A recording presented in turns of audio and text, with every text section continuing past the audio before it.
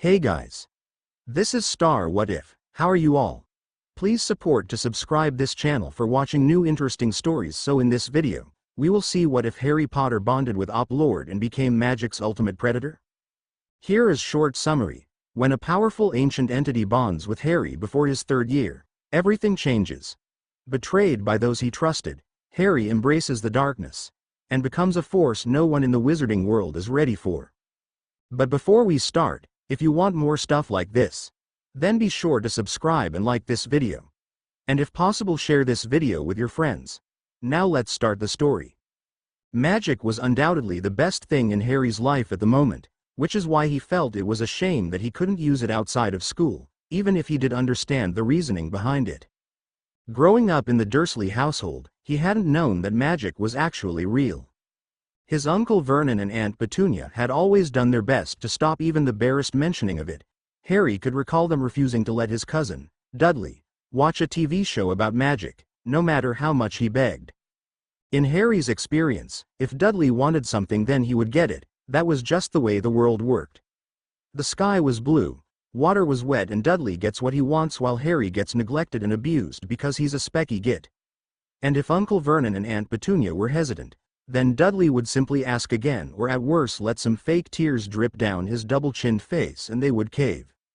But that was one of the few times that they hadn't, simply because they hated magic that much. In the past, various weird things had happened around Harry, like the time he turned his teacher's hair blue. At the time he hadn't known that it was accidental magic. But his relatives at least knew that it was magic, since they would always punish him more harshly than normal when stuff like that happened. Eventually, though, everything changed when Hagrid forced his way through the door and told Harry all about the magical world. A world that he was a part of. Entering the magical world was an experience that Harry would never forget, providing that nobody hits him with a memory charm or anything like that. He gained a wand, the ability to do magic, and friends. Though, that didn't mean that there weren't any downsides. Malfoy and Snape were good examples. The arrogant boy could insult and attack whoever he wanted and seemed to be focused on Harry. Sure, some teachers would be willing to give him detentions, but most of the time Snape overruled them and took over, and Harry didn't doubt that Snape's detention wouldn't ever be worse than a simple lecture before being sent off to bed if you were Draco Malfoy. According to the Hogwarts rumor mill, Snape was Draco's godfather. Though Harry never put much stock in the rumor mill, especially this year. Snape was a much bigger problem. The man appeared to have hated Harry from before Harry had even known about Snape's existence. Apparently, Snape had a grudge against Harry's father, and that had somehow transferred to Harry, not that Harry understood why. Was it somehow his fault for not stopping whatever Harry's father had done to him, even though Harry hadn't been born at the time? Oftentimes Snape acted like Harry's father, James, had raised Harry for the sole purpose of annoying him. Snape was seemingly unaware of the fact that Harry's father had died when Harry was roughly a year old, something that Harry doubted given that the whole wizarding world knew that.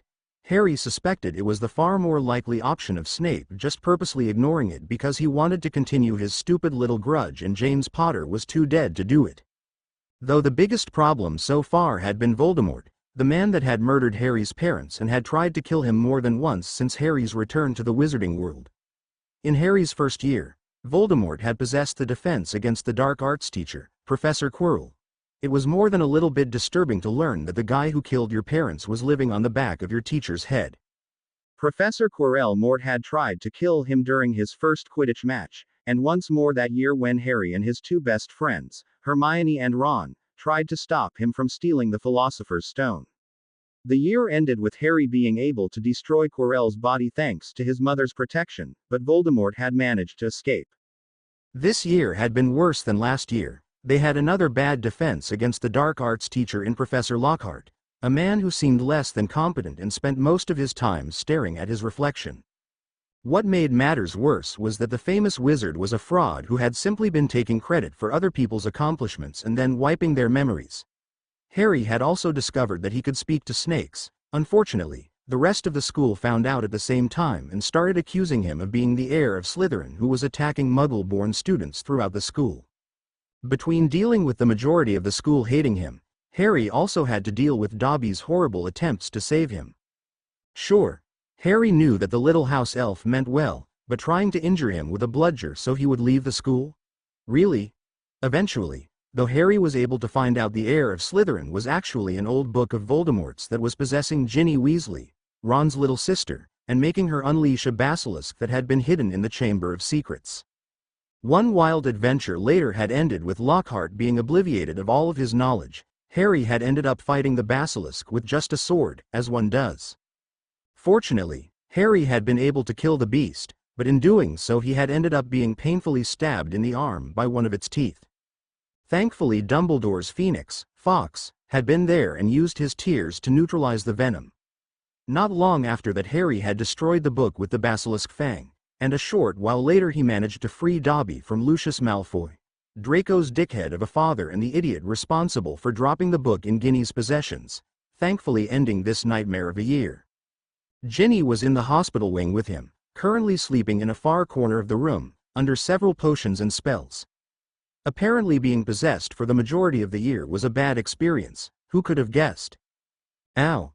Harry hissed when he felt something hot near his hand. He quickly pulled his hand back and saw that the miniature dragon had gotten either bored or angry at his lack of attention towards it and had unleashed a small burst of fire.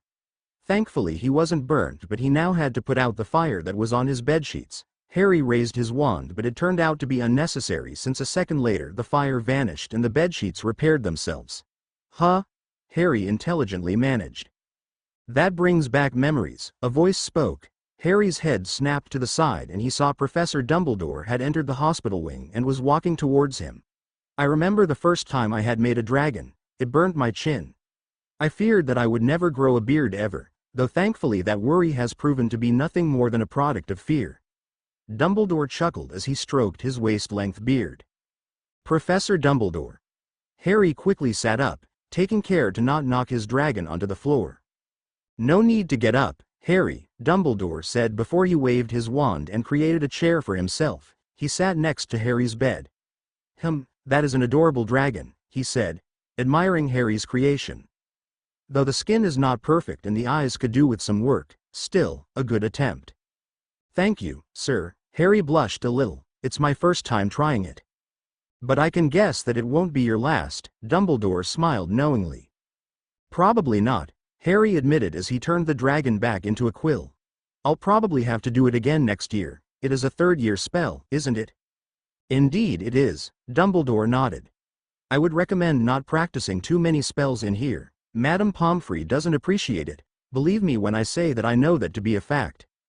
I believe you, Harry sighed. That lined up with what he knew about her. Still, it is boring in here and I needed something to do. Understandable, Dumbledore hummed. Anyway, I just came in here to check on you and see if you were okay. I was going to ask Madame Pomfrey, but seeing as you're awake. Dumbledore trailed off and looked at him questioningly. I'm fine, sir, honest, Harry answered. Madame Pomfrey said I have to stay here for a bit more but then I can go. Excellent, Dumbledore smiled. Well, if that's all, I should be off now. Actually, sir, Harry hesitantly spoke. I was wondering if I could ask you for something important. Oh? Dumbledore raised an eyebrow and looked at Harry in a questioning manner. Well, I was kind of hoping that I could stay at Hogwarts for the summer. Harry's voice was undeniably hopeful. Stay at Hogwarts? Dumbledore frowned. What about your relatives? I doubt they'd mind, Harry muttered. Dumbledore had heard him and his frown had increased slightly. I'm sorry, Harry, but that's not possible, Dumbledore told him. Hogwarts has not allowed students to stay over the summer for hundreds of years. Oh, Harry disappointedly looked down. Dumbledore was about to speak again when Harry looked up with a slightly brighter look on his face. That's fine then, I can just stay in Diagon Alley then. He remembered hearing that the paying customers could stay in the Leaky Cauldron and he had more than enough money to pay for a room. Harry, I do not think you should do that, Dumbledore said. You should go and stay with your family this summer, Dumbledore advised. But why? Harry frowned, staring at the old headmaster. It would be a good opportunity to improve relationships between yourselves, Dumbledore told him. Harry opened his mouth to protest but was cut off when Dumbledore spoke again. Also, it is far safer than staying in Diagon Alley by yourself. Maybe, but I'd rather stay by myself. Harry took great effort to keep his voice neutral and stop himself from getting angry with Dumbledore. "I'd rather risk Diagon if I'm honest." "And I'd rather you didn't," Dumbledore said. His voice may have sounded quite calm, but the look on his face was that of a stern teacher. "And I'm sure that you will agree in saying that it would be better for you to stay at the Dursleys." Dumbledore continued staring at Harry, who stared back. It was several seconds later before their staring contest was broken by Harry, who looked away and looked down at his lap. "It was nice seeing you again, Harry," Dumbledore said in a soft voice, a small smile on his face as he stood up. "I hope your next year will be better than this one." He turned and calmly walked away. Harry stared at the doors that Dumbledore had walked out of with an intensity that could have pierced through steel. He had barely noticed that his clenched fists were gripping the bedsheets hard enough to almost damage them again. Harry turned his head away and took several deep breaths before he was able to open his hands again. Deep in the far reaches of space, a small space shuttle plummeted down towards Earth. The outside of the ship protected those inside the ship from burning up upon re-entry, but barely given the damage the ship had received. A few minutes ago everything had been fine, but that all changed when something had crashed into their ship, damaging it enough that they were not able to stay up for long. Inside the ship were 4 panicking astronauts that were doing their best to try and stop the ship from crash landing and killing them all. It might have been a state-of-the-art vehicle, but there was no way that it would survive a crash if it dropped from space directly to the ground at the speed they were currently going. "Damn it!" one of the astronauts cursed. "We need to slow down." "Working on it," another one shouted, frantically pressing buttons and pulling levers in such a way that one who had no idea how the ship operated would assume that he was pressing them randomly. "F.K. this is terrifying." "We know," a third astronaut shouted. "The ship's hull has been penetrated," a fourth astronaut yelled. "No shit," the first one yelled out. "We're off course. We got bigger problems, like survival." The astronaut, so busy with their crashing ship and arguing with each other, didn't notice that the door behind them creaked slightly open, nor did they notice black goo that sneaked into the control room. A loud crashing sound was heard in the countryside as the spaceship crashed into a mostly empty field. The few cows that were in the area scattered upon hearing and seeing the large crash that had caused a fairly big crater to appear in the field. Inside of the damaged and broken ship, the astronauts were scattered around. Unfortunately, only one of them had managed to survive. He groaned as he lifted his face off the ground. His eyes widened to almost comical levels when he saw the rest of his crew lying around him, bleeding and with broken bones. He had no doubt that they were dead, especially given the way that their necks weren't the same shape as they were before the crash. He grunted as he forced himself to his feet, or at least he tried to before realizing that he had broken his right leg. Damn, he looked at his leg. He was pretty sure that the bone sticking out of his leg was not normal. "Now what the hell am I supposed to do?" he wondered, shaking his head. He paused when he heard a noise behind himself. He turned and gasped when he saw a pile of black goo right next to him. "What the? Arg!" The goo cut him off by lunging at him. He screamed as he both felt and saw the goo disappear into his body. He took several panicked breaths before looking around. I'm all right, nothing happened." He grinned with relief. Unfortunately, his relief only lasted a few moments, as shortly after he felt himself control of his body. The astronaut gasped loudly. His body convulsed before he went limp. He fell face first to the floor. A second later, the black goo poured out of his body and slithered away, highly disappointed. The organism it had just left was an incredibly bad match, so bad that it hadn't stayed for more than a few seconds. It had stayed long enough to learn basic knowledge about this world. Apparently, it was on a planet named Earth, populated with hundreds of different creatures, but the strongest creatures on this planet were no doubt the humans. Not physically the fastest or strongest, but they possessed a special type of cruelty and ingenuity that not all beings possessed, or at least some of them did. It decided that the best thing to do would be to keep moving. If it stayed too long, then it was entirely possible for it to be captured by the humans that were no doubt going to come and investigate. It was possible that it could end with bonding, but more likely that the humans would lock it up and experiment on it. The black goo slithered out of the crashed ship and continued moving until it left the crater and reached soft grass. It stopped for the briefest of moments before it continued moving until eventually, it came across another living being. A fairly big spider, Deciding that even a small host was better than being out and exposed, the goo leapt towards the spider. The comparatively smaller creature tried its best to escape, but the spider just wasn't fast enough. The goo shrunk down and formed a second skin around the spider before taking control of the arachnid. It forced the spider to turn and then started using its control over it to make it run as fast as it could, which was a lot faster than normal thanks to the goo's help. The goo had been able to learn from the astronaut that while animals had varying degrees of intelligence, it was humans that would fit it best. Animals were far less complex, only concerned with survival and eating and other simple needs. Humans were different, more emotional. They had wants, desires, feelings, perfect feeding for a creature such as itself. They wouldn't be easy to control, but they would taste so good. It had to get to a human. If it was careful, then it would eventually find a good match. For the goo, the spider was the equivalent of having a bland biscuit to tie you over when you were hungry. Not great but good enough until you get some real food. It wasn't sure how long it took, but eventually, it came near some houses. Once close enough, it disappeared into the spider, reducing the chance of being caught but still controlling the spider. It wasn't long before it spotted a human, but this one didn't look like a particularly good fit. Plus her voice sounded quite annoying. "Oh, there, the overweight woman cooed as she bent down and roughly petted the dog in front of her. "I'm not a big fan of leaving the countryside either, but we haven't visited my brother in ages." She was apparently talking to the dog. It was hard to frown with pincers, but somehow the possessed spider had managed it. On the one hand, he wanted far away from the irritating woman with the habit of talking to animals as if they could understand her, but on the other hand, this woman said she was leaving the countryside. It was possible that she was going somewhere more populated, giving it an increased chance of finding a new host. A minute or so later, a decision was made. The goo left the spider, allowing it to fall dead. The goo moved forwards, climbing up a nearby tree. It waited until the obese woman had turned away, then it leapt through the air and landed on the dog. The surprise the dog felt prevented it from being able to even attempt to stop it from taking over. The goo couldn't help but feel disappointed with the dog. It had the necessary tools to allow itself to be great, yet was content with being babied by the woman and had let itself become weak. "Ripper, are you all right?" The woman asked the dog when she noticed it hadn't followed her like normal. After a moment, she saw and heard Ripper bark at her before he began following her. Dismissing what just happened, assuming that he had just gotten distracted by something, she went towards the house to collect her belongings so she could go and visit her brother and his family.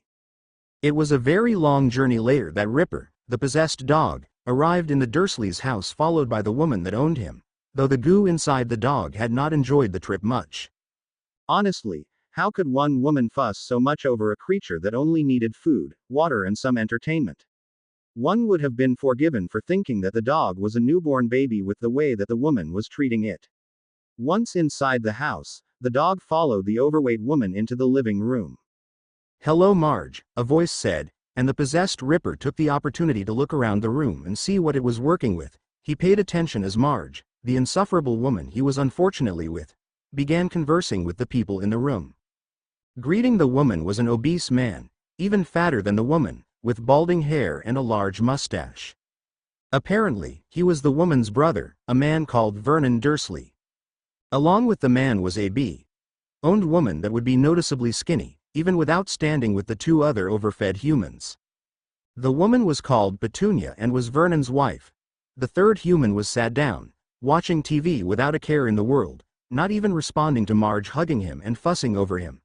The fat, owned haired boy was the unfortunate result of coitus between Vernon and Petunia and was called Dudders, or Dudley. The goo was pretty sure that one of those was a nickname. "You're still here, are you?" Ripper heard Marge say to someone else in a less than friendly tone. Ripper turned and saw a boy standing in the hallway outside of the room. He was dressed in clothes that seemed to be too big for him. He had rounded glasses that didn't look all that cared for. Unlike the rest, he had messy black hair and bright green eyes. "Yes," the boy said shortly. "Don't say yes in that grateful way." Marge glared at him. "You are lucky that my brother was nice enough to keep you." Ripper paid close attention to the boy as Marge continued to rant about how ungrateful the boy was. The creature possessing the dog had access to the dog's memories and could call up memories of chasing and attacking this boy when he was younger. The boy was called Harry Potter, but the Dursley family preferred to call him Freak. It could see the boy restraining himself as Marge continued speaking. It could see the way that the boy wanted to lash out and how he did his best to prevent himself from doing so. Interesting, it thought to itself. The boy shows plenty of promise. Who knows how many emotions he was holding back. Take Marge's luggage upstairs, Vernon ordered the boy. Yes, Uncle Vernon. Harry obediently nodded before picking up Marge's stuff with barely a sigh. He turned and began carrying them up the stairs. Does it have to be so bloody heavy?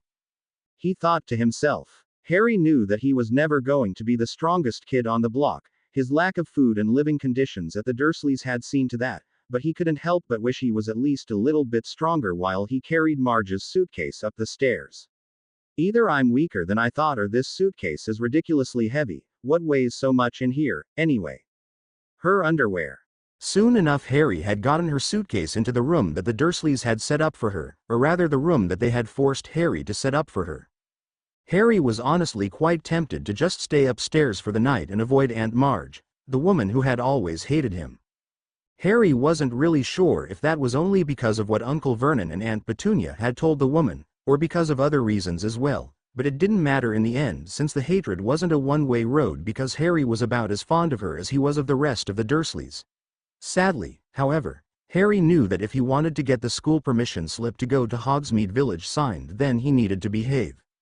He turned around, only to freeze when he saw Ripper standing in the doorway. The dog that usually chased him or ate everything in sight was dead still, staring at him with unblinking eyes.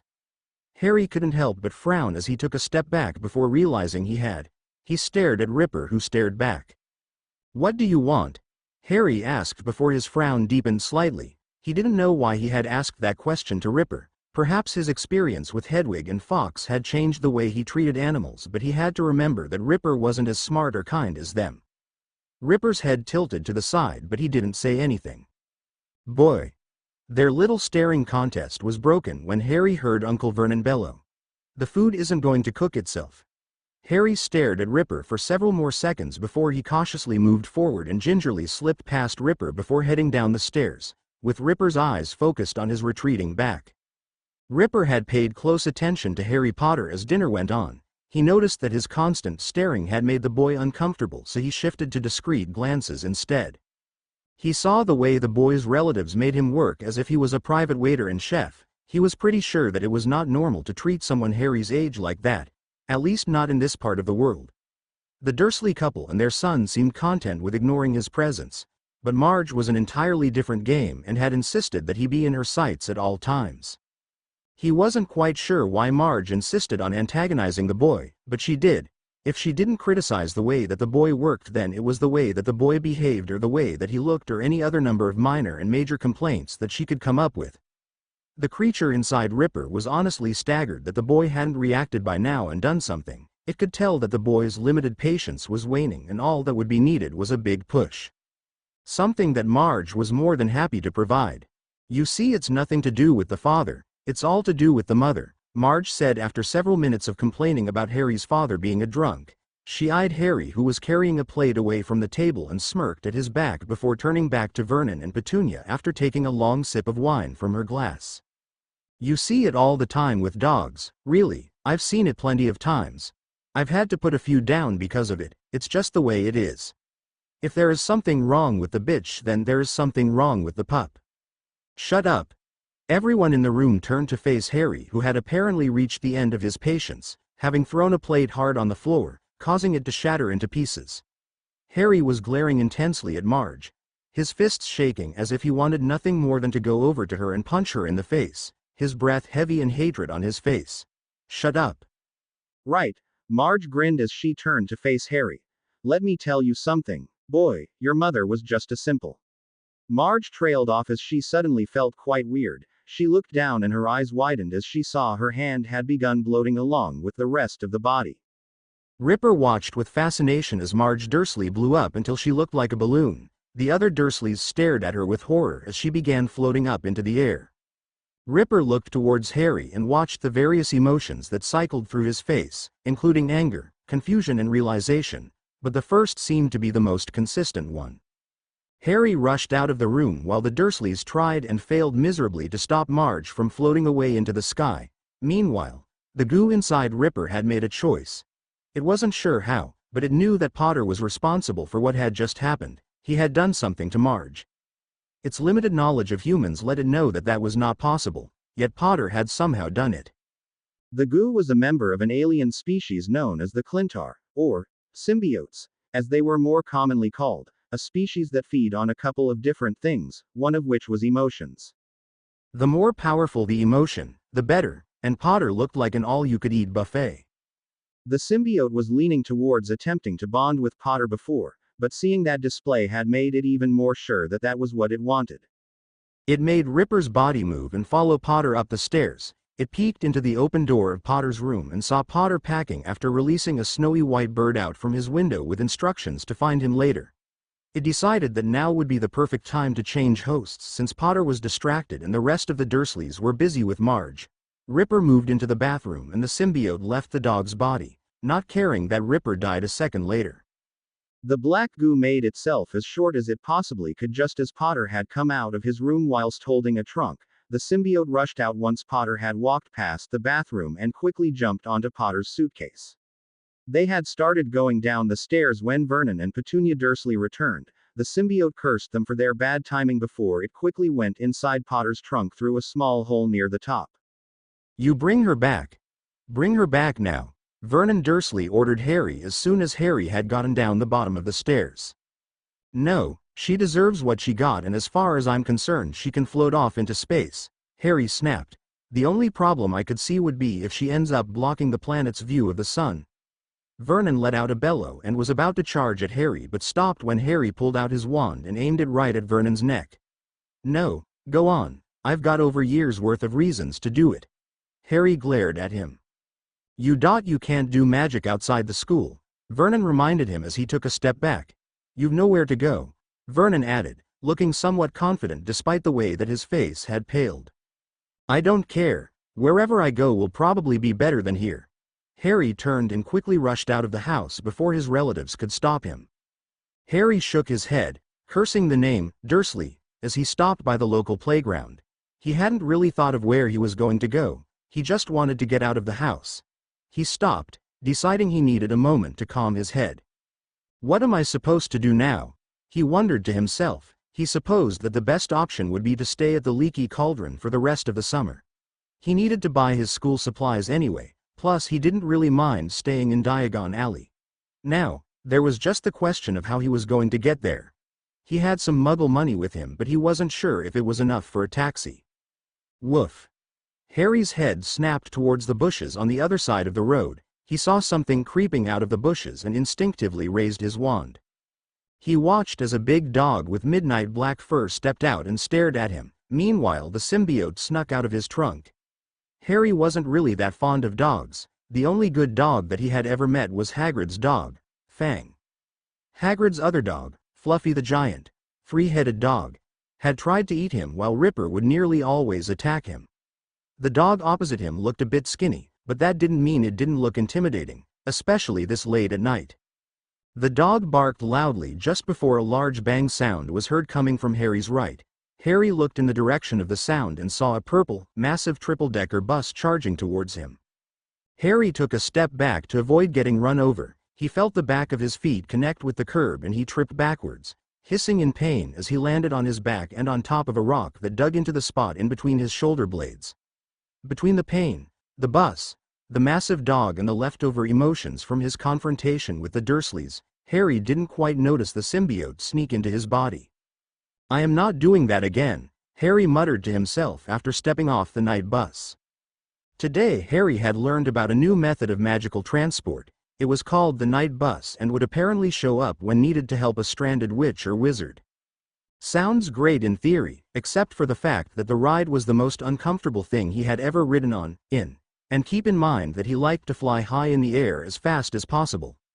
Harry wasn't sure what speeds the bus was driving at, but he was sure that it had shattered the speed limit from start to finish, and the most impressive thing about it beyond the shakiness of the bus was the fact that the ride hadn't ended in a massive explosion. Still, it got Harry where he needed to go. The leaky cauldron. Harry looked over his shoulder and watched as the bus took off before turning invisible. He shook his head before grabbing his trunk. He had only taken a couple of steps when the owner of the leaky cauldron, Tom, stepped out to greet him. "Mr. Potter," Tom smiled. "It's great to see you." "Hi, Tom." Harry smiled back as he greeted him. "I'm sorry to bother you, but I was wondering." "I'm sorry to interrupt," Tom said, cutting Harry off. "But there's somebody here to meet you, someone important. I think you should probably go and talk to him before anything else." "Meet me?" Harry blinked. "Who is it?" "The Minister of Magic." It was an odd feeling, being sat in a room while the Minister of Magic stood a small distance away from you. Cornelius Fudge, the Minister of Magic himself, didn't really look all that impressive as he stood there in his green suit. His hair was balding, he was portly and short and looked quite tired. Yet despite his appearance, the man was one of the most powerful people in the magical government. Harry could still remember the man sending Hagrid to Azkaban just to be seen doing something about the chamber. So Harry was most definitely not comfortable in Fudge's presence, despite Fudge's attempts to smile his way through the meeting. Harry could admit to himself that he wasn't entirely sure how the magical government worked, but he was pretty sure that the head of the government shouldn't pop up to visit a 13-year-old boy unless the reason why was very serious. "Now, Harry, biscuits and tea?" he offered as he gestured to the tray on the table in front of Harry. "I'm fine." Harry trailed off midway through his refusal when he heard his stomach growl. "Okay, maybe one biscuit." Harry reached out and took one before taking a bite out of it, enjoying the taste leading to him taking another bite, causing the biscuit to disappear into his stomach. "Attaboy." Fudge smiled at him as if Harry was his all-time favorite nephew. Now, Fudge's smile disappeared as he began speaking. "You should know that we at the Ministry were very worried, Harry." "Worried?" Harry repeated questioningly. Fudge stared at him for a moment, looking confused that Harry hadn't instantly understood what he meant. "I am referring to you running away from your family's home," Fudge spoke. Harry opened his mouth to protest that those wastes of perfectly good oxygen were not his family when Fudge continued speaking. Running away like that might have felt good at the time. But it was very, very irresponsible, Harry. You surely realize by now that you're quite a famous lad, an important member of magical Britain. Could you imagine how the wizarding public would react to learning that their young hero was out, gallivanting around without being cared for? Especially given the current situation. Fudge coughed those last two words out like they physically pained him. Harry, though quite irritated with Fudge, wasn't unable to miss what Fudge had said. "The current situation?" Harry asked. "Nothing to worry about." Fudge waved his hand dismissively, though his voice had been a tad quick. "You're safe, and that's all that matters. You'll be pleased to know that your aunt was found." "Oh." Harry wasn't sure if he had been totally able to keep the disappointment out of his voice. "Is it bad that I sound disappointed?" he wondered. Fudge, if he noticed Harry's disappointment, didn't comment on it. "The Accidental Magic Reversal Department had dispatched to your relative's house. It only took a short while before they were able to find your aunt. Her body was punctured and returned to normal, and her memory was modified. She's perfectly fine." "Disappointing," a voice said. Harry's head snapped to the side upon hearing someone speak. He looked around the room, trying to see if there was anyone else here. "Mr. Potter, are you all right?" Fudge asked in a concerned voice. Harry quickly stopped and looked at Fudge, who was staring at him. "Oh, sorry," Harry awkwardly apologized. I thought I saw a fly shoot past." Harry lamely lied, though it seemed to work as Fudge gave him an understanding look before continuing. "Anyway, there was no harm done. Your relatives have even agreed to take you back the next summer." Fudge smiled at him. "I'd rather not if it's all the same to you." Harry hoped he hadn't sounded offensive when he said that. Now, Harry, I'm sure the situation isn't that bad," Fudge said in a worried tone. "They're your family, after all, and I'm sure you all care for each other enough to get past this little incident." Harry opened his mouth to protest that this incident wasn't little and that there was no way he would willingly go back to those stealers of perfectly good air when Fudge continued. "Now, we just need to decide where you're going to stay in the meantime. I suggest a room here. Tom serves a delightful full English breakfast and—" "I'm sorry to interrupt," Harry coughed, "but What about my punishment? Punishment? Fudge looked genuinely confused. Yeah, you know. My punishment? Harry trailed off. Fudge didn't appear to understand what he was saying, so he decided to continue. I don't know how things work in the magical world, but in the Muggle world, if someone breaks a law, then they get punished. I broke the law, so what's my punishment? We won't punish you, Harry. Fudge looked like he was resisting the urge to roll his eyes. It was underage magic. At your age, that's as natural as sneezing. It's all accidental. But before my second year, there was this house elf, Harry began. He was in my house and performed magic. I got a letter saying that if there was any more magic, then I'd be expelled. A house? Never mind. Look, you don't want to be expelled, right? Fudge asked impatiently. No, not really. Harry shook his head. Then perhaps you should just be appreciative and accept the situation. Fudge suggested. He was smiling, but his voice was noticeably more firm. Harry simply nodded in response. He was indeed grateful about this, but his limited years on Earth had caused him to be wary when it comes to good news, especially from people like Fudge. Harry shifted slightly. There was a part of him that didn't like Fudge's tone, and he felt an urge to get up and do something about it.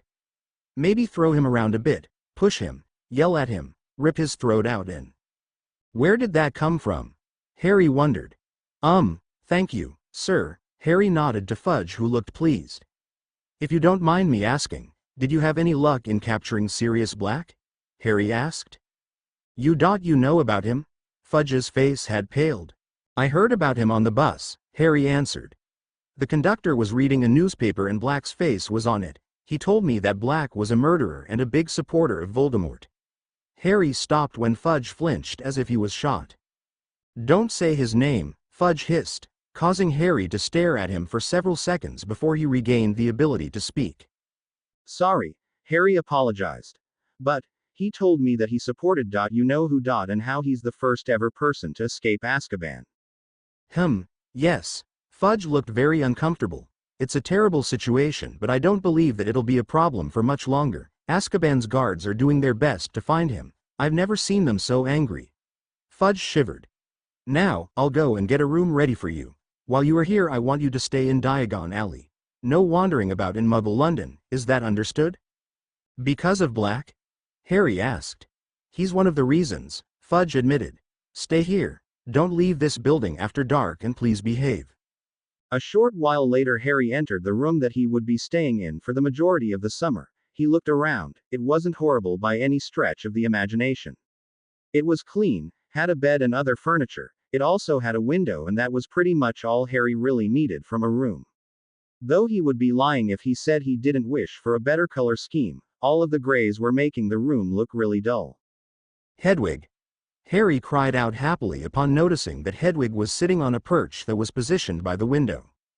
He rushed over to her and quickly began stroking her. Clever girl. Found me quickly, didn't you? Hedwig hooted in the affirmative before leaning into his touch. This place isn't exactly as good as Hogwarts, but it's better than the Dursleys. No cage for you here, Harry happily said, hating having to put Hedwig in a cage almost as much as Hedwig hated being in a cage. Hedwig let out several loud noises that Harry took to mean that she was also incredibly happy with the situation. She playfully nibbled on his fingers as he continued bombarding her with what he felt was some well-deserved praise and affection. It was 2 hours later when Harry decided to go to sleep. It took him half an hour to finally fall asleep. The events of the day had finally caught up with him. As he slept, the symbiote inside of him started thinking about its current situation.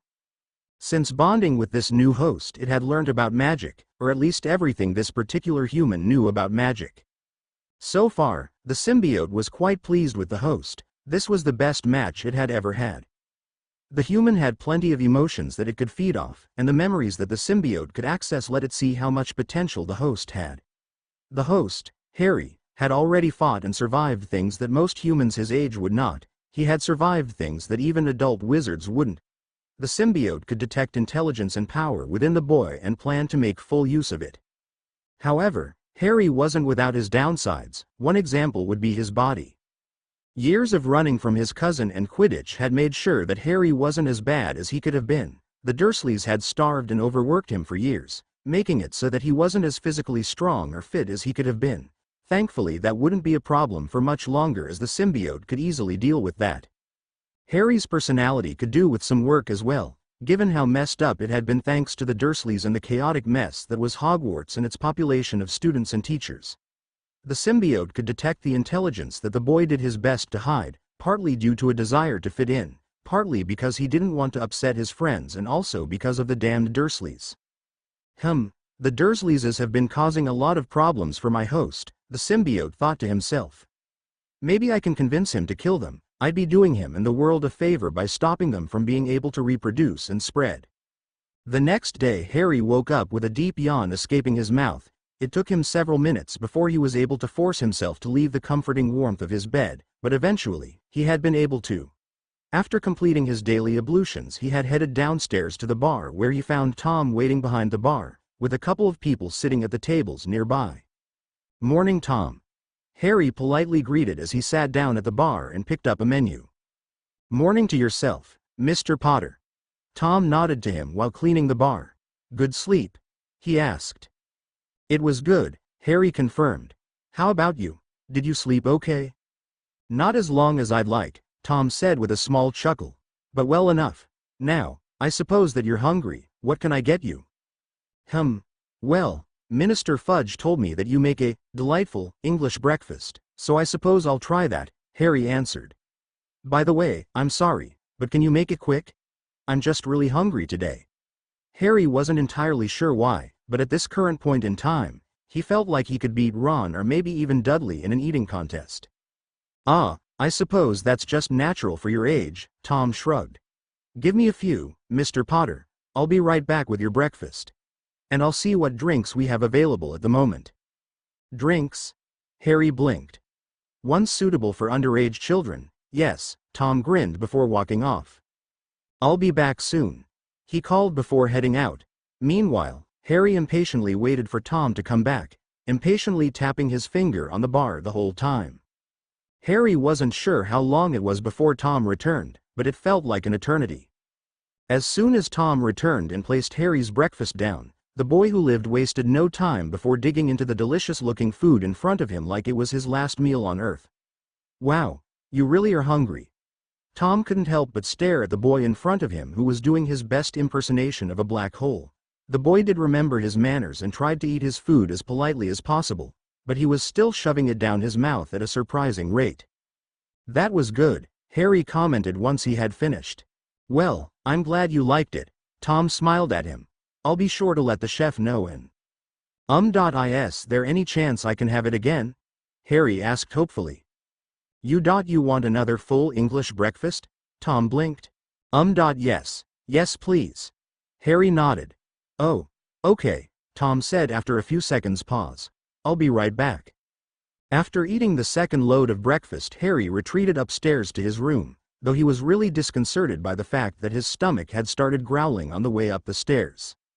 Hadn't he had enough? He never ate this much. Before, it would be a big struggle for him to just eat one English breakfast. Once Harry entered his room, the wave of hunger intensified and he started struggling with resisting the idea to go back down and demand more food.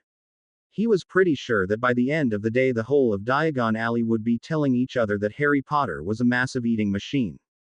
Harry slowly walked forwards and spotted Hedwig sitting on her perch and eyeing him with concern. "I'm fine, Hedwig, my stomach is just messed up." Harry stopped in front of her, suddenly aware of how much he was sweating. He could feel his hair pressed against his forehead, his eyes tried to close against his will, and he found it much harder to stay upright. Hedwig gave him a disbelieving hoot. "Yeah, fair enough. I'm starting to think this is probably worse than I originally."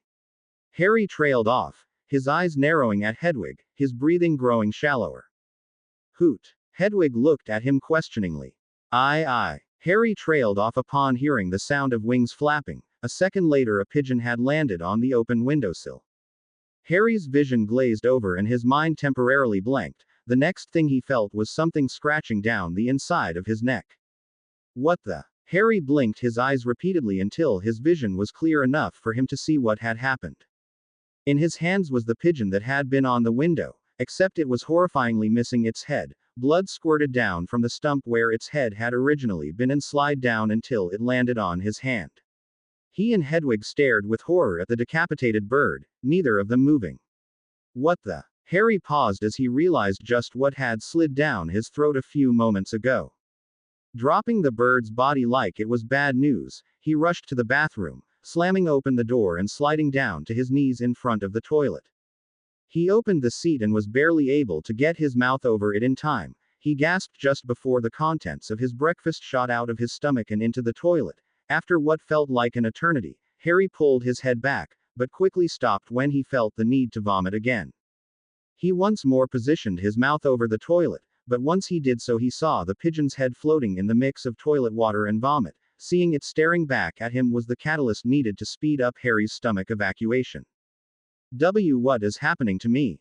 Harry gasped out once he was done, moving away from the toilet and sitting against the nearest wall. Blood and vomit on his mouth plus blood on his hands caused him to close his eyes in an attempt to ignore what was happening long enough for him to think. I can't believe I just did that. Oh crap, Hedwig saw that. Harry groaned, realizing that his relationship with his owl had more than likely just gotten a lot more awkward. It took Harry several minutes before he was able to muster up the strength to stand up. Once he had gotten to both feet, he staggered towards the mirror and quickly leaned on the sink underneath it so he could stay standing. He coughed violently before reaching for his toothbrush and toothpaste while mentally planning what he would do next. Firstly, he would do whatever it took to get this horrible smell and taste out of his mouth. He was going to flush that toilet as many times as necessary to get rid of that head. Then he would apologize to Hedwig and find a way to get rid of the pigeon body. Then he was going to brush his teeth again before trying to forget this whole experience. After pouring a larger than normal helping of toothpaste on his brush, he placed the brush in his mouth and began cleaning vigorously. Harry. A deep voice spoke. Harry looked up and saw his reflection in the mirror.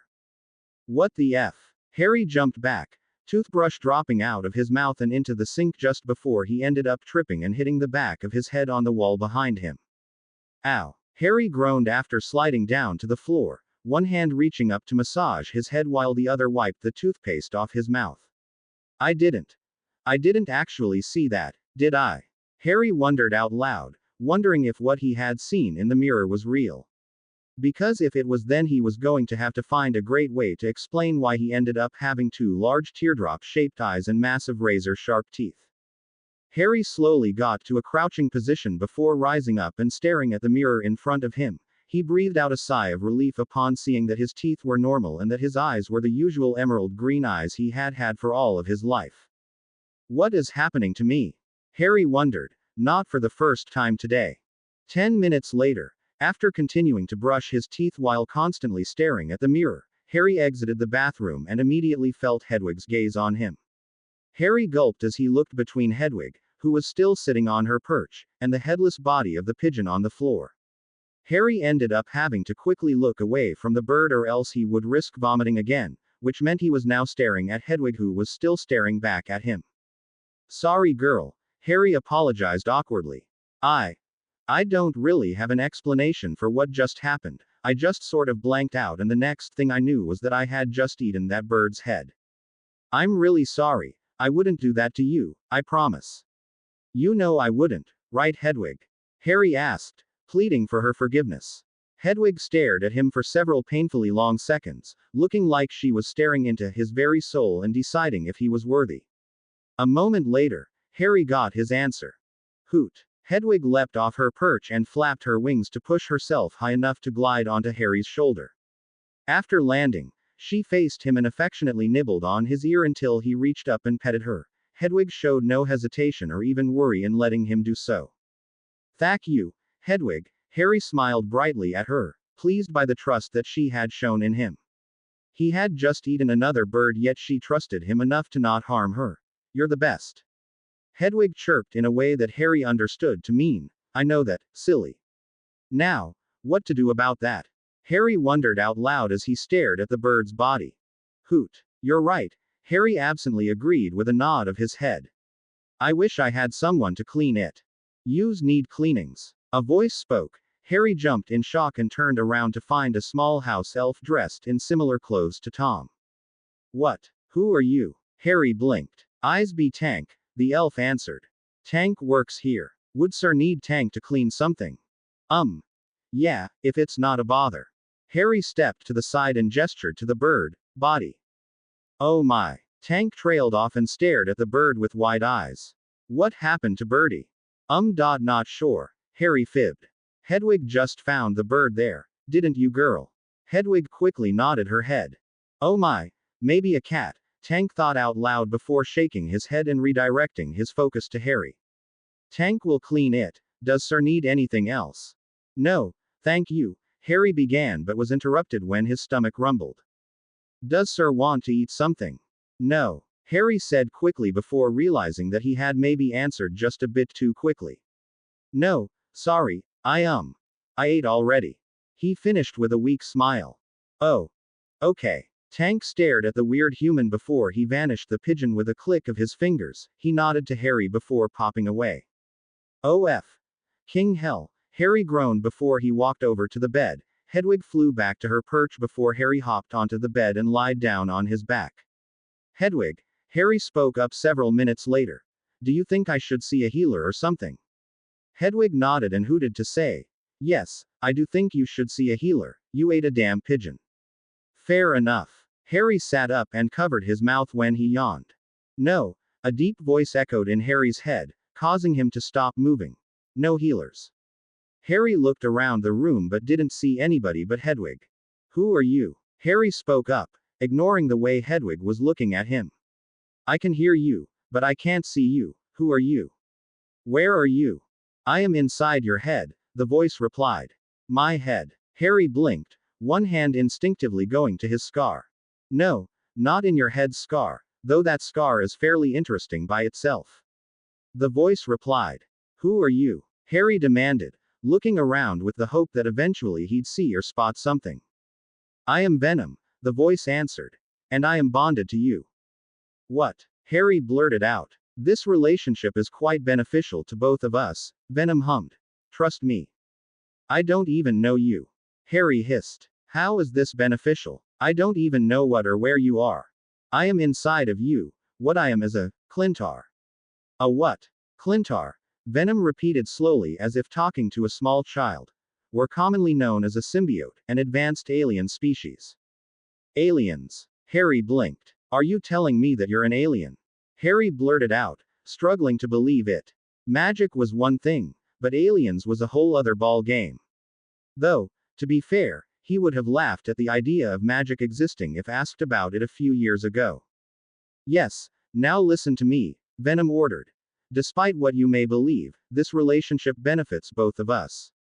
I need a host to survive. What? You'd die without one. Yes, Venom reluctantly admitted, knowing that Harry was against needlessly causing harm to others, even those that weren't human. Having a host keeps me alive. And I, in return, bring plenty of benefits to the table. As long as I am by your side, you'll be stronger, faster, and far more dangerous. Perhaps I might even have a positive effect on your magic. I've never bonded to a wizard before.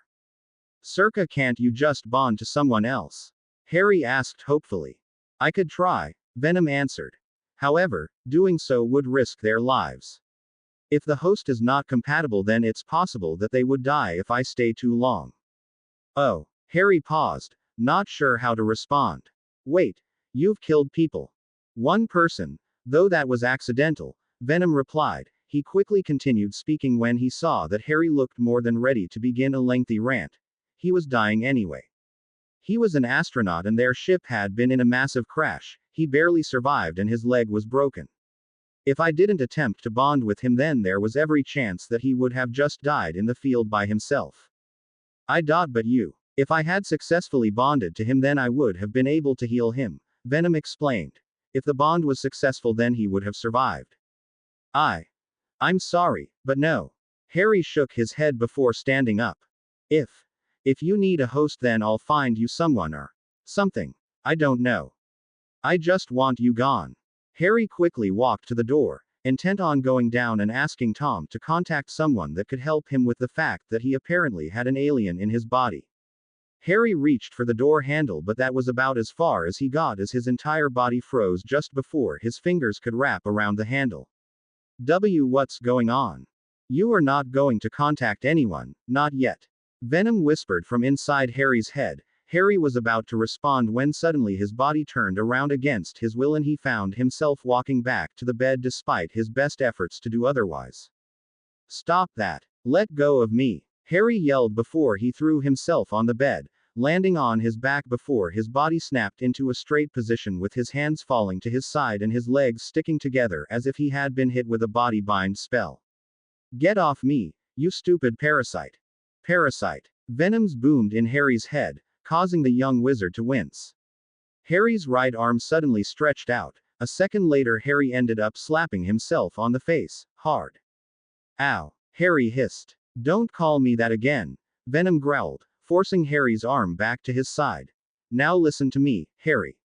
If anyone finds out about me, then I could be killed if I'm lucky, or thrown into a lab and tested on until I wish for death.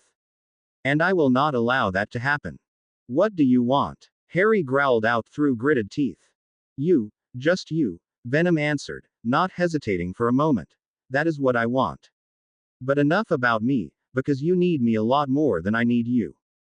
What? Harry wasn't sure if Venom could see the look of disbelief on his face, but if he couldn't then the disbelief in his voice should get the job done.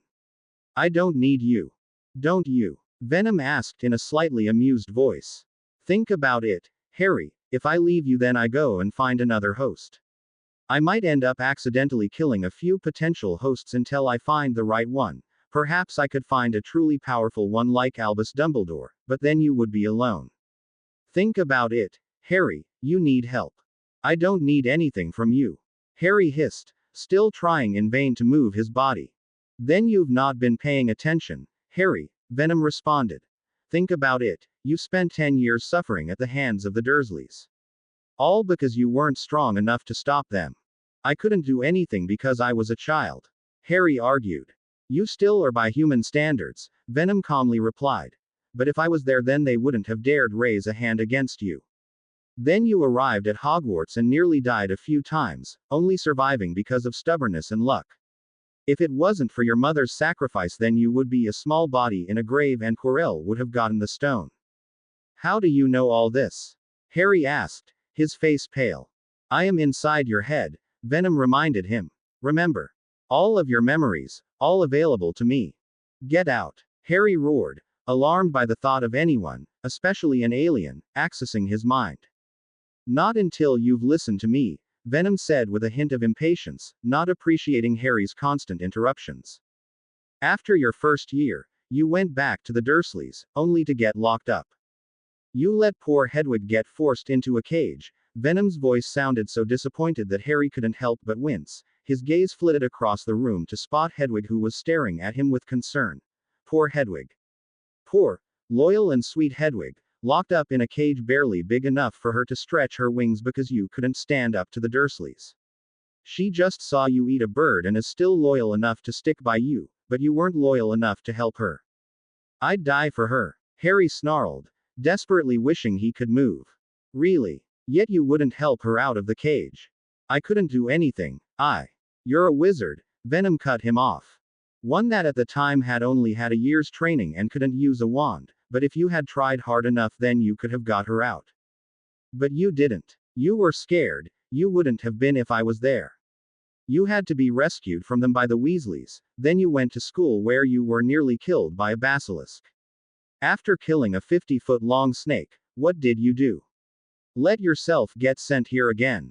If I hadn't found you then you'd probably go to school this year and end up back at the Dursleys again. Wait. What do you mean? That last part, about the Dursleys? Harry asked, his voice noticeably softer than before. You think I'm going to let you go back there? Disbelief covered Venom's voice. No, unless you're up for some revenge, we are not going there, Venom said in a firm voice. No longer will you be forced to be there South Avenue, no longer will they lock up Hedwig or you. It doesn't matter what Fudge or Dumbledore wants, you're not going back there. Do you want to know what I think? What? Harry couldn't help but ask. Venom didn't immediately reply, but Harry felt Venom release his hold on Harry's body because a second later he was able to sit up. The way I see it, we can do whatever we want, Venom spoke up. I don't care what you want to do. All I need is a host and to eat. That's enough for me. What do you want? I don't know. Harry breathed out, slightly surprised by the question. Nobody ever asks you what you want, Venom said knowingly.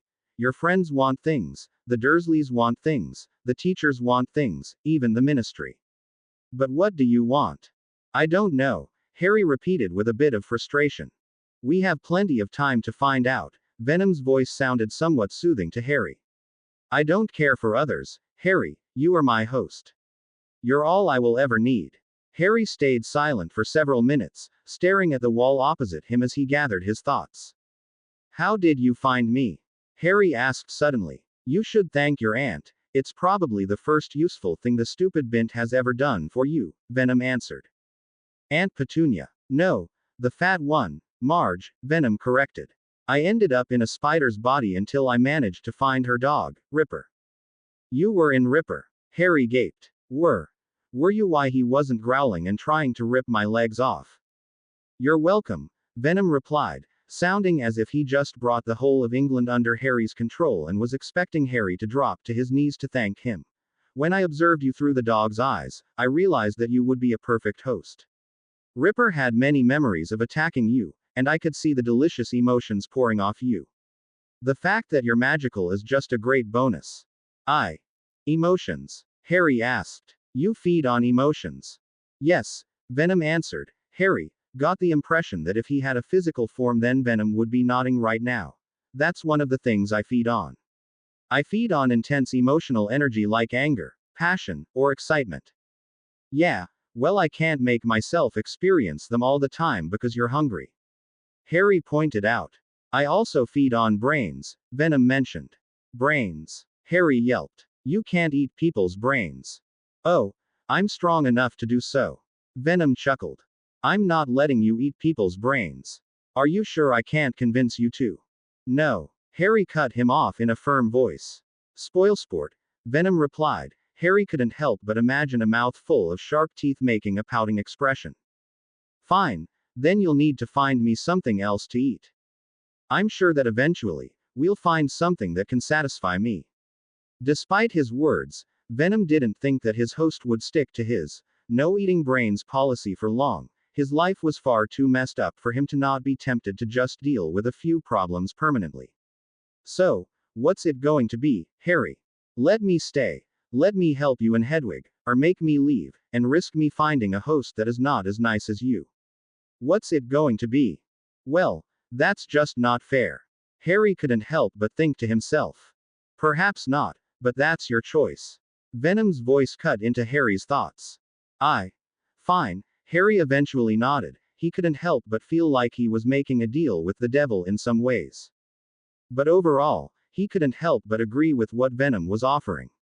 He could tell that if the alien truly wanted to hurt him right now then he could just force Harry to jump out of a window or something. He wished that he could ignore some of the other stuff that Venom had said, but he couldn't. Every school year so far he had nearly died multiple times, and then at the end of the year, he ends up being sent to the Dursleys. If anyone could use extra help, it'd be him. Besides, there wasn't a great alternative. Keep Venom with him and possibly get some valuable help or risk letting him loose and into the hands of somebody like Malfoy, or worse, Voldemort. I'm willing to have a trial period. Harry briefly wondered if he could get away with telling people about Venom but quickly dismissed that thought upon remembering that Venom would probably stop him before he could even get a word out. Under a few conditions, Harry added. I'm listening. Venom's calm voice successfully hid the excitement he felt. Having a willing host was so much better than those unwilling ones. He could tell that the boy wasn't fully committed to the idea, but Venom believed that with enough time he could bring the boy on board. Firstly, no taking control of my body, ever again. Harry began. But Harry, what if you're unconscious and somebody is about to kill you? Venom asked. I could take control of your body and get you to safety. Harry paused, and considered what Venom had said. Fine, no taking my body unless there's an emergency or if I give permission. Harry amended. Fair enough, what's the next condition? No harming anyone I care about, Harry said with a surprising amount of firmness. That's not negotiable. Your friends and family are my friends and family, Venom spoke in a soft voice. They have nothing to fear from me. Venom told him in an honest voice, he was fine with not harming friends and family, though if Harry suddenly decided they weren't his friends or family any more, then that just meant more food for him. Good. Harry didn't fully believe Venom, but that was better than nothing. And no eating brains. Find me something I can feed on and then I won't. Venom's voice held a hint of annoyance. Anything else? Yeah. Harry nodded. I don't know you, and right now, I don't trust you. But I'm willing to give you a chance, but if you make me regret it, then I will. What? Venom asked curiously. What will you do? I'll find a way to stop you, no matter how long it takes, Harry said with plenty of conviction in his voice. You think that you can stop me? Venom laughed. You think you stand a chance against me? No, Harry answered honestly. But then again, I didn't think I stood a chance when fighting Quirrell with Voldemort on his head, or when I fought the Basilisk. Yet Quirrell became nothing but ashes and the Basilisk is the one that's currently lying dead in the chamber. There's that inner fire. Venom laughed again, though it wasn't the same laugh as before, that laugh had been filled with humor and mocking. This one held approval, the kind of laugh Harry would imagine his father would have given him the first time he saw him ride a broom, though obviously a bit deeper. You'll make a great host. Now, we need to find something to eat. Now, Harry frowned. I just ate a pigeon. Harry reminded him. Not good enough, Venom replied. I need something better, and quickly. I haven't eaten anything tasty in a while. OK, I'll find something then. Harry huffed. Apparently he was now an intergalactic babysitter. Sorry, Hedwig. Harry looked at his faithful companion who was still staring at him. Well, there's apparently an alien inside of me, Harry explained, opting to go with blunt honesty. Hedwig stared at him as if he had just burst into dance. Yeah, hard to believe, it's somewhere on the level of finding out that there's an entire race of wizards and witches hiding in front of her eyes. Still, this alien Call me a parasite again and you'll regret it. Venom warned. This alien is apparently here to stay, Harry coughed. So, yeah. I'm going to go to the shops and try to find him something to eat. I'll get something for you as well, promise. Harry said before he stood up and reached into his trunk and began pulling out clothes. Wait a sec, you can see me right? So you'd see me if I started changing my clothes? Harry frowned. Why would I care? Venom asked dismissively. I have access to every single memory you have and you are an entirely different species. For you, it would be like watching Hedwig take off a jumper. Oh. Fair enough. Harry sighed. Living with an alien in his head was going to take some getting used to. I like to think that I'm taking this surprisingly well. He commented. Do you want a medal?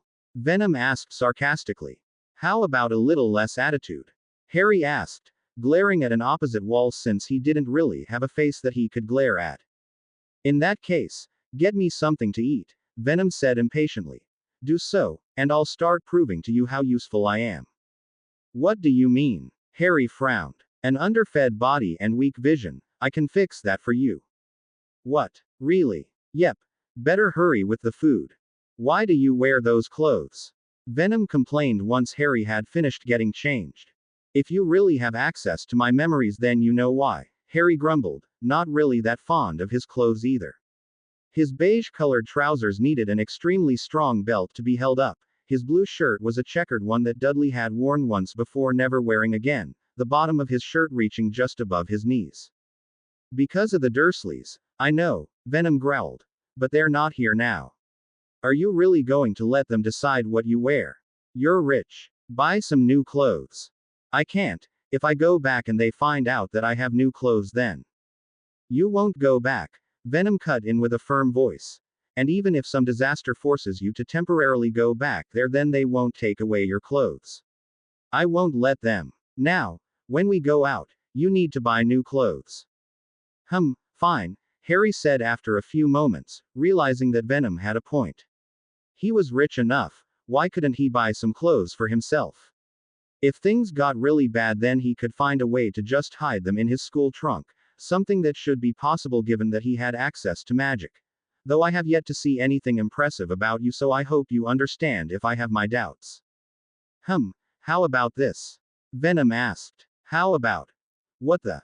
Harry trailed off as he felt his trousers and shirt get ripped into pieces and fall of his body. He had barely had a second to register what had happened when suddenly his body was covered in new clothes. His beige trousers had been replaced with black jeans, his checkered shirt was replaced with a black t-shirt and a black hooded jacket. Whoa! Harry couldn't help the grin that appeared on his face. That's cool. I know, Venom replied, sounding quite proud. Does it have to be all black? Harry asked, looking down at his new clothes. I don't know, do you have to be all fussy? Venom retorted. Harry flushed slightly, realizing that he might have sounded ungrateful. He opened his mouth to apologize when suddenly his shirt changed into a white color. Better? Venom asked. Much. Harry nodded appreciatively. Sorry if I sounded ungrateful. He added apologetically. Make it up to me with food, Venom replied. Fine. The only problem I see right now is that I don't think it's wise to order more food from Tom. With how much I'm eating, he might get worried and call a healer. I also can't go out. I'm not technically supposed to leave this place. Harry remembered. Yes, you can. The minister just said that you should stay in Diagon Alley and not leave this place at night, not that we have to listen to him. Don't you remember what I said? We can do whatever we want. If we want to go out, then we'll do so. Venom told him just before Harry's hood went up over his head. Watch. Harry looked down and couldn't help but gape when he saw himself turn invisible. You can turn me invisible. Harry blurted out. An invisibility cloak was one thing, but being able to turn invisible by yourself, even if it was through an alien being that had latched onto you, was an entirely different situation. Impressed yet? Venom asked in a smug voice. Yeah, Harry chuckled. I'm impressed, he admitted. So, now what? We just sneak out the door? No, the window. The window. Harry blinked. Can you fly? I can make wings to glide, but we won't need to fly. Open the window then jump out. I'm sorry, but did you just say, jump out? Harry asked with a hint of disbelief. Yes, jump, now. Do you know how big a drop that is? I'll end up snapping my ankles. You won't snap your ankles while I'm here, trust me. Now move. Venom impatiently ordered. This is madness, Harry whispered to himself before he moved to the window. He opened it and gulped as he looked down at the 3-story drop. Jump. Trust me. Venom's voice echoed in Harry's head. If I end up in the hospital, then I'm never going to let you live this down. Harry gulped as he climbed onto the window ledge, and closed his eyes while taking a moment to curse his Gryffindor nature before allowing himself to drop and fall towards the ground. For a few seconds, he felt the wind being pushed aside by his body as gravity pulled him straight to the ground. Harry grunted as he felt his feet impact against the stoned floor beneath him. Bloody hell. Harry's eyes snapped open and widened as he stared between his unharmed self, the ground and the window he had just jumped off of. Wow, you really did make me stronger. Yep, now do I have to tell you to go again, or should I just take control of your body and get the food myself? Venom growled. I would have thought that an alien as smart and strong as you could handle being patient, Harry commented before deciding to start walking down the alley he was in, since he didn't want to make Venom hungry and angry enough to follow through with his threat. Can you hear me if I talk to you like this? Harry thought. Yes, why? Venom asked. So I don't have to keep speaking out loud, Harry explained. I'll get weird looks if I speak out loud, besides it kind of negates the whole invisibility thing. Why do you ask? Don't you know my every thought or something like that? I asked because I wasn't actively looking through your mind, Venom explained. When I am, then I can know your every thought. Oh, fair enough, Harry said just before stopping once they neared the end of the alley. You need to turn me visible again. I can't buy anything if I'm invisible. Fine. A second later, Harry found himself visible once again. Thanks, Harry whispered before walking out into Diagon Alley. He did his best to keep his head down and made sure to leave his hood up, hoping to not have anyone recognize him. A minute or so later, he had neared a cafe. He was ready to go in and try sampling foods. Hopefully, he would be able to find something that Venom approved of in there. Excuse me, young man, a female voice said. Harry stopped and turned around and saw a brown-haired woman in muggle clothes staring at him. Sorry to bother you, but can you please show me where the wizard's bank is? She asked. My daughter rushed off to the bank and I don't think she noticed that I was busy and hadn't followed her. Oh, sure. Harry nodded. Barely a second later he winced as he heard Venom yell, "No." From inside his head. Are you all right? The woman asked, noticing his expression. Yeah, sorry, just a headache. Follow me. Harry turned and began walking. What the hell, Venom? He mentally asked. Don't help her. Oh, for Merlin's sake, Harry mentally groaned. I'll find some damn food for you, okay? It'll take me about a minute to get her to the bank, then we can try out some new food and. That's not what I meant. Venom cut him off. Her emotions feel all wrong. What? Her emotions? I can detect emotions and her emotions are telling me that the best thing to do is let me eat her head before she hurt us. You're not eating her or anyone else. Was the first thought that came into Harry's head. It was only a second later before he registered the rest. Wait, what do you mean that she'll hurt us? A second later Harry got his answer when he suddenly felt something poke him in his back, causing him to stop. He felt a body move behind him, stopping at only the barest distance needed to prevent it from touching him. Stay very still, he heard the woman he was helping whisper. Her voice was suddenly a lot more menacing and far less friendly. There's an alley to our right. Slowly walk into it. Don't draw attention. If you try anything, then I'll turn your spine into dust and escape before anyone can even call for help. Now, move, she ordered, pushing the tip of her wand deeper into his back, causing him to wince slightly. Well, if I die here, then at least Voldemort won't get the satisfaction. Harry thought as he obeyed the witch, reluctantly walking into the alley with her following behind him. You are not going to die, Venom told him. We must simply wait until we're far enough away.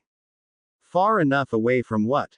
Witnesses. Venom's voice purred in his head, causing Harry's eyes to widen slightly at the obvious anticipation he could hear. Venom, you're not going to kill them. Why not? Venom asked, sounding genuinely curious. It isn't right, Harry protested. Neither is letting this woman stay healthy enough to attack other people. It would be just the same as you stopping Quirrell and the basilisk. That was different, Harry argued. What happened to Quirrell was an accident and I had no choice with the basilisk. Perhaps, but think about it this way. Would you rather know for sure that this woman wouldn't hurt anyone ever again or risk her escaping justice as Lucius Malfoy did? Because calling him innocent is the same as calling Voldemort kind. Harry wasn't able to respond as a moment later his attention was brought back to the present when he found himself at the end of an alleyway, surrounded by the witch and a trio of wizards that had their wands pointed at him. The kid's a bit small, isn't he? One of the men asked. Hardly matters, another man replied. He's sellable. Sellable, Harry dumbly repeated before glancing around. Behind him was a wall, there was a building on his left and right side. In front of him, just after the four kidnappers, was a long stretch of an alley. There was no sign of anyone else nearby and he doubted that he would even be able to scream before they silenced and gagged him. Yep, the third man grinned. There's quite a market for it. He raised his wand, the tip of it glowing. Harry instinctively took a step back but stopped when he felt something moving up his arm. His right arm raised itself without Harry even wanting it to. Harry watched as a black goo covered his hand and wrist, a goo that he could feel all the way up to his elbow. A black tendril shot out from his hand and tackled the man, slamming into him and sending him crashing into the wall behind him. The tendril released him and allowed him to slide bonelessly to the ground. The tendril then changed targets and grabbed the first of the men by the neck before smashing him into the other man, hard, taking them out of the fight. What the F? K. The witch cursed before firing a cutting curse right at Harry's neck. Harry's eyes widened in fear. Thankfully he was saved when the tendril retracted and the goo disappeared from his right arm and appeared on his left, covering it from elbow to fingertips. The goo extended out of his hand and formed a human-sized shield which took the curse for him. What is that? Harry blurted out from behind the shield. Not what. Who? Venom corrected as the witch continued to fire spell after spell at them. This black stuff is you? Harry asked, forgetting to speak in his head. Part of me, here's the rest. Venom had barely let Harry hear those words before Harry transformed. Harry ended up being covered from head to toe in black goo. Once he was fully covered, his body grew. He grew taller. His muscles got bigger, going well past regular bodybuilder sizes. By the time he had stopped growing, he stood over 7 feet tall with massive muscles beyond anything that Harry felt would be possible to achieve. His fingertips and toe sharpened, his mouth stretched from ear to ear, giving him a permanent grin. His teeth were long, pointy and snowy white and matched perfectly with the long tongue that was sticking out of his mouth. The only other bits of him that weren't black were the 2 white and teardrop-shaped eyes. What are you? The witch gasped fearfully. We are Venom, the creature said with a disturbing grin before it opened its jaw so wide that a snake would be impressed, revealing a set of horrifying teeth. The witch let out a terrified scream before firing another curse at Venom. With a speed that didn't match his size, Venom dodged it and leapt forwards, one hand grabbing the witch's wand hand. A crunching sound was barely heard before the woman's screams of pain filled up the alley. Venom purred as he shook the woman's broken hand, allowing her wand to drop harmlessly to the floor. His long tongue reached forwards and the tip touched the woman's forehead while she protested in pain, disgust and no small amount of fear. Venom pulled his tongue away and stared at her. Eyes, lungs, pancreas, so many snacks but so little time. Venom cooed. He was sure that even in this alley the woman's screams would have attracted attention. Leave me alone. The woman cried before pulling out a knife and jamming it in Venom's shoulder. Unfortunately for her, it might as well have been a toothpick given how effective it was. That tickles. Venom chuckled as the woman let go of the knife, her eyes widening in horror as the knife sunk into Venom's body, disappearing from view. That was the sort of thing a brainless idiot would do, and if you're not using your brain, I'll have it. No eating heads. Harry's voice echoed in Venom's head. Fine. Venom growled before his mouth snapped open and bit down on the hand that the woman had used to stab him. The woman shrieked in pain as Venom dropped her, leaving her alive but with one less hand. Venom turned and leapt upwards. After traveling a fairly long distance away from the scene, Venom landed on top of a decently tall building. He was pretty sure that there was nobody else around, so was fine with transforming back into Harry. What the F*** was that? Harry gasped, his hands moving up to feel his body. He breathed a small sigh of relief upon realizing that he was back to normal. Harry spotted a few pieces of broken glass nearby. He quickly rushed forwards and picked up the biggest piece he could find. He stared at his reflection, glad to see his regular old face with his black hair and green eyes, even his glasses. His free hand rubbed at his eyes in an attempt to stave away the headache he was feeling, though it wasn't doing as good of a job as he would like. Harry removed his hand and damn near jumped out of his skin when he saw that his reflection in the glass had changed. Bloody hell. Version Venom, is that you? Harry asked, staring at the white-eyed and large-toothed being that had replaced his reflection. Correct, Venom said, nodding even though Harry hadn't. Impressive, right? That's one word for it. Harry agreed even though the first word that jumped into his head was terrifying. He didn't really blame that witch for being so scared. He was sure that seeing Venom in person would be an even more overwhelming experience. You bit that woman's hand off. Harry remembered as he continued to goggle at Venom. Harry's right shoulder twitched. He glanced at it and saw a black tendril shoot out from it and move until it was in front of his face. The tip of the tendril changed and suddenly Venom's face was staring at him. You wouldn't let me eat her head, Venom said in a voice that was a cross between amusement and annoyance.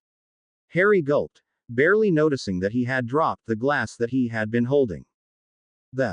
This is what you look like? Harry asked softly, still staring at Venom. Once he got past how scary the alien was, he could admit that Venom looked fairly impressive.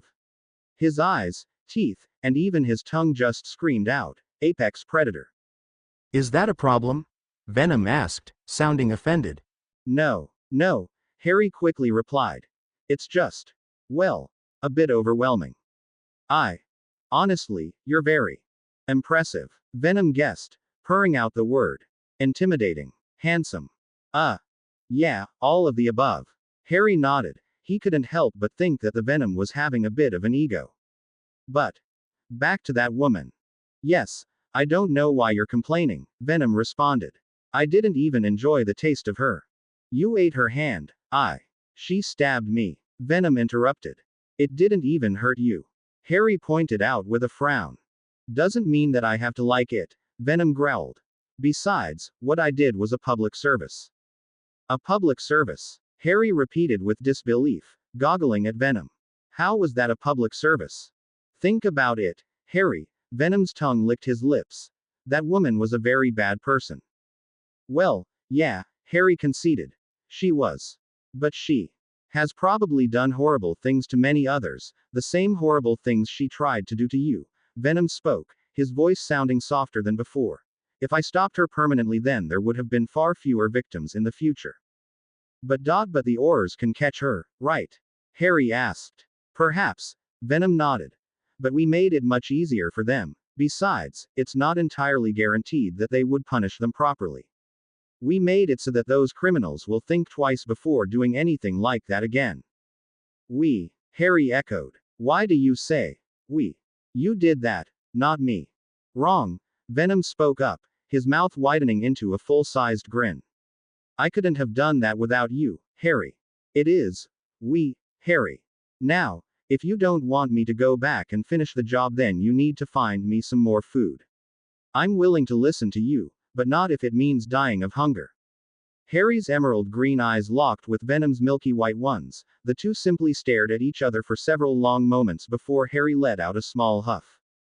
Fine, there should be a few food shops nearby. We'll experiment and see what you like. Excellent, Venom said in a happy voice before pulling back and disappearing back into Harry's body. Let's get going. Venom's voice echoed in Harry's head. My life was a lot more normal before I met you. Harry groaned, but stood up anyway and decided to get moving. As far as he was concerned, it was better to just hurry up and get the alien his food. Oh crap, Harry hissed before he landed on the cobbled street below, the stones he landed on cracking viciously. Harry looked back up at the 3-story building he had jumped off of. Wow. Harry breathed out before walking out of the alley. Thankfully his hood was still up and decreased the chances of him getting caught. I swear, one day you're going to get me killed. Why would I do that? Venom asked. You are far too good of a match to throw away. Yeah, well, if I die then you just go and find a new host or something, right? Harry asked. Yes, Venom admitted. But that does not mean I would enjoy doing so. There are no guarantees that I will ever find a host that I can bond with like you, only probability. Perhaps, but you still forget that normal humans don't casually jump off buildings. Harry pointed out. You are right, Venom agreed. Normal humans do not. You are far from normal, even before meeting me. Sad part is, I can't argue against that. Harry's sigh wasn't simply limited to being in his mind. Normal is overrated. You sound like you're in a bad movie. Harry told him just before stopping and looking around. What about that shop on your right? Venom asked. Be specific, Harry told him as he looked right. Which shop? Wait, are you talking about that one? Harry asked, staring right at Elop's Owl Emporium. Yes, I'm up for some experimentation. Not in my body, you're not. Harry quickly sent back. We'll try something else, Harry thought before looking around and spotting a stall with a man selling various sweets and chocolate. Harry couldn't help the grin that appeared on his face as he was unintentionally reminded of buying a ton of stuff on his first ride to Hogwarts. How about some sweets and chocolate? Harry asked. Sweets. Chocolates. Venom hummed in Harry's head. Buy a few. Buy some animals as well, just in case. I will buy some meat from the butcher's shop and... No. Venom hissed. It needs to be live. For Merlin's sake. Harry groaned under his breath. Let's just try the sweets first, yeah. Fine. Chocolate. I like chocolate. Venom declared a few minutes after the two had finished their tasting spree. So, brains and chocolate then, Harry snorted. So very similar. I like what I like, Venom growled. Fair enough, Harry replied, not wanting to get into an argument with the alien inside his head. So, what do you want to do now? Eat more. We have already eaten enough, Harry replied. I suppose I can just hurry up and get my homework over with. That would stop Hermione from harping at me. If boredom is an issue then you could get a job. Venom suggested. A job. It is my understanding that human children around your age will sometimes get jobs and begin earning money early, Venom replied. I suppose it wouldn't be the worst thing in the world. Harry took a moment to think about it. He would like a lazy summer, but he didn't really mind staying busy. Hermione could keep herself busy for days by just reading books. Ron could do the same as long as they were Quidditch books but would likely just waste time sleeping and eating. Harry didn't think that he could do that. His mind was constantly active and he needed to be doing something until he was tired enough to go to sleep. I think Flourish and Blots has an opening. Harry bit back a chuckle as an image of a wide-eyed Hermione finding out he would be surrounded by books entered his mind. Good, Venom said in an approving voice. An excellent choice, a beneficial one. You have a chance to improve greatly. Improve? Harry asked. What are you on about? Harry, you have the opportunity to learn more about your powers, the powers that let you manipulate reality itself, and yet you prefer to goof off with Ron. Excuse me, but have you forgotten that I'm a 13-year-old kid? Harry protested defensively. A 13-year-old kid who has nearly died multiple times since coming to the wizarding world, one that now has a mass murderer chasing after you. Venom argued. Wouldn't it be easier for everyone involved, including those that you were trying to help, if you were the best wizard you could be? Venom asked. Harry almost stumbled but managed to avoid it, barely, but as he continued working he felt his thoughts being rained down on by Venom's words. He wasn't entirely sure if the symbiote was messing with his mind or if his thought process was natural. Either way, he had no choice but to think about it. On the one hand, he wanted to protest that Venom was wrong, that Harry had done as good as someone in his position could, given that he had been Muggle-raised and that he was still quite young. But had he? Harry had no doubt that if Hermione felt like she was the center of everything then she'd hit the books with a vengeance. She'd likely pass out in the library but still, it was the thought that counted. Some may believe it to be arrogant of him to believe that he was crucial to whatever was happening, but he did truly believe it. In his first year, it had been him that had been targeted by Quirrell and it had been him who had fought Quirrell. In his second year, it had been him who had killed the basilisk and he destroyed Voldemort's diary. Of course, Ron and Hermione helped, but it felt like they were more along for the ride while everything seemed to be centered around him. Heck, even this year he had an insane mass murderer chasing after him after having broken out of an unbreakable prison, meaning the man was clearly quite skilled and/or intelligent. Did Harry really want to rely on luck? Did he not want to reduce the chances of him and his friends dying if Sirius Black attacked?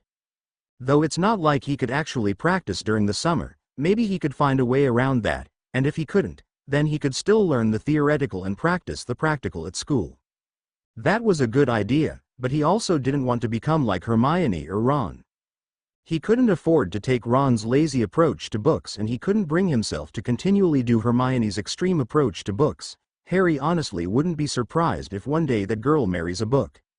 Maybe he didn't have to do either, he could find a nice middle ground. Besides, he didn't have to put the same level of effort into all of his subjects. He could put most of his effort into the classes that could help him survive while putting a reasonable amount of effort into his other classes. Harry frowned as he continued walking. Every argument his mind could conjure against the idea was being shot down almost immediately. Once more he wondered if that was Venom's doing or if he was naturally coming to this himself. Hey, stop! A voice shouted. Harry stopped and turned around in time to see the crowd departing and a man running through, throwing spells behind him in a wild manner. Looking past the man, Harry could see two people dressed in Auror robes chasing after him, though not firing spells beyond defensive ones, likely because they didn't want to risk harming the nearby crowd, unlike the man who was throwing out spells like they were going out of fashion. Harry's instincts took over and in a rather Gryffindorish move, brave and stupid, tackled the man as soon as he got near, something that was made easy given that the man had only occasionally glanced forwards to make sure he didn't run into anything while putting the majority of his attention towards shooting spells at the Aurors. Son of a bitch! The man cursed, shoving Harry off before trying to get to his feet. He had barely got to a kneeling position before being hit with a disarming spell followed by a stunner. Harry blinked before popping up to his own feet just as the two Aurors arrived. Harry took a look at the two as they tied up the man. The first was a tall man with dark skin. He looked experienced and quite intimidating. The second was a much younger woman with bright red hair that descended down to her shoulders, a soft face that was currently glaring at the man they had just captured, and bright violet eyes. That wasn't a very smart move, kid. The man, the oldest of the two, frowned at Harry as he spoke in a deep voice. You shouldn't have done that, you could have gotten hurt. Sorry. Harry apologized, ducking his head down. He looked up again upon hearing a second voice speak. Ease up on him, Shaq, he did us a favor. The female Auror said, her hair color shifting from a red to light pink. Whoa. The word had escaped Harry's mouth before he could stop himself. What spell is that? I didn't see you use a color-changing charm. Was that time delayed or something? No spell, hero. It's all natural talent. The woman grinned at him. Harry couldn't help but feel his cheeks redden slightly as he stared at her. Quite an attractive female, isn't she? Venom's voice echoed in his head, causing Harry's red cheeks to become much brighter. He coughed and saw the woman staring at him with a knowing look in her eye. You're either having some very disturbing or very flattering thoughts. I thank you if it's the latter. She winked at him. Trainee Tonks, the older man, apparently called Shaq, sighed. He did us a favor, but it is still our job to catch criminals, and it is dangerous for untrained civilians to tackle criminals, especially when the civilian in question isn't of age. Now, I will take the suspect away. You deal with this and report back, understood? Aye, aye, boss. The woman, apparently called Tonks, gave him a mock salute. Shaq let out a deep sigh before he grabbed the unconscious man and disappeared with a pop. All right, the show's over, folks. Tonks said loudly to the gathering crowd. On your way. Nothing to see here. She barked and stared until the crowd eventually began moving. All right, come and sit with me. Tonks gently grabbed Harry's arm and guided him to a nearby bench. Once they both sat down, she waved her wand around them a couple of times. What are you doing? Harry asked curiously. Basic privacy charms, she explained before pulling out a notebook. You didn't seem that happy with all the attention. You noticed that? Harry asked in an embarrassed voice. Don't worry, I've got a couple of friends like that, Tonks replied. And yeah, I'm great at reading body language, comes with the natural shape-shifting I suppose. Also, don't worry about Auror Shacklebolt, he's big and strong but he's honestly a big softy. So, what's your name? She asked. Harry hesitated before raising a hand to his hood and gently lifting it and his hair enough for her to see his scar. Merlin.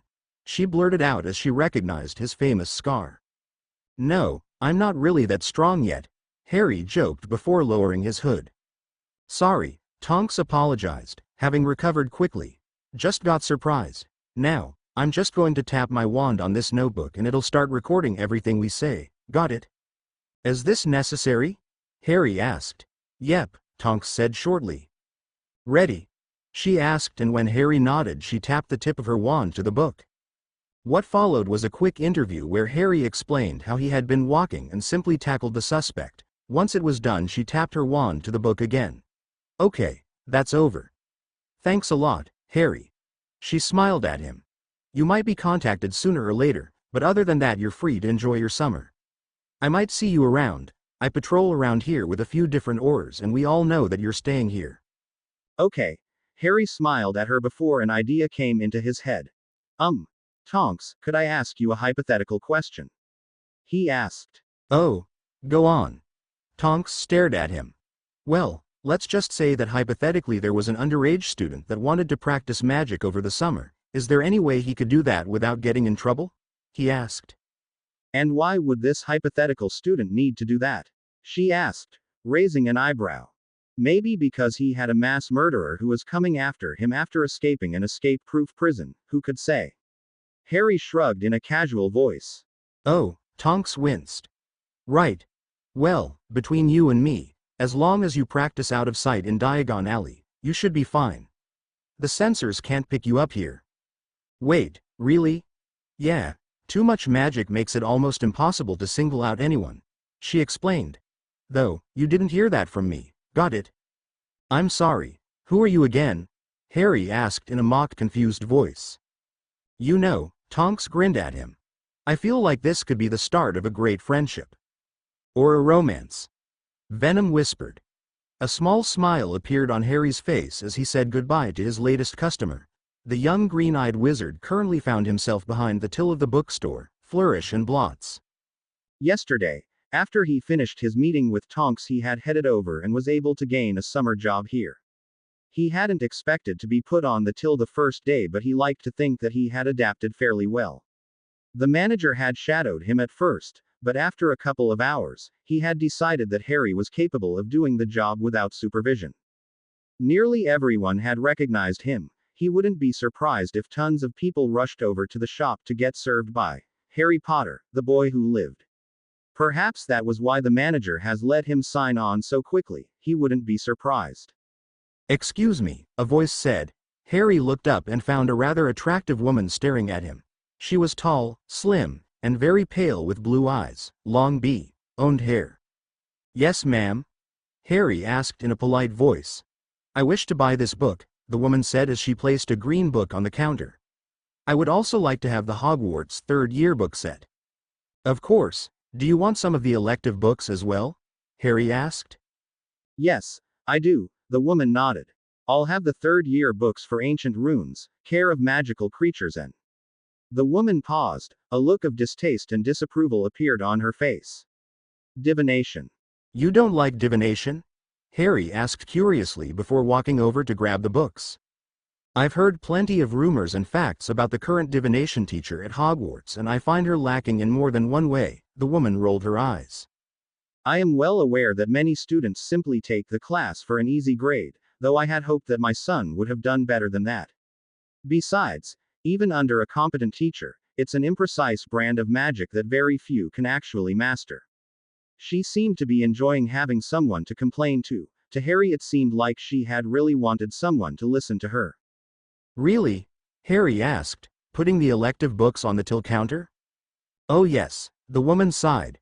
"I told my son the very same thing. What electives have you chosen, Mr. Potter?" "Ah, I was kind of hoping you had missed that." Harry gestured to his scar before answering.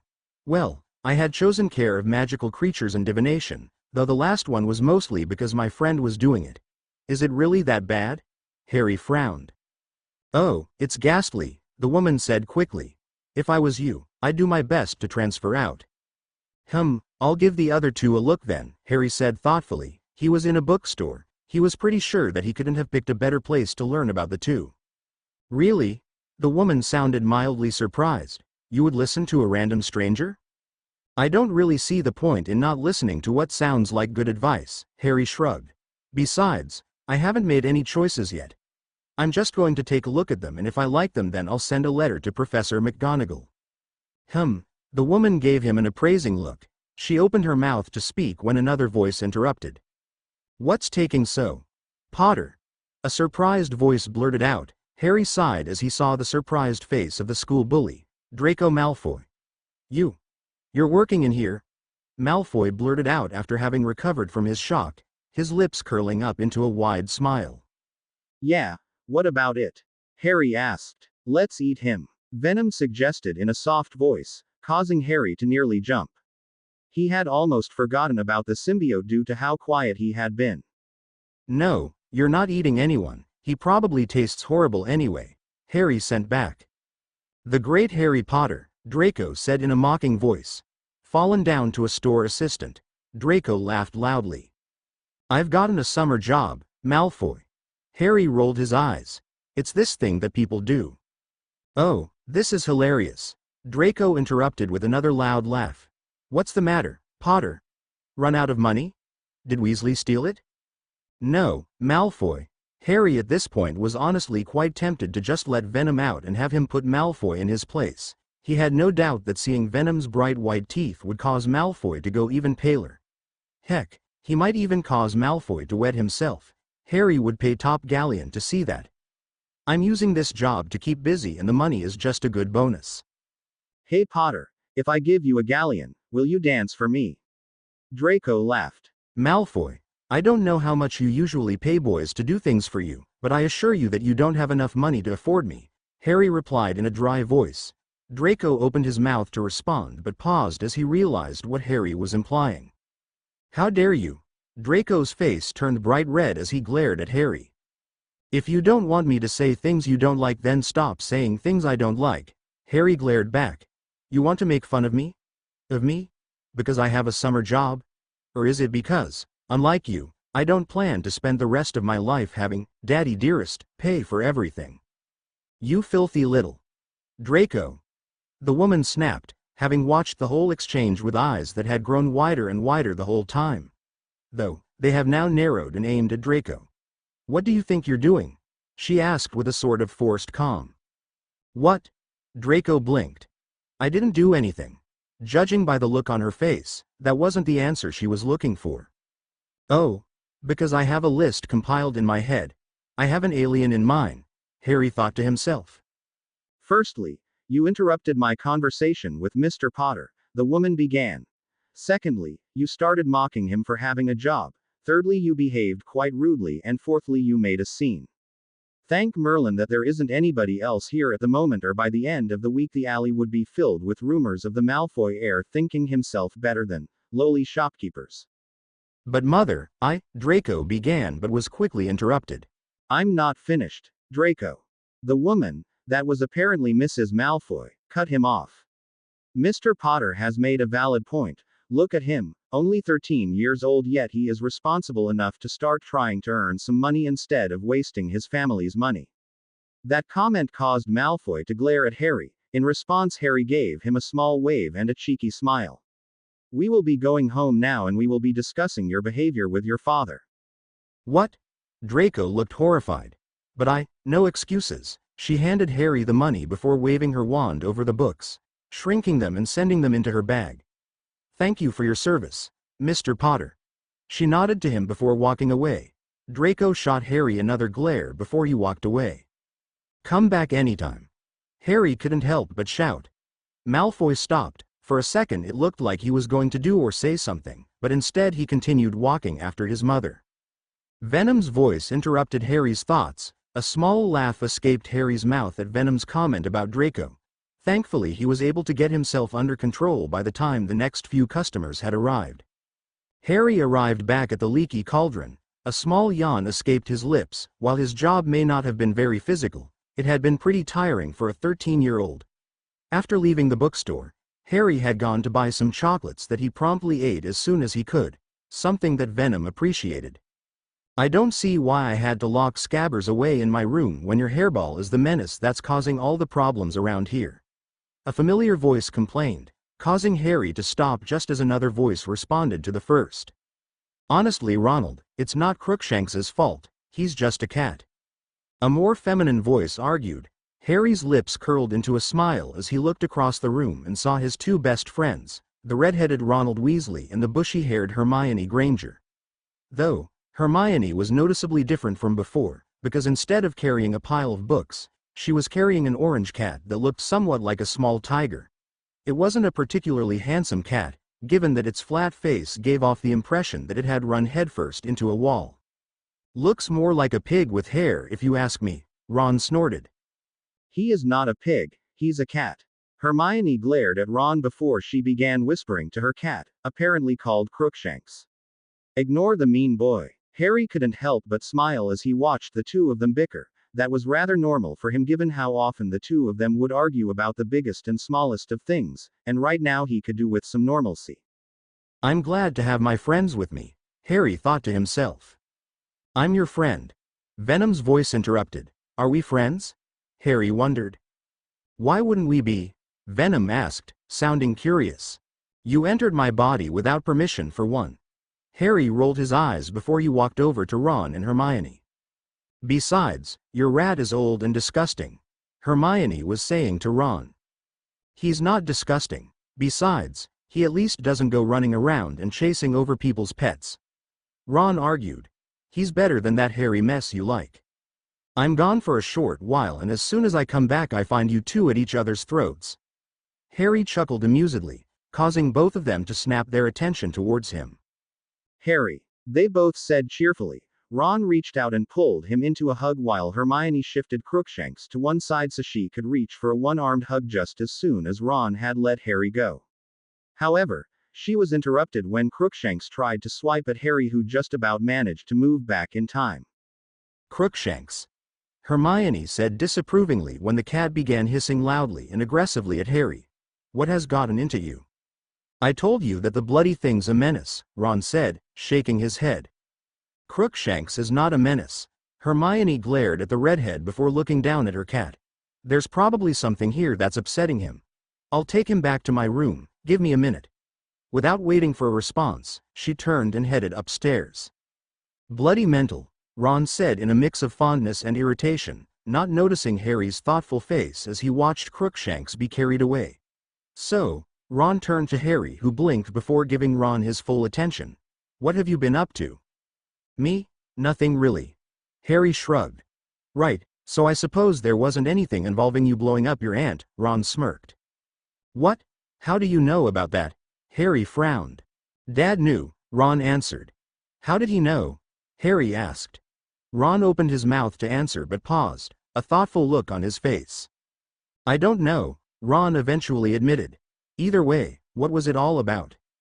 The stupid woman wouldn't shut up, Harry said irritatedly. She kept insulting my parents and wouldn't stop. Eventually I just lost it and she ended up floating away. Ha! Ron let out a small laugh, shaking his head with amusement. You know that Hermione is going to lecture you about this. Ron, I won't ever last a day without expecting a lecture from her, Harry joked. Fair enough. Ron barked out a laugh. Merlin knows that I do the same. Oh yeah, did you know that we had all gone to Egypt? Harry ended up shaking his head with disbelief as he arrived back in his room later that evening. Ron had told him all about what the Weasley family had gotten up to in Egypt. It sounded like great fun and Harry was happy for them. But that did lead Harry to wonder how much money was spent, obviously quite a lot. Apparently, the Weasley family had won a lot of money earlier in a prize draw and had decided to spend it all on their holidays. Harry had exchanged looks with Hermione upon hearing that. He and the Muggle-born witch both non-verbally came to an agreement as they understood what the other was trying to say. They both thought it was pretty stupid to waste all that money on a holiday when the family was so poor, but they both knew it was probably best to not express that particular opinion. Still, it had been nice meeting the Weasleys again. Harry thought to himself as he plopped down onto his bed after greeting Hedwig. I suppose, Venom replied. They're quite loud though. Harry barely suppressed a laugh at that. Venom wasn't exactly wrong. Harry honestly couldn't imagine the Weasleys without them being loud. We all have our faults. Harry pointed out. We do not have any faults, Venom disagreed. Though, with that being said, you should probably keep eating more if you want me to fix your body. What? Harry sent back. It'll look out of the ordinary if you are suddenly fully healed, Venom told him. Eat more and if anyone asks then tell them that you've had some potions, that way we'll have an excuse for why you look different. But I don't know what potions do that. You work in a bookstore, Harry, I'm sure you can find out, Venom said in a patient voice. And while you're at it, look up acromantulas. What? Why? You escaped their nest last year, they're still there and they are threats to us. We need to get rid of them or at least find a way to fight them off. But they're in the forest, I don't. So you'd kill a massive snake under the school but won't do anything about the massive man-eating spiders next to the school. Venom cut him off. They're dangerous, Harry, to us and everyone else. They tried to eat you. But if you want then we can leave them there. Hope you don't feel bad about any people they might end up killing. Harry could have sworn that the symbiote was grinning. I hate you and myself. Harry sighed. Thank you for your help, Mr. Potter. A woman waved as she left the shop. Anytime, Harry called before depositing the money she left into the till. What's up, Hermione? Harry asked when he saw Hermione walk over with a pile of books and Ron behind her. I still can't believe you get to work here. Hermione's voice was part jealous but also amazed. It's only for this summer, Harry shrugged. I might come back next summer, but that's not been decided yet. Still, Hermione dumped the books on the till. I bet it's amazing working here. Are you allowed to read the books here? Yep, Harry nodded as he began looking through all the books that Hermione had dropped. Or at least the ones that aren't age restricted. Though I was told that if I damage any of them then I have to buy them, which is fair enough, I suppose. I've also got a small discount on any purchases now or in the future. That's brilliant. Hermione gasped. You couldn't have got a job at the Quidditch store? Ron joked. What is it with you and Quidditch? Hermione rolled her eyes. I don't know. Why are you so obsessed with books? Ron rolled his eyes. Books are educational, Ronald. Yeah, well, brooms are fun. So are books. Only if you live in a library. Guys, Harry interrupted. As entertaining as this is, I'd like it if you buy your books before more customers arrive. He added, causing them to both blush slightly. Oh, we don't get them for free. Ron frowned. Not if I want to keep my job, mate. Harry chuckled.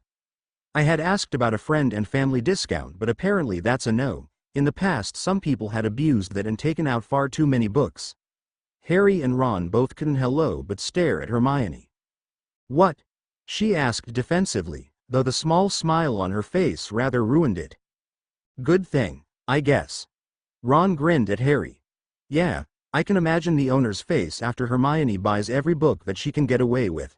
Harry grinned back. I have a book budget, thank you very much, Hermione sniffed, crossing her arms. Let me guess, your parents set it up. Harry smirked as he began placing Hermione's books in a bag. How did you know? Hermione blinked. Because I imagined that they would know how likely it would be for you to spend all the money you have on books. Harry chuckled. Very funny. Hermione gave them a false laugh, but she didn't really correct Harry either. Watcher. A voice caught the attention of the three. Hey Tonks. Harry smiled at the approaching Auror. Hi, Harry. Tonks grinned as she stopped at the till. Oh Tonks, meet Ron and Hermione, my friends at school. Harry gestured to the two. Guys, this is Tonks. She's one of the Aurors around the alley. I met her a short while ago. How did you two meet? Hermione asked curiously. I was chasing a guy with my partner when Mr. Gryffindor over here decided to tackle him for us. Tonks answered before reaching a hand over to ruffle Harry's hair. Jareth. Harry amusedly swatted her hand away. Harry, you tackled a criminal. Hermione turned on him. What were you thinking? Honestly, it's one of the tamer things he's done over the year, Ron commented. Hush Ronald. Hermione glared at him before turning to Harry. That was very dangerous, Harry. I can't believe that. Who does she think she is? Venom asked Harry while Hermione continued to lecture him. You weren't allowed to use magic. What did she expect you to do? Stand by and do nothing? Does she even know who you are? She means well. Harry defended. Maybe she does, but what right does she have to lecture you? If it wasn't for you, then she'd be studying books by herself when Voldemort got a body and she'd be a lifeless statue. Hermione. Harry raised his voice slightly to cut the girl off. In case you haven't remembered, me doing stuff like that is why you're still alive. Second of all, I already got lectured by the Aurors, so you can probably understand why I'm not in the mood for a second lecture by a girl who is in the same year as me. By the time Harry had finished, Hermione was staring at him with a surprised look, so was Ron. He is right, Tonks spoke up. We did lecture him about that already. She frowned at Hermione. I'm sorry, Hermione blushed. I didn't mean to. It's fine, Harry sighed, cutting her off. Really? Hermione nodded awkwardly before dropping some money on the till and picking up her books. Do you two mind if I talk with Harry for a bit? Tonks asked Ron and Hermione. Oh no, of course not, come on, Ronald. Hermione grabbed Ron by the wrist and dragged him off before he could respond. Really bossy, that one is. Tonks shook her head before turning to Harry. How are you? Still alive, Harry shrugged. How about you? Surviving. Tonks gave him a brief smile before she pulled out her wand and waved it around the two of them. Privacy charms? Harry asked. Yep, Tonks nodded. There's something important I think you should know, but I don't think I'm really supposed to tell you. Don't tell anyone I let you know, okay? I won't, I promise. Harry stared into her violet eyes. What is it? It's about Sirius Black, Tonks sighed. I think he's after you. Me? Harry blinked. Let me guess, it's because I beat his old master, right? Probably part of it, Tonks confirmed. But that's not just it. Do you know why Sirius Black was locked up in the first place? Harry rubbed his face as he lay down in his bed, struggling to process what he had learned. He was glad that Tonks had told him, but it was still hard to think about. Sirius Black had betrayed his parents and told Voldemort where they were hiding, and if that wasn't bad enough, then you could also add in the fact that he had murdered a bunch of Muggles and one of his parents' closest friends. And now he apparently wanted to finish the job. Harry had tons of thoughts going through his head right now. Why didn't anyone tell me? And why was it that the only person who did would risk her job to do so? Did they think that I'd run away and try to find him or something? Was not knowing somehow supposed to make him safer from the mass murderer that was chasing after him? Would anybody else have ever told him this? Probably not. Venom spoke up, reminding Harry of the alien's existence. But it doesn't really change things. What? Harry asked with disbelief. How doesn't this change things? We knew that Black would likely be coming after you. Now we just have extra motivation for why he is coming after you. And now we have extra motivation to get stronger. You will get stronger and I will still be your secret weapon against Black and any other wizard that tries to harm you. When Black finds us, I can eat him. Venom offered. Harry paused. Usually he would quickly reply with a, "No, Venom, you can't eat him." But right now, he could not help but think about it. The idea was certainly tempting, since if anyone deserved to get their head eaten off by an alien, then it would be Sirius Black, literally the man that guided Voldemort to killing Harry's parents. But if Harry let Venom eat Sirius Black, then what would that say about him? Would he stop Venom from doing so again? Who else would he let Venom eat after? Think about it, Venom told Harry. But if you don't want me to eat him, then you should probably work on getting stronger. Practice your magic, make it harder for him. Yeah, Harry spoke out loud. Yeah, you're right. Harry agreed before getting up and grabbing a book on the nightstand next to his bed and began looking through it. I'll practice the freezing spell. I should probably work on my fire spells as well.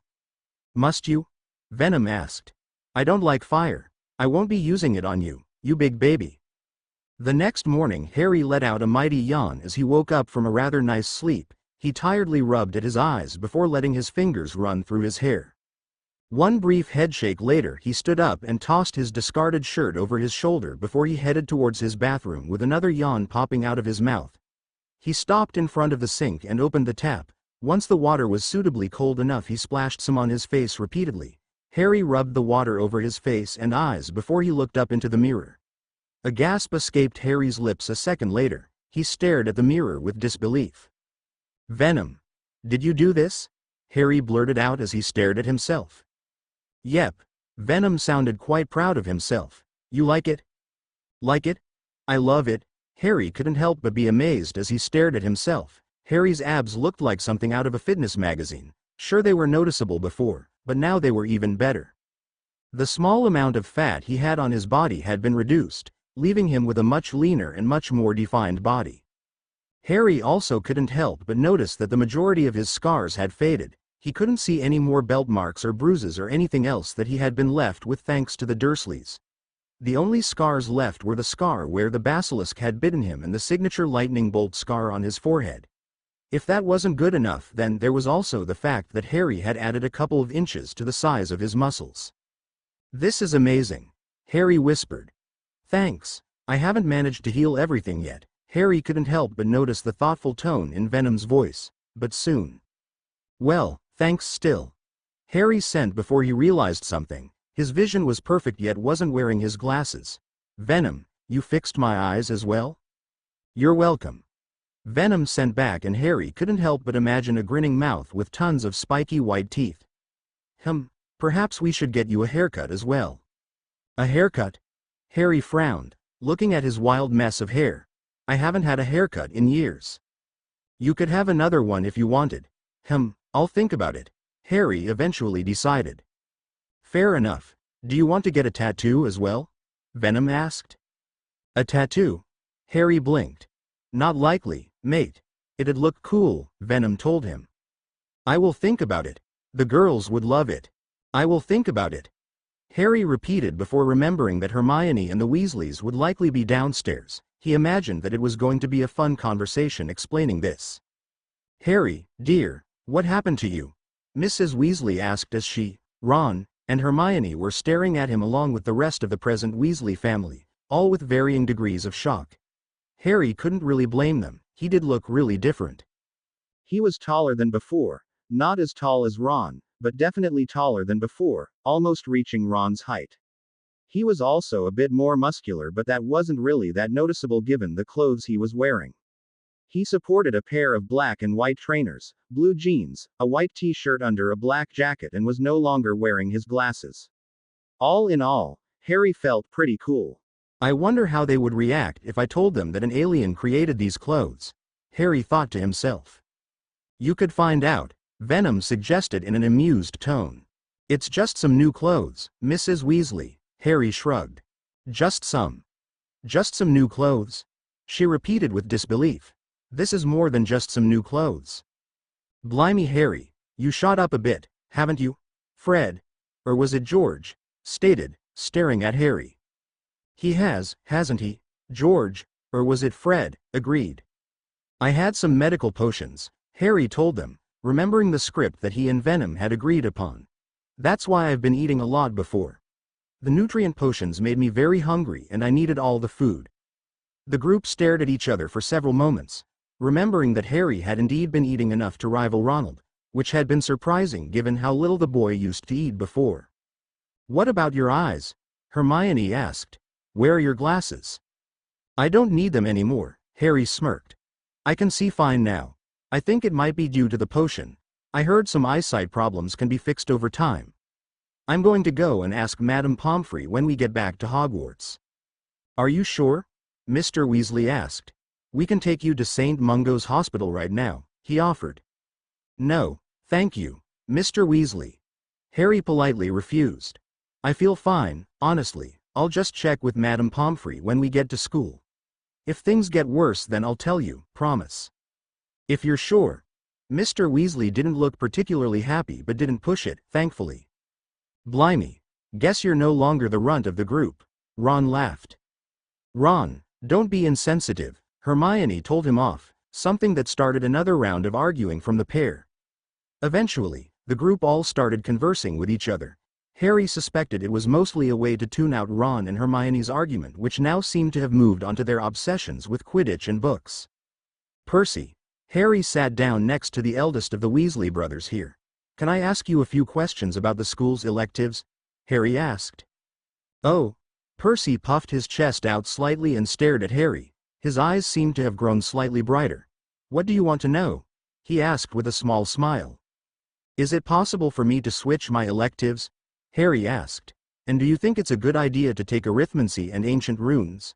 He added. As much as people might have made fun of Percy, Harry knew that he was the best person to ask when it came to school rules. Harry wouldn't be surprised if Percy read the school rulebook from start to end every day before going to sleep. Oh yes, you can, Percy nodded. Just contact Professor McGonagall. You can switch if you ask now and you might be able to switch if you ask early in your 4th year. As for those 2 subjects, I highly recommend taking them.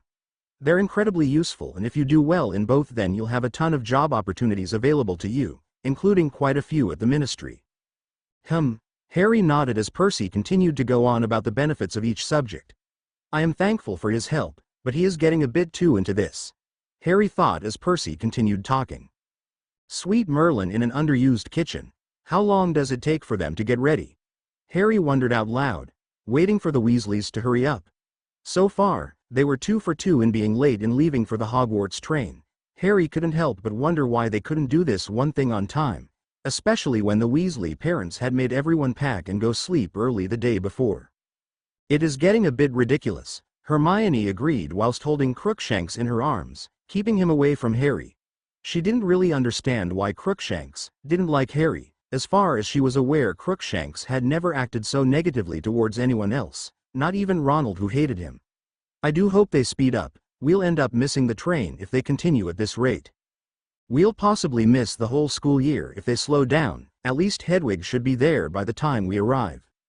She doesn't like the train, does she? Hermione asked. She's all right with it. I think it's more just being in a cage. Harry sighed, thinking back to his conversation yesterday with Mr. Weasley.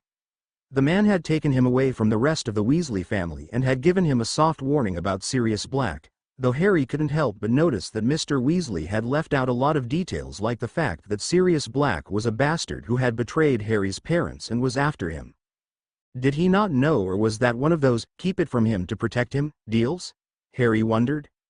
Most likely the second one, Venom answered helpfully just as the Weasleys finally rushed down from upstairs. Right, Mr. Weasley said upon spotting Harry and Hermione waiting for them. You're both ready? He asked. We were ready before most of you woke up, Harry answered honestly. Why are all the compartments full? Ron complained as Harry and Hermione walked through the school train, searching for a place to sit.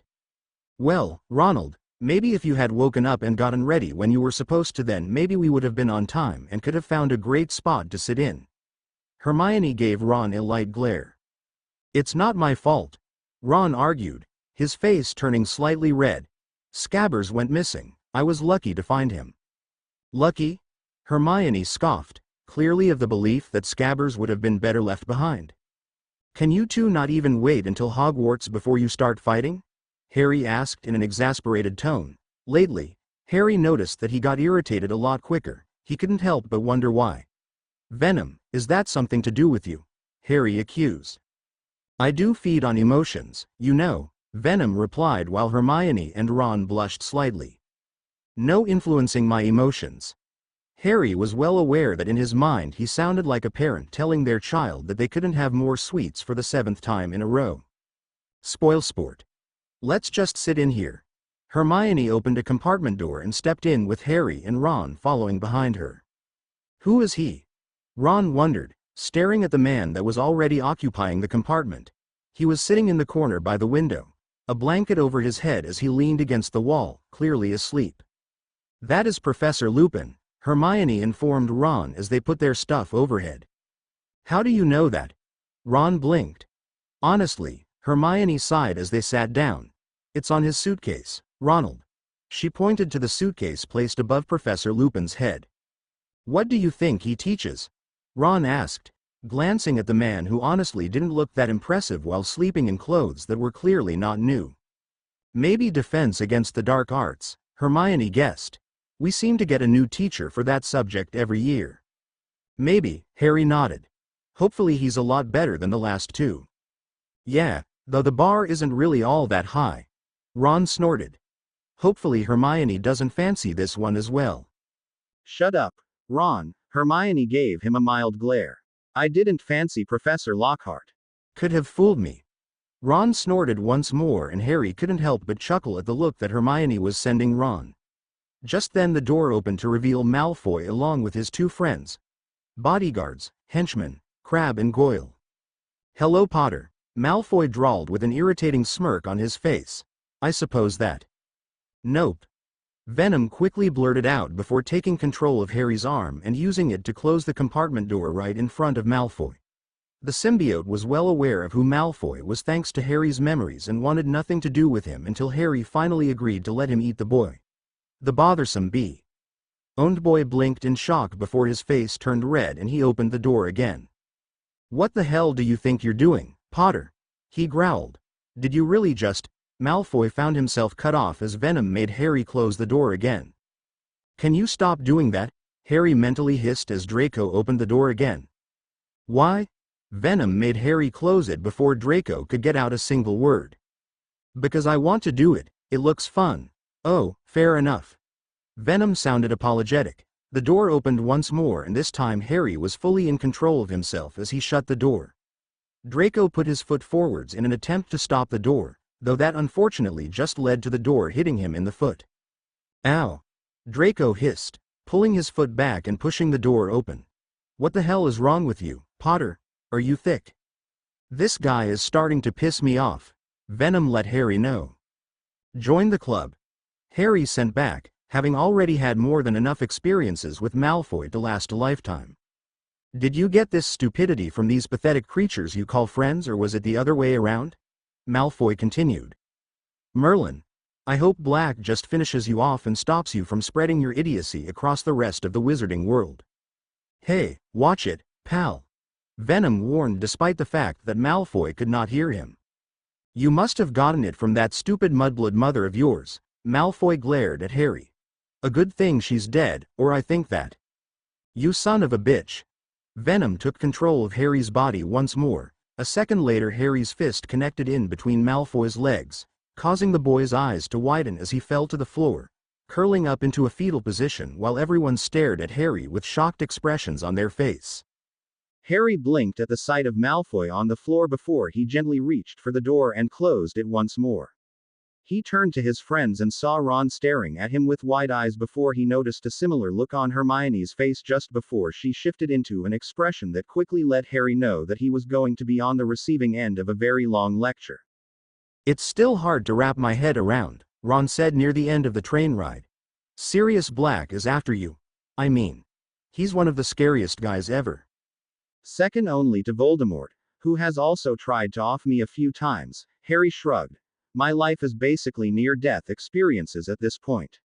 "Harry," Venom's voice poked through into his thoughts as the three continued talking. Harry lazily kept himself in the conversation, responding with short answers whenever he had a question directed at him, while he kept most of his attention focused on Venom. "The man, Lupin, he's not sleeping."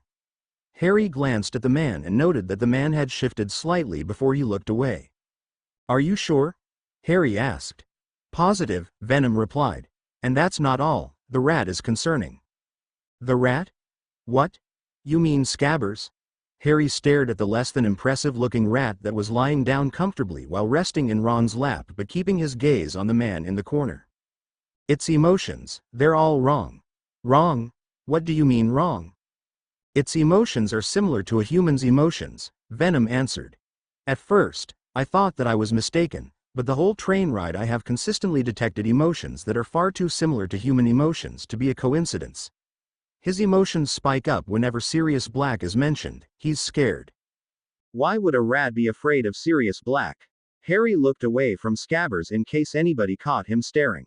"I don't know, I think that." Venom's voice cut off so abruptly that Harry couldn't help but wonder if the symbiote had suddenly left him. "Venom?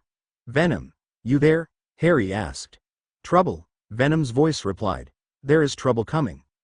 "What are you?" Harry's thought was suddenly cut off as a wave of coldness crashed into him. He blinked and looked around the compartment and quickly realized that he wasn't just imagining it. The windows were slowly being covered in ice as a foggy mist filled the compartment. Ron and Hermione were shivering just like him. "What is that?" Harry asked just before hearing a loud noise come from outside of the train. "Something's moving out there." Harry echoed what Venom had told him in his head. "What's going on?" Hermione asked, shaking as she did so. "Not a clue," Harry answered honestly. "But whatever it is, I don't think it's good." A second later another loud noise was heard.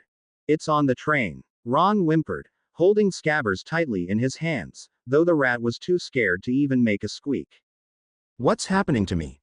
Harry asked as he felt a sudden change in his emotions, suddenly feeling like there would never ever be even a side of happiness in his life again. "Whatever is coming is messing with your emotions," Venom hissed, sounding very angry. "Not on my watch." Harry suddenly shivered as he felt his emotions return to normal, or at least normal for his standards. "Thanks," Harry mentally blurted out. "You're welcome." Harry heard Venom reply just before he felt a heavy presence making its way towards them. Suddenly the door to the compartment opened and the first thing that Harry saw was a massive hand with long fingers. Its shape made it look like a big skeleton's hand except it was covered in black and decaying flesh. The hand was attached to a skinny arm made of the same flesh and led up to a cloaked being that had its head covered by the very cloak that covered the rest of its body. It most likely didn't have legs given that nobody in the compartment could see any and that it was floating off the ground. Whatever it wasn't human. Even the sounds of its breathing sounded otherworldly. The creature locked its gaze onto Harry and moved its head closer to him. As it neared, as Harry glimpsed under the hood and saw a decaying black skull that had no eyes, ears or anything else beyond a hole for a mouth, a voice pierced through his thoughts. Except that this time, it didn't belong to Venom. "Harry!" He heard a woman's voice scream, a scream so loud that it blocked out the rest of the world. At least, it did until Harry suddenly found himself snapped back to reality and back to the creepy creature in front of him. "Blast it!" Venom roared in his head, having used his control to make Harry grab and aim his wand. Harry quickly realized that it had been Venom who had snapped him out of whatever had just happened. he just as quickly realized that now was not the time to question him about it and that he would be better off doing what Venom suggested. With that thought, Harry fired off the first spell that he could think of. Incendio! Harry bellowed, sending a fire blast at the Dementor. A part of Harry hoped that fire would be helpful given the creature's apparent love of the cold. Harry could feel Venom's unease with the use of fire but ignored that in favor of noting the creature's unease as it let out a small shriek as it glided back slightly. The creature hissed and lunged forwards, only to be slammed away by a bright white light that knocked it out of the compartment. Sirius Black is not here, a soft but firm voice spoke. Leave this train, now. The light brightened and the rest of the compartment watched as the Dementor flew away. The light slowly died down once the Dementor had left, revealing Professor Lupin standing in the middle of the compartment as he lowered his wand. Are you all okay? He asked the trio of students before reaching into his suit pockets. What the bloody hell was that? Ron shivered. A Dementor, a guard of Azkaban. They were on the train looking for Sirius Black. Lupin answered as he pulled out a chocolate bar and broke it into pieces before handing them out. Eat this. It's chocolate, it'll help with the effects. He added before looking at Harry. That was quite impressive, Mr. Potter. I've never seen your age stand up to a Dementor like that. He praised, looking very surprised. I'm unique. Harry breathed out before he took a bite of the chocolate. His stomach and Venom let him know how much they appreciated it. Thanks, Harry added appreciatively. That's some damn nice chocolate. I'm glad you like it. Now are you sure that you're okay? Professor Lupin asked in a concerned voice. Just peachy. Harry bit into his chocolate again before he quickly ate down the rest of it. I'm fine, honestly, though if you don't mind, I'd like to go to the toilet. Without waiting for an answer, Harry got up and walked out of the compartment. Wow, I didn't even make it to school before getting attacked this time, he realized. Honestly, Dementors, I don't know what they're thinking. Madame Pomfrey's rant had stuck with Harry even until he was finally able to lie down on his bed in Gryffindor Tower. The start of this year was almost as bad as last year. It was pretty much only Venom's help that stopped it from being worst. After being exposed to a Dementor, Harry had been sent to Madame Pomfrey while Hermione had gone somewhere with Professor McGonagall for some reason. After being checked over by the fussing and ranting nurse, Harry had been sent to the Great Hall to join everyone else in the sorting, welcoming feast where he learnt that Professor Lupin was the new Defense Against the Dark Arts teacher for this year.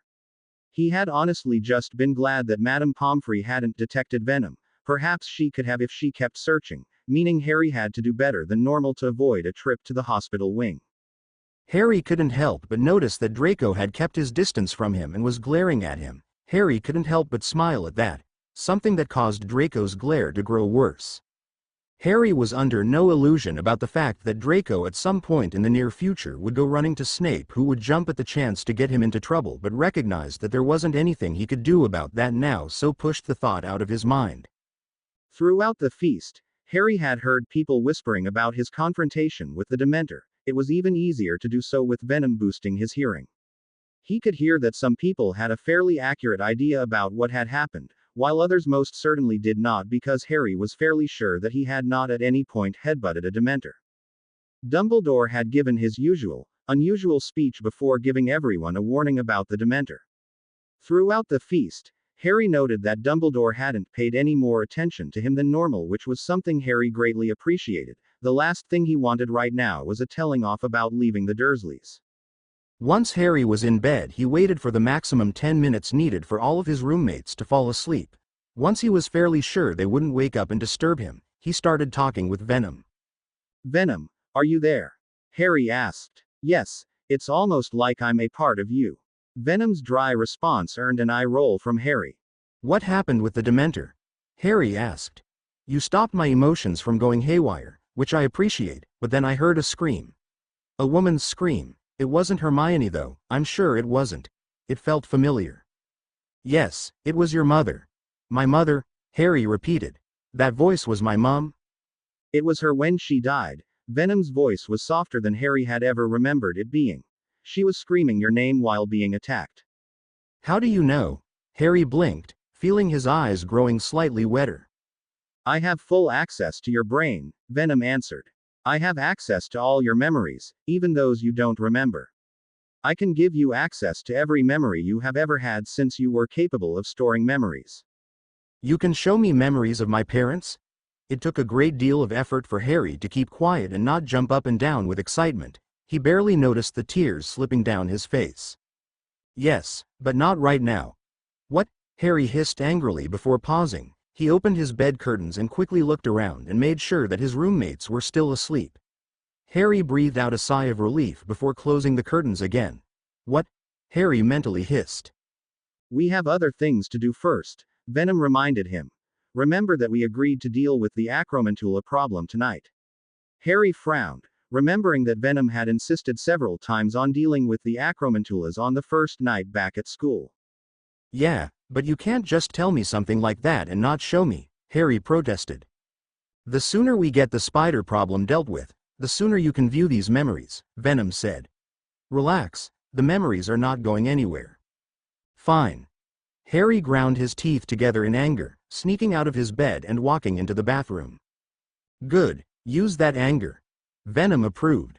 We'll jump out the window, I'll transform and... About that, Harry cut Venom off as he gently closed the door.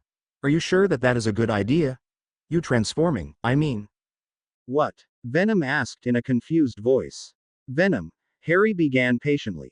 Even in the dead of night, a 7-foot black mass of muscle and teeth will attract some form of attention either from Dumbledore, or any of the teachers and students that would tell Dumbledore, or the creatures in the forest that would tell Hagrid who would tell Dumbledore. The last thing we need is Dumbledore on our tail. Fine, Venom growled. We'll try a different look. What are you?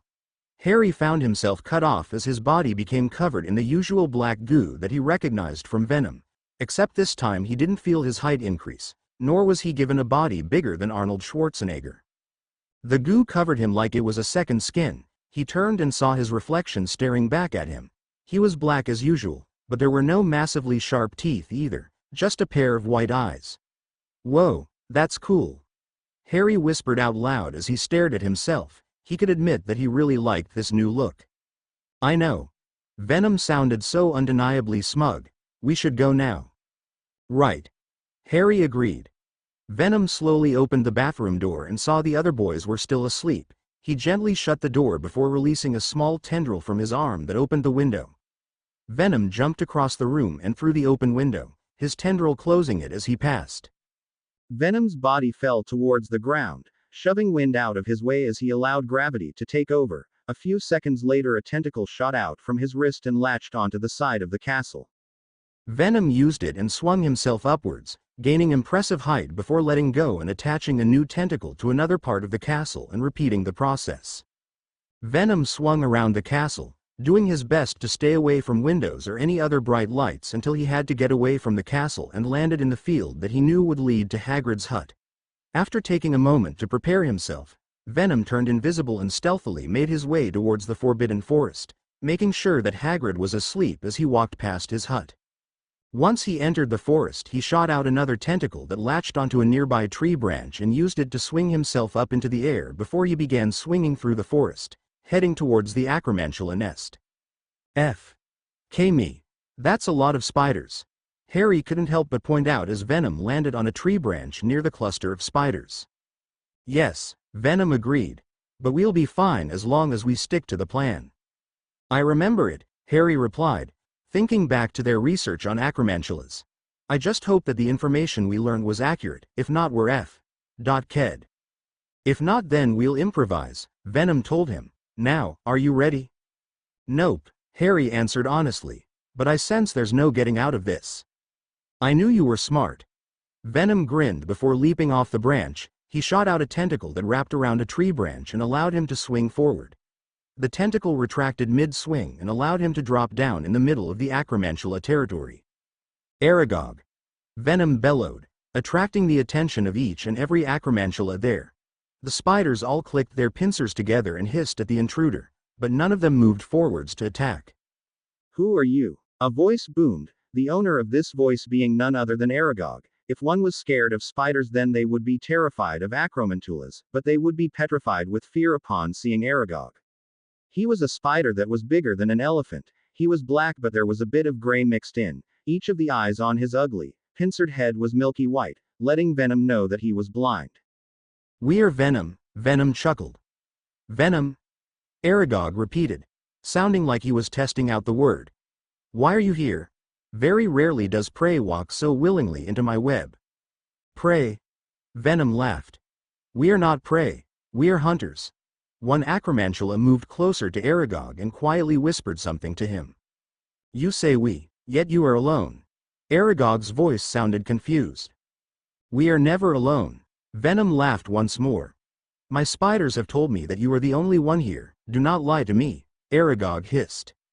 Oh Aragog, Venom said in a mocking voice. So old, so strong, so slow. We aren't here to mock you, no matter how much you deserve it. We are here to challenge you. Challenge me, Aragog demanded. You dare. We do, Venom nodded. We challenge you, Aragog, King of Spiders. We challenge you for your title. When we win, we will rule the spiders. Only a spider may rule. Aragog yelled. That's fine, we count as one. Venom rolled his shoulders, feeling the Acromantulas around him getting riled up. You lie. Kill him. Aragog ordered the other spiders. We don't lie. Venom shouted before aiming his hand at an approaching spider. Webs shot out from the back of his hand and wrapped around the spider's leg, causing it to fall onto the floor. The other spiders stopped moving and stared. See?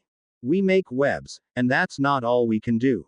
Venom added just as the spider managed to get free. It leapt towards Venom, who jumped backwards and landed on the middle of a tree, sticking to it. We can crawl as well, Venom pointed out before he jumped off the tree, grabbing the attacking spider by one of his legs and throwing him hard at a tree before landing. The spider crashed hard into the tree before falling down to the ground with its skull caved in. We challenge you, old man, Venom said, pointing to Aragog. You're weak, you're blind, and you're old. Your time is done. You'd be better as a meal for all of these spiders. Kill him, Aragog ordered once more. You nearly unleashed the basilisk. Venom roared, causing all the spiders to flinch and hiss at him for even mentioning the name of the feared serpent. Liar, Aragog shouted at him. I don't lie, Venom growled. Last year 2 boys came here, seeking answers, hoping to stop the basilisk. Friends of Hagrid, friends of your friend.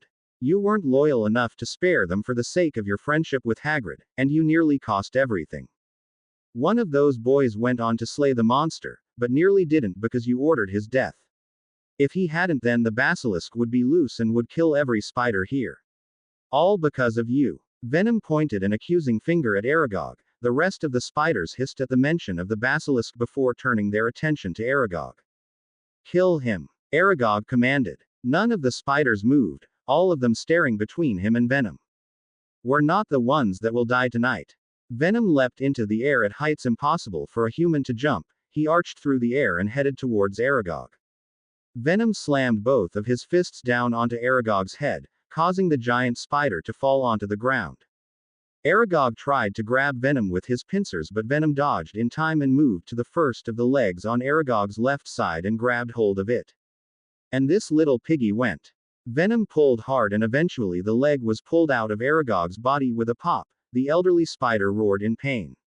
Venom didn't waste time and slapped Aragog right across the face with the leg before throwing it away and hitting Aragog with a punch to his face that broke one of his pincers and sent him to near unconsciousness. Venom placed a hand on Aragog and suddenly he transformed. The black goo left Harry's body and crawled onto Aragog. In front of all the spiders of the forest, it spread all around Aragog's body, covering him from his head to the bottom of all of his legs. An 8-leg and a second pincer, made entirely of the same goo as Venom, shot out of Aragog's body, and a second later Aragog's body rose up to a standing position. Listen up, Harry said loudly, causing all spiders to look at him. Last year you all tried to kill me, and because of that you nearly unleashed your most feared enemy and mine. I don't want to hurt you all, but we will if we have to. From now on, we're the kings. Harry gestured between himself and Venom. Aragog. You speak when we say, you move when we tell you to, and you don't even blink without our permission. You will not tell anyone about us. If anyone has a problem, then we can sort it out. You can try and expose us. But to do so, you'd have to go through us, or to be more accurate, Harry trailed off and placed his hand on Venom Aragog. The black goo left Aragog and transferred to Harry, leaving Aragog once more with one pincer and 7 legs as he fell to the ground. A second later Harry was back in his 7-foot and muscular Venom form, complete with long tongue and sharp teeth. We go through you. Venom bellowed before turning to Aragog, Venom's jaw and teeth extended before he lunged towards the downed spider. The Acromantulas hissed and flinched as Venom tore through Aragog's head and began eating his brain in front of them. Once Venom was done, he turned to face the other spiders, licking his lips and long teeth. Bow down, bitches, Venom ordered. The spiders hesitated, but mere seconds later they were all bowing their heads to Venom, signaling to him that he was indeed the new king. In the world of Acromantulas, the strongest was the one in charge. Aragog had been the strongest for so long that nobody had challenged him, partly because of his strength and partly because he had fathered the entire lot of them. But it hadn't escaped their notice that he was old and couldn't see. Despite that none of them wanted to challenge him, it would only take a single strike from him to cause serious damage to them. Yet this newcomer, one who claimed to be a spider, dealt with him easily. If that wasn't enough, then it appeared to them that this new spider could also store a human inside of himself. Clearly, this wasn't a being that they should take lightly, especially with the way that he had eaten Aragog's brain. Venom grinned just before making a nice change to his body. On the front of his chest a white patch formed. The patch grew and changed shape until there was a large white spider on the front that ranged from his chest to his stomach. The legs of the spider wrapped around the side of his body and attached itself to matching legs from a matching spider on his back. Venom reared his head back and roared triumphantly into the air, causing all the other spiders to flinch. Harry! Harry! Harry! Harry! Venom yelled in Harry's head as he walked to the Gryffindor table for breakfast with his friends. Hey! Don't ignore me. I am not talking to you. Harry mentally snapped at him. Why? We never agreed on eating Aragog. Harry yelled. I only ate his brain. Venom argued. But you used my body to do so and I didn't agree to it. Harry yelled. Quit your whining, Venom said in an irritated voice. Do you know how hard it is to survive on a diet of just chocolate? You won't let me eat human brains, so I make do with what I have and I'm the one that's eating them, not you. It was actually a lot better than I expected. I wasn't expecting it to taste so good. I don't need to know. Harry let out a groan as he sat down on the Gryffindor table. Are you okay? Hermione frowned as she and Ron sat opposite him. Fine, Harry sighed. Just thinking about Snape. Harry fibbed, though to be fair it was fairly believable. Snape was a cause of suffering for many students. Oh yeah, Ron's nose wrinkled. He'll be gunning for you, especially since you hit his silver boy. One voice began. Right in his little boy. Another voice finished just before Fred and George sat on either side of Harry. Oh sweet Merlin, does everybody know about that? Harry asked. Nah, the twin on the left said. Harry was going to assume that he was Fred. Not everyone. Just everyone at school. George, the other twin, finished. The news hasn't really reached the Muggle world yet, but at the speed it's spreading. Give it a week. Fred grinned. Wonderful. Harry rolled his eyes. Indeed. George agreed wholeheartedly, ignoring Harry's tone. Absolutely splendid. Fred smiled. Now, call us next time you're going to do something like that. We want to take pictures. George grinned before the two got up and walked over to where the Gryffindor chasers were sitting. Those two are barmy, Ron said, shaking his head before turning to Harry. Still, it was pretty wonderful. Ron's eyes seemed to glaze over as the memory of Malfoy getting hit shot in between his legs. It was still horrible behavior, Hermione cut in disapprovingly. Honestly, Harry, physical violence. What on earth got into you? Don't have a. Harry's reply was cut off by what Harry considered to be a most unwelcome interruption. Potter. Snape's voice barked. Harry groaned before he turned his head and saw his most hated teacher stop next to his seat. I heard that you assaulted another student during the train ride, couldn't even wait until reaching the school before causing trouble. Snape glared at Harry with hatred in his eyes. You shouldn't listen to rumors, sir. Harry gave him an innocent smile. If you did, then you'd probably end up believing I was the heir of Slytherin or some other nonsense. Fortunately, I don't listen to rumors, Snape drawled, looking very unimpressed with Harry. However, I do listen to a student coming up to me and making a complaint. That sounds like a remarkably sound method of teaching, Harry said after a short pause, not fully able to keep the surprise out of his voice. Indeed, now that will be 25 points from Gryffindor and a week's detention with me, starting tonight. The smallest of smiles briefly appeared on Snape's face. See me straight after classes, don't be late, Potter. Without waiting for a response, Snape turned and walked away with his cape billowing behind him. Dickhead. Venom commented. True. Harry agreed. Detention on the first day, Ron whistled. The twins will be proud. I think they are, Harry replied, glancing down the table and seeing Fred and George giving him a thumbs up. Detention on the first day, Hermione huffed. That's hardly anything to be proud of. Never said that I was. Harry rolled his eyes. She really needs to back off. Venom whispered from inside Harry's head. Harry didn't respond as a moment later Professor McGonagall was walking down the table and handing out timetables. Mr. Potter, Professor McGonagall said as she handed him his timetable. I have been informed that there was an incident on the train. Yeah, a Dementor attacked us. Harry frowned, wondering why she was asking him about that when she was already told everything when she visited him in the hospital wing. A second later realization hit him. Oh, you mean the whole Malfoy thing? I do, Professor McGonagall confirmed with a nod. Would you believe me if I said I was perfectly innocent? Harry asked. Were you perfectly innocent? She asked, raising an eyebrow. And before you answer, I should let you know that Professor Snape has already told me Mr. Malfoy's version of events. Bugger. That's what I thought, Mr. Potter. That behavior is not acceptable at Hogwarts and I do not hope to hear of it again, is that understood?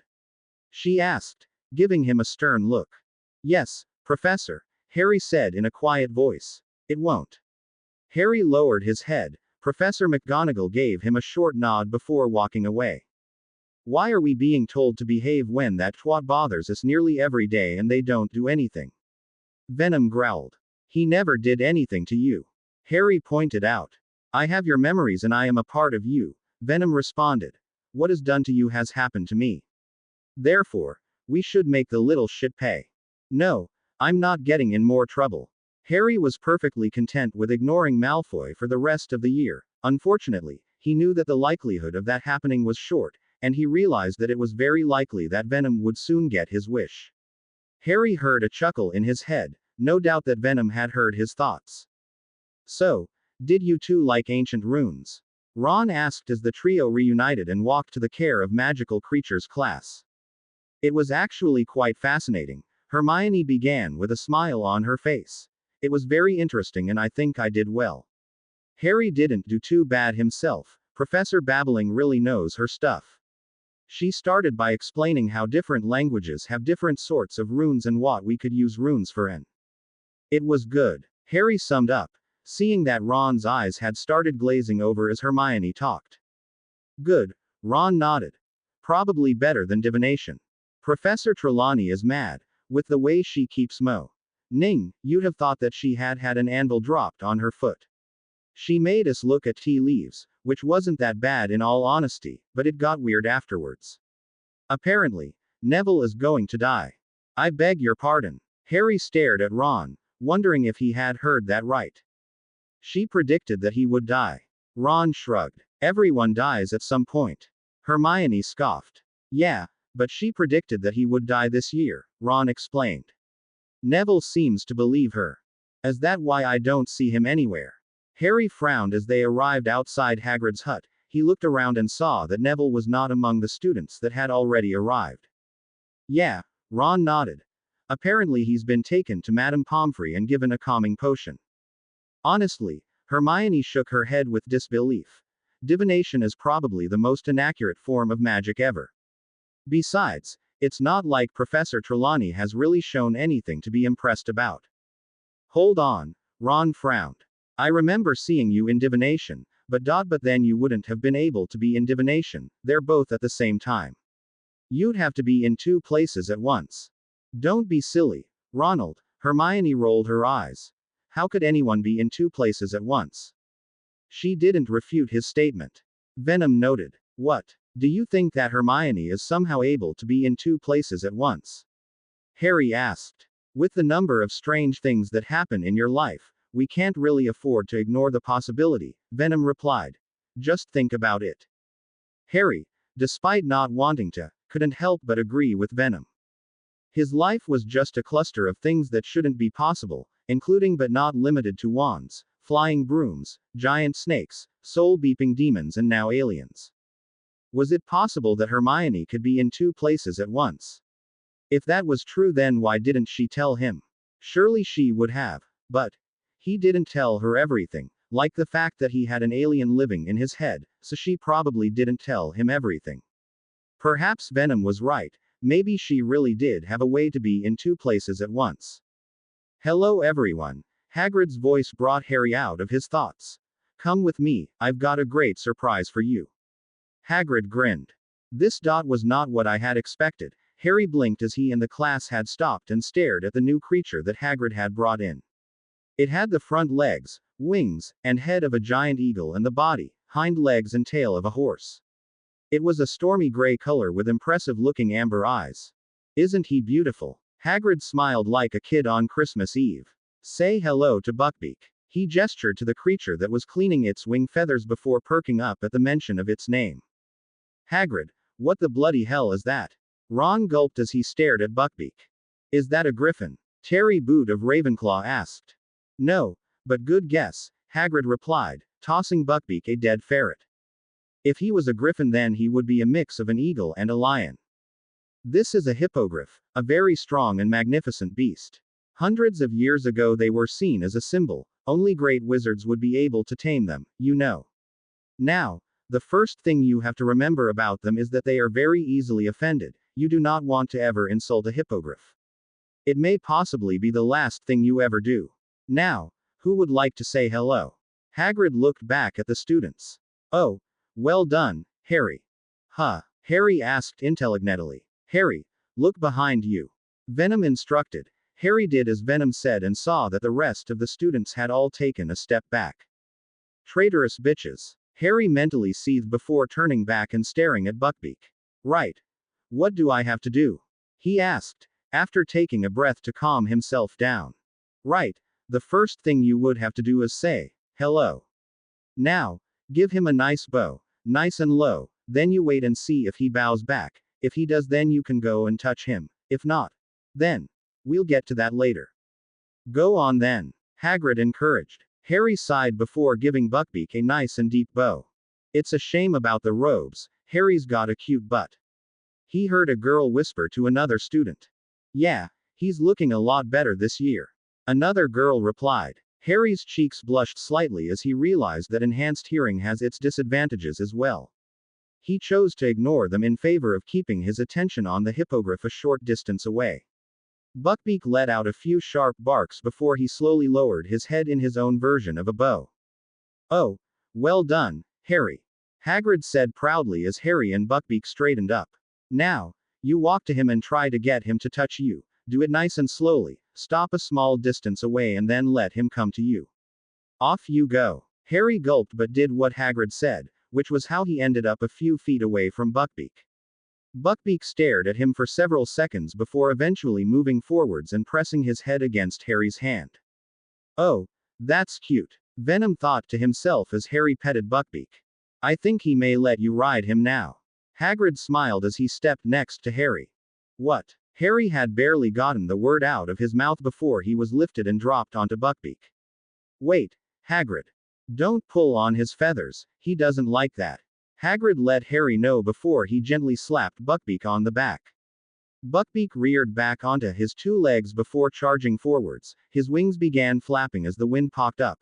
Buckbeak pushed off the ground and took off into the air while Harry remained on his back and hung on for dear life.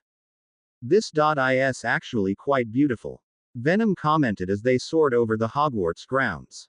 Harry, once he was fairly sure that he wouldn't fall straight off of Buckbeak, nodded in agreement. This was far from the same feeling as when he flew on a broom, but it did feel pretty good, and the view was indeed beautiful. Yeah, this is amazing. Harry grinned widely as he took in the view of Hogwarts from the air, taking in everything from the ancient castle to the calming presence of the lake and even the beauty of the forest. Maybe your world isn't as ugly as I originally thought, Harry heard Venom admit just as Buckbeak finally landed back with the rest of the class. Oh, well done, Harry. Hagrid smiled as he picked Harry off of Buckbeak. How did you like it? He asked as he gently placed Harry on the ground. That was great. Harry laughed. I want to do it again. I figured you would, Hagrid chuckled. Little thrill seeker. You're not dangerous at all, are you? A voice said. The two turned to see Draco Malfoy strutting forwards towards Buckbeak, ignoring the fact that he was doing all the stuff that Hagrid had told him not to do. You big ugly brute. He snorted in amusement as he stopped in front of Buckbeak. Though that amusement was quickly slapped off his face as Buckbeak let out an angry shriek as he moved back and stood on his two back legs, his eagle claws rising into the air. To Harry, it was like the world had suddenly shifted into slow motion. One moment was being his usual self, the next Buckbeak's claw was falling down through the air and had hit Draco on his arm just before Hagrid jumped into the situation and backed Buckbeak away. Harry shook his head as he forced himself out of his shock and he saw Draco lying on the floor, holding his arm. It killed me. It killed me. Draco cried out dramatically. That barely scratched him. Venom complained. Harry stared at Draco's arm and he couldn't help but agree. Draco's robes may have been scratched but his arm looked perfectly fine. Buckbeak apparently hadn't made full contact during his attack. Even if Draco's arm was broken, then it would still be fixed rather quickly by Madame Pomfrey. Harry watched as Hagrid picked up Draco and dismissed the class before he took the crying and whining boy away to the hospital wing. We should really hurt him, Venom suggested. Give him a real reason to cry. I don't know. Harry thought about it, and the idea was really appealing to him, but could he really do that? Just attack someone. Think about it, Harry, who deserves it more than Draco? Venom purred. Look at the bloody idiot, Harry hissed under his breath as he, Hermione and Ron stared at Malfoy who was currently at the Slytherin table with one of his arms in a thin cast and sling. He was dramatically telling everyone how he had barely survived a vicious attack from Buckbeak. Pansy Parkinson was hanging onto his other hand with an odd look on her face as if she truly believed every word he said even though she had been in the class with him. He's really laying it on thick. I saw his arm. He had barely gotten scratched. It's just typical, innit? Ron shook his head. Anything happens to Malfoy and he goes crying to Daddy, or Snape. Or both. Harry snorted. Hagrid's going to be in really big trouble. Hermione fretted. It's not even Hagrid's fault, though. Harry protested. I know that, but do you think everyone will care when Draco starts crying about being attacked? Hermione asked, tutting her teeth. I think that'll just be the beginning of. Hermione trailed off as she looked at a newspaper that somebody had left on the table. Harry, you should see this. She gulped before handing him the newspaper. Harry frowned but did as she said and saw that the newspaper was reporting on a sighting of Sirius Black. He had apparently been seen in a village that was not that far from here. Which likely meant that he was heading to Hogwarts, coming for him. It doesn't matter. Venom's soothing voice whispered in Harry's head. If he finds us, then we'll stop him. Remember, Harry, you have me by your side. You have me. Harry only half listened to Ron and Hermione talking, occasionally responding when they asked him a question. His mind was more focused on how relaxed he had become after hearing Venom's words. It wasn't like he wasn't worried at all. No, Sirius Black was still a very skilled and dangerous wizard. But with that being said, he undoubtedly felt a lot safer knowing that he had Venom watching his back. Good morning, ladies and gentlemen, Professor Dumbledore said the next morning at breakfast. I'm sorry to disturb you all as you are enjoying breakfast, but I have a quick announcement to make. As you are all aware, the Ministry has chosen to place Dementors around the school grounds in the hopes of catching Sirius Black. However, it has also been decided to add extra protection to Hogwarts, so for the remainder of the year or at least until Sirius Black is caught, Hogwarts will be patrolled by Aurors. Dumbledore gestured to the side of the hall where there were several Aurors standing. Harry, along with the rest of the students present in the hall, stared at the Aurors present. Though Harry's attention was drawn to a certain Auror, one with shoulder-length pink hair. Tonks. Harry grinned just as Tonks spotted him. Tonks sent him a smirk and a wink before she went back to trying to look professional. These kind Aurors will be patrolling Hogwarts day and night, Dumbledore continued. If anyone sees anything important, please do not hesitate to contact them or any of the teachers. Thank you. Dumbledore nodded to the students before he sat down at his table. I'm glad that Tonks is here, it's nice to have someone on our side, said Harry to his friends before a thoughtful look came on his face. What's up with you? Ron asked. An idea. Harry grinned as he stared at the Slytherin table where Malfoy had his arm in a sling and was dramatically telling tales of how he nearly died at the hands of that massive beast. Hey Tonks. Harry smiled as he and his friends spotted the pink-haired Auror when they exited the Great Hall. Great to see you. Nice to see you too, Harry, Tonks smiled. Hey Ron, Hermione. She added to the other two. Hello, Miss Tonks. Hermione greeted politely as Ron gave her a small wave. Please, call me Tonks. Tonks frowned. When I hear Miss Tonks, I feel like I'm in trouble. Harry chuckled at that before speaking again. How come you're here though? No offense, it's just that I thought that you were just a trainee. I am until I get at least 2 months more experience, Tonks sighed. Still, they don't really expect Black to get past the Dementors. We're just here as an added precaution. Nice. Harry nodded before taking a look around. I was wondering if you could help us with a problem. What sort of problem? Tonks asked, narrowing her eyes. Not a crime or anything, at least. Well, actually it might be. Look, we basically need your help with dealing with Malfoy. Malfoy. Tonks blinked. Yes, well, you know how you're like this Master Auror with excellent shapeshifting abilities. Harry smiled brightly at her. Yeah, what about it, flatterer? Tonks gave him an amused smile. Well, yesterday we had our first ever Care of Magical Creatures class with Hagrid, Harry began explaining. Oh, I'm glad that Hagrid's teaching, he was always nice to me. Tonks smiled. Though, fair warning, don't ever try to eat his rock cakes. Your warning is far too late, but appreciated. Ron rubbed his jaw. Anyway, we were learning about hippogriffs. Harry continued. Yes, the lesson was going really well until Malfoy decided to be his usual self, Hermione commented. He ignored what Hagrid said and just walked up to the hippogriff and insulted it to its face. Is he mad? Tonks blurted out. That's like the first thing you're not supposed to do. We know, Harry nodded. Hagrid had told us. But Malfoy ignored what he said and did it anyway, then the hippogriff hit him. He's walking around with a sling on his arm, but I was right there and I saw that the hippogriff had barely hit him. There's no way he's got any damage that Madame Pomfrey couldn't have fixed in a couple of minutes. With the way he's going on and on about his injuries, it's obvious that he's trying to get Hagrid into trouble. We were hoping that you could help us prove that Malfoy's faking. It'd go a long way in helping out Hagrid. He gave her a hopeful look. Tonks stared between Harry, Hermione and Ron for several long moments before she let out a deep sigh. How come you guys aren't going to the teachers with this? Tonks asked. They wouldn't believe us, Harry said simply. We have no proof and if we tried it then Snape would just say we're trying to cause trouble. Look, guys, it's not that I don't want to help, I do. It's just that I am here on official business, I really shouldn't. Oh, looky here, a voice drawled. The group turned to see Draco walking past them with Crabbe and Goyle. What's the matter, Potter?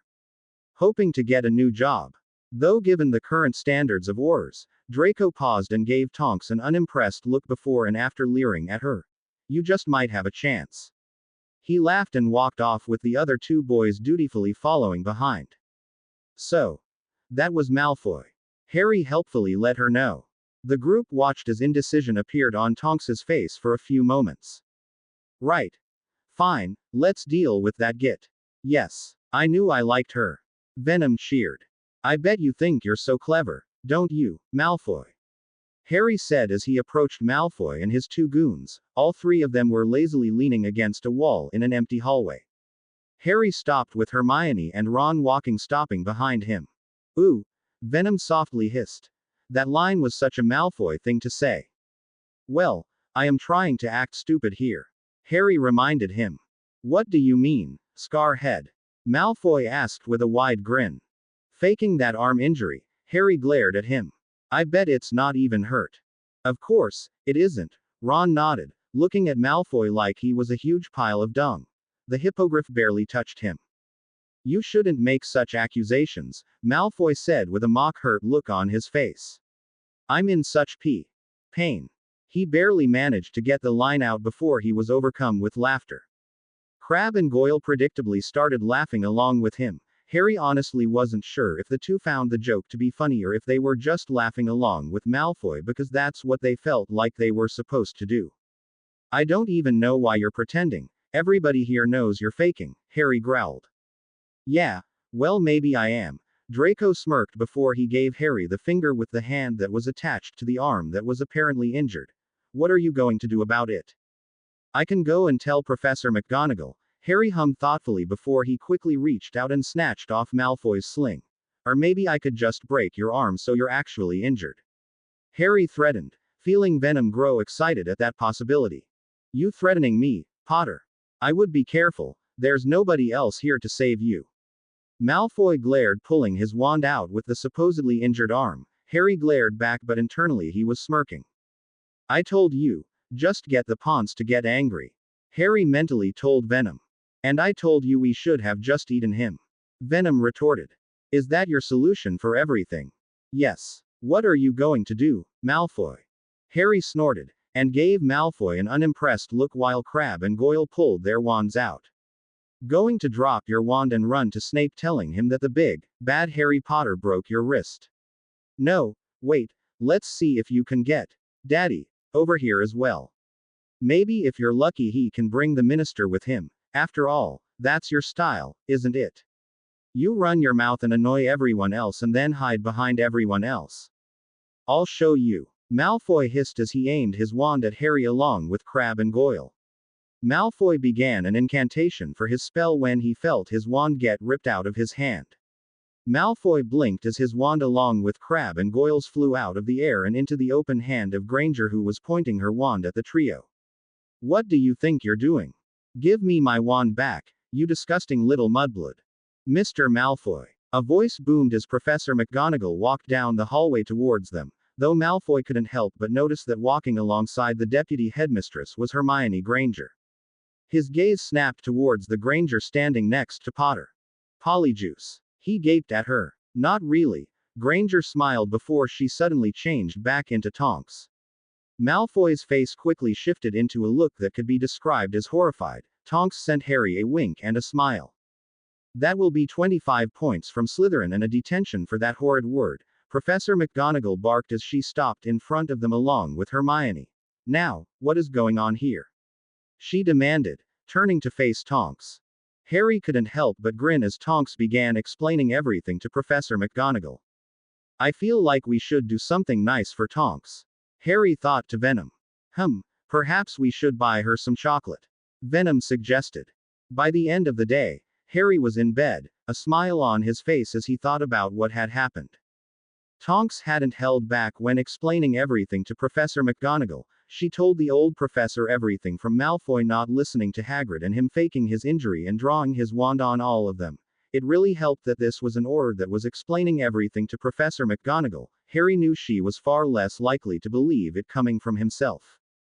Professor McGonagall had gone to Hagrid and Madame Pomfrey to confirm that Draco had indeed disobeyed orders and that his arm was perfectly fine. Needless to say, Professor McGonagall was less than pleased. Malfoy's life would probably get a lot harder given the high amount of points that he had lost, not to mention the full month of detentions that he had to attend. There were the 25 points he lost for swearing. He and his goons lost 15 each for drawing their wands on other students with the intent to harm. He had lost 50 points for disobeying instruction on how to approach a dangerous magical creature, 40 points for faking an injury, and Professor McGonagall was now petitioning for Malfoy to be removed from the Slytherin Quidditch team since his action had caused the other three houses problems since Snape had arranged for the order of matches to be changed around due to Malfoy being unable to compete because of his injury. All in all, it was a pretty great day if you weren't Malfoy. Harry believed that it was only Draco's father and Snape that had stopped the older Slytherins from giving Draco a well-deserved beating. Either way, Slytherin House was not happy about already being in the negatives despite it still being the first week of school. Are we going to do something about the rat? Venom's voice interrupted Harry's thoughts. What? Harry blinked. The rat, the one with the stupid name, are we going to do anything about it? Venom asked. Harry frowned before realizing what Venom was talking about. Oh, you mean Scabbers? Harry asked, glancing towards Ron's bed. The redhead was asleep while his rat slept in the cage that Ron kept him in. Yes, what are we going to do about it? Venom asked. I don't know. I'm not exactly sure what there is to do about it, Harry admitted as he closed his eyes. All you've told me about it is that it gives you a weird feeling and it has emotions that seem human. What are the chances that it's simply just a smart rat? Like how Hedwig's a smart owl. No, it's different, Venom insisted. Either way, it's not like we can actually do anything until we know, Harry replied. Because I'm not going to mess around with my mate's rat unless I definitely know something is wrong. Fine, Venom said after a short pause. Hey Tonks, Harry called as he walked up to the pink-haired Auror when he spotted her lazily leaning against a wall inside a school corridor. How are you doing? All right, Harry, Tonks nodded to him before letting out a small sigh. Fine, I suppose.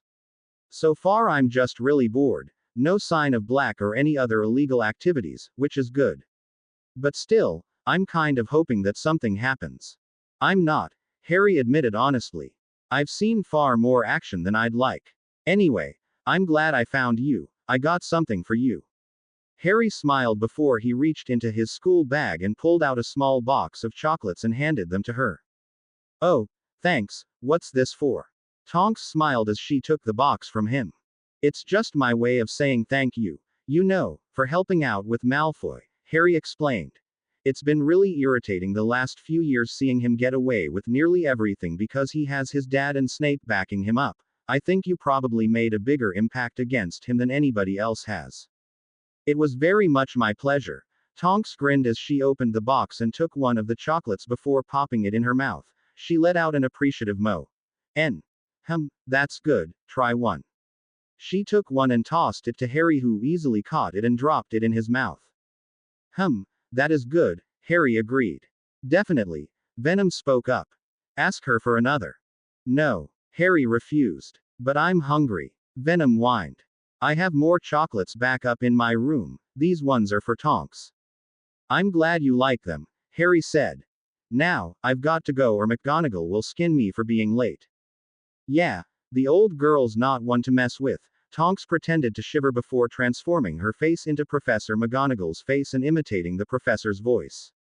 Miss Tonks, if you do not wish to spend the next year in detention with me, then you had better return Professor Snape's wand. Wait. Harry blinked as he stared at Tonks with wide eyes. You stole Snape's wand. Harry gasped and stared at her with the same reverence most wizards would reserve for Dumbledore. That's not the worst thing I ever did to Snape, Tonks chortled. Remind me to tell you about the pink dress incident and that time I transfigured his hair. He still blames me for both of them. He doesn't have any proof though, and he's never managed to prove it. She looked quite proud about that fact. Harry goggled at her for several long seconds before he dropped to one knee and grabbed her hand. Tonks, will you marry me? Harry asked as seriously as he could manage. Easy there, boy wonder, Tonks laughed before she pulled him to his feet. You're not that lucky. Now, off to class, while I go and enjoy these delicious chocolates that I've rightfully earned. She grinned before walking off with a bright smile, though the walkway was somewhat ruined when she tripped and nearly fell over, almost dropping the chocolate. Damn it, she hissed before turning the corner. Eventually, Harry managed to shake himself back to reality before he walked off with a smile on his face. Ah, does Harry have a crush? Venom asked. No, I don't, and are you teasing me? A bit, Venom admitted. You think you're so smart, Potter. Don't you? Malfoy spat angrily as he along with Crabbe and Goyle stormed over to the Gryffindor table at breakfast the next day. Malfoy, it's far too early in the morning for you. Harry sighed before dumping a large amount of food onto his plate. You think it was fun getting me into trouble? Malfoy demanded. Yes, Harry nodded simply before he began eating.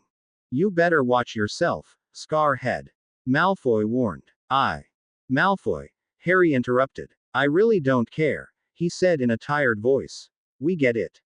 You'll make me pay, you'll do this and that, you'll probably go and cry to Professor Snape and or your dad, we get it. Frankly, your whole thing is so old it's gone stale. True. Ron snorted in amusement. I'm surprised he hasn't told us that his father will hear about this. I think he was probably getting to that later. Hermione guessed in a mock thoughtful way. Shut it. Malfoy growled. Is there a problem here? A voice asked. Malfoy looked to his right and saw Professor McGonagall standing next to him. No, Professor. Malfoy lied through gritted teeth.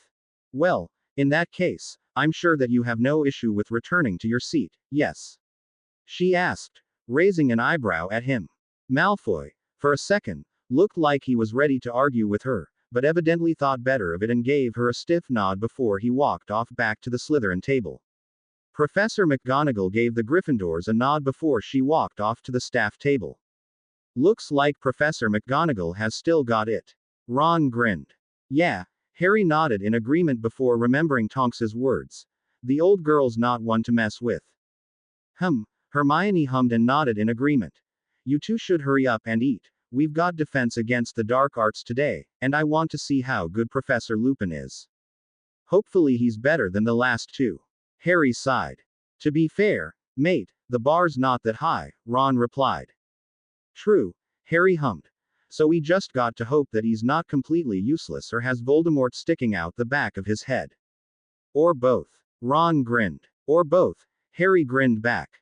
Professor Lupin had already proved himself to be far more likable than the others by starting off with a practical lesson, having brought the class to a room where he had a boggart waiting in a cupboard for them.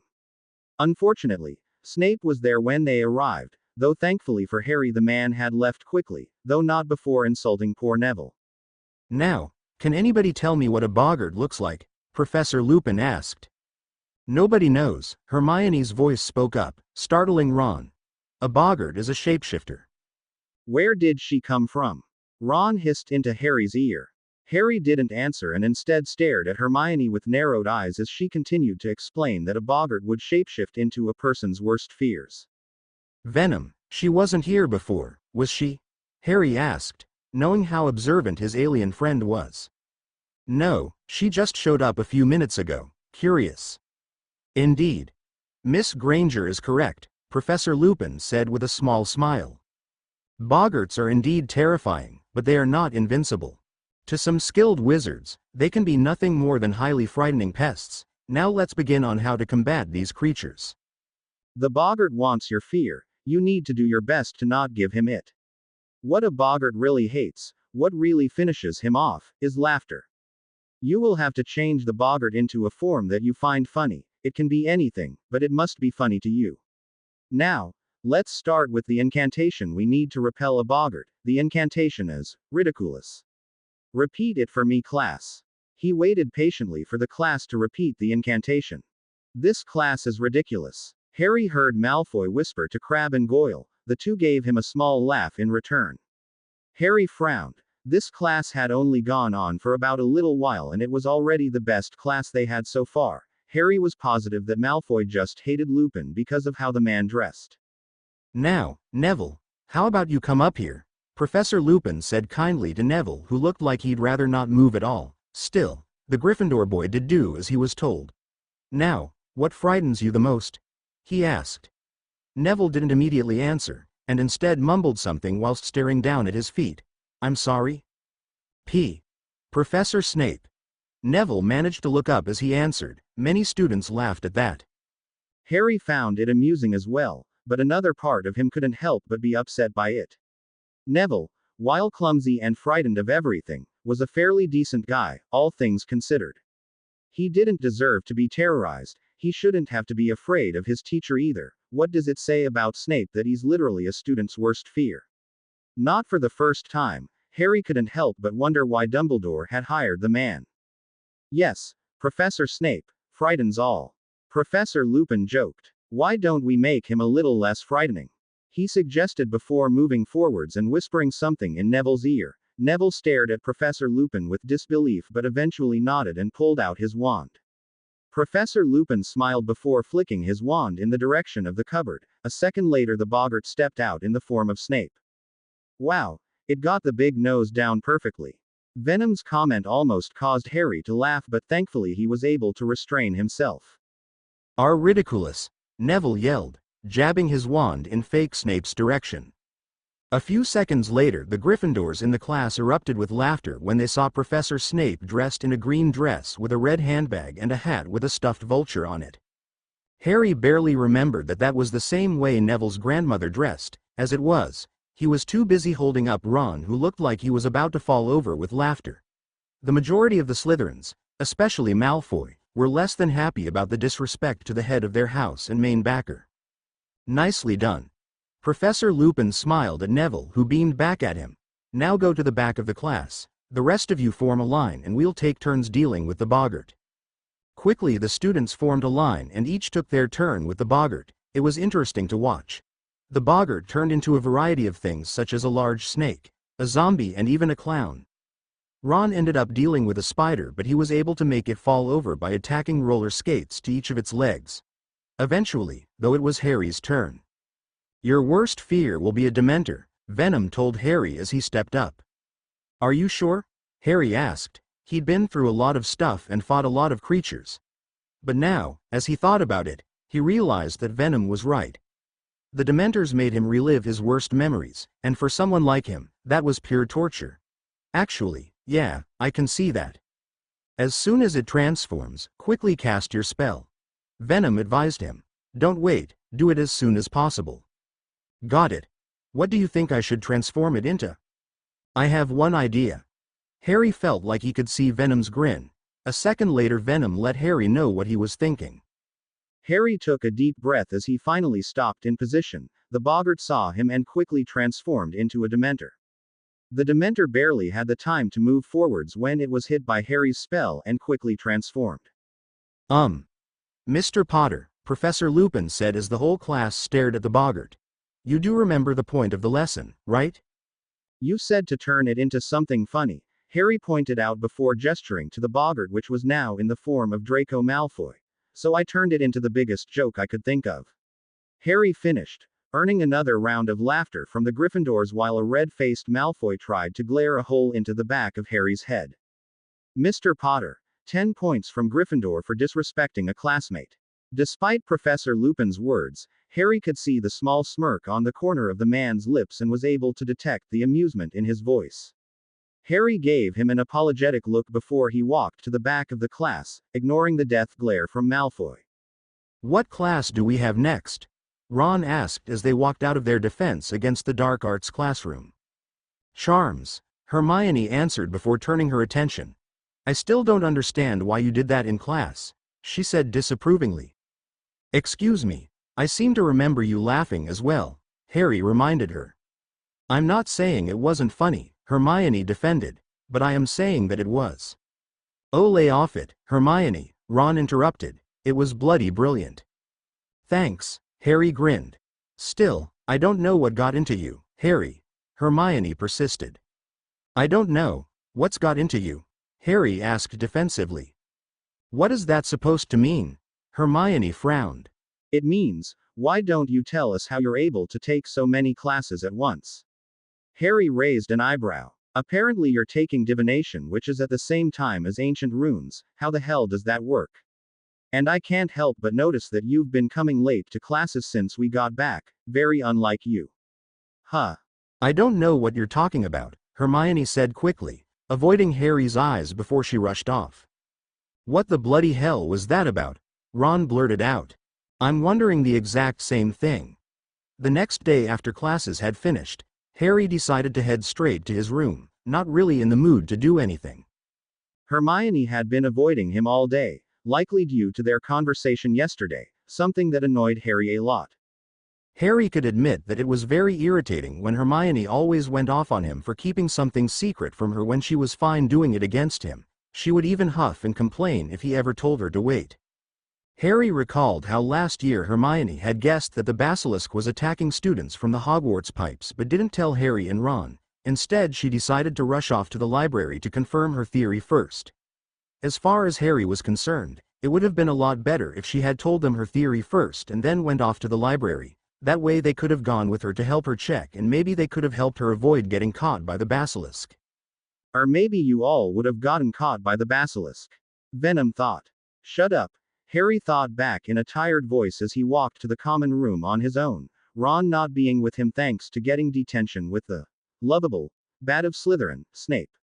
Harry walked at a calm pace, alone in his own thoughts as the corridor was empty at the moment, though he stopped a second later when his enhanced hearing allowed him to hear someone say something rather interesting. It's a shame about Tonks. One voice said. I know, do you think she'll be okay? Another voice asked. Harry walked ahead and peeked around the corner and saw a couple of Aurors talking with each other. One of the Aurors was female while the other was male. I hope so, the male Auror replied. I hope the high-ups don't give her a hard time about it as well. They might, the female frowned. Do you think this will mess up her chance of graduating to a proper Auror? Well, it won't help matters, the male Auror sighed. I mean, getting kidnapped doesn't look good for an Auror. What?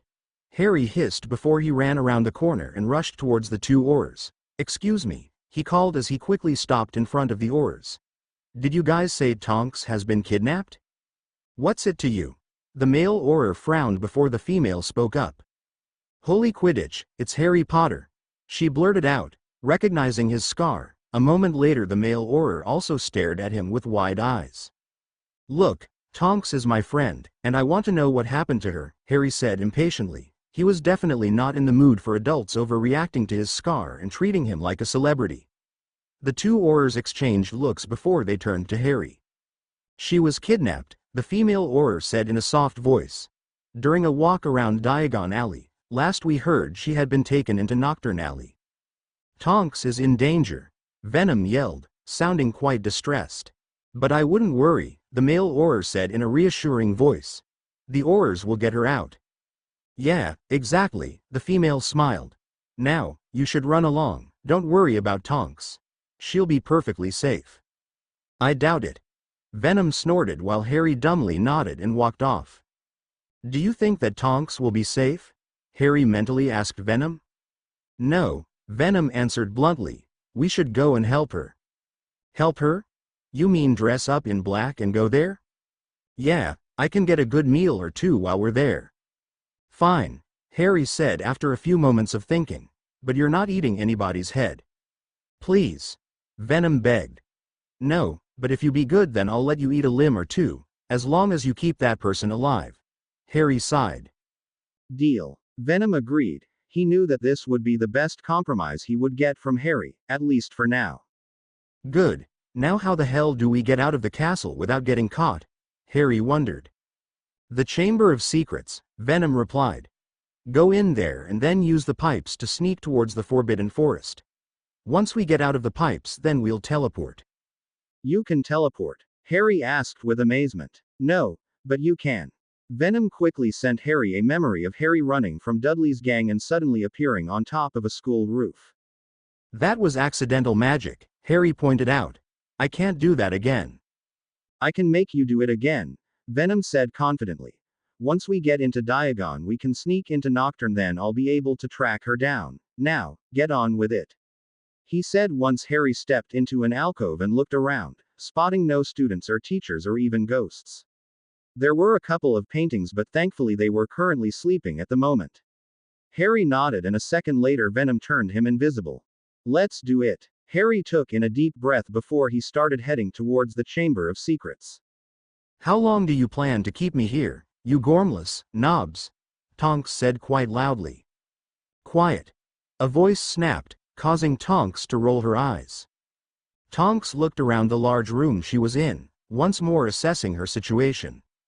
She was currently tied to a wooden chair with her feet tied to the chair's front legs and her arms tied to the armrests of the chair. Inside the room were 9 hostiles dressed in black, one of which was a nervous-looking female that appeared to be missing a hand. A few meters behind her was a small table with a few cups of tea on it, Behind that was a large window that allowed her a view of the outside but was clearly charmed so that nobody could see the inside unless these people were bigger idiots than she thought. The floor, wall and ceilings were wooden and easily breakable, unless they were charmed, so she had another way out if she could get to her wand, which was currently in the female's pocket. I don't like this, the female shivered. We should finish this quickly in case it comes here. Oh, yeah, right, scary that. One of the men laughed. You weren't there. The woman hissed angrily. That bloody thing cost me my hand. She snarled, holding up her stump wrist. Are you sure it wasn't just a wizard with an illusion charm? Another asked, sighing as he did so. It was no illusion, she shrieked. I saw the thing with my own 2 eyes, rose up like it was too horrible for hell and stared at me with its white eyes and sharp teeth. Calm yourself, he replied. We'll just hold up here until the Aurors finish their search. When they find nothing, we'll sneak the metamorph out. The metamorph has a name, Tonks spoke up. And the correct term is metamorphagus, asshole. Whatever. The man before he walked past Tonks to where the table was before he picked up a cup of tea and then turned around to face the others. We need to leave as soon as possible, the woman insisted, shaking her head. Look, another man said. Whatever he was about to say was cut off by the sound of the window smashing. Everyone turned to face the window and saw that it had indeed been smashed as there was a massive hole in the middle of it. The man that was about to drink his tea was now lying face down on the floor. His head had made a noticeable dent in the wooden floor. But that wasn't the biggest point of interest for everybody in the room. It was instead the person that had his hand on top of the man's head, the person who had actually landed on top of the man and had one knee on his back. This new arrival had a thin body, covered from head to toe in black except for the white spider logo that was on his front and back, not to mention the white teardrop-shaped eyes on his head. The new arrival looked around the room as his upper body swayed in a circle motion. The swaying continued for another 10 seconds before his gaze stopped upon the woman.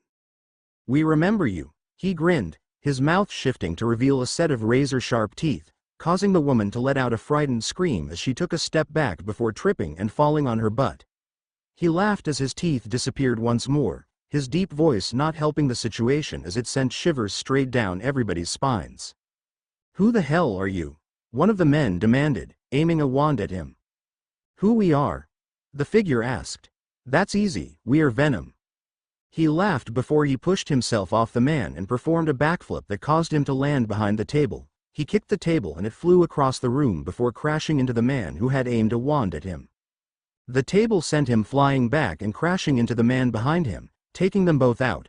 The others, with the exception of the woman who was still paralyzed with fear, fired at Venom, who quickly jumped up in the air. He shot out a tentacle from each arm that grabbed 2 of the men and pulled them into the air with him.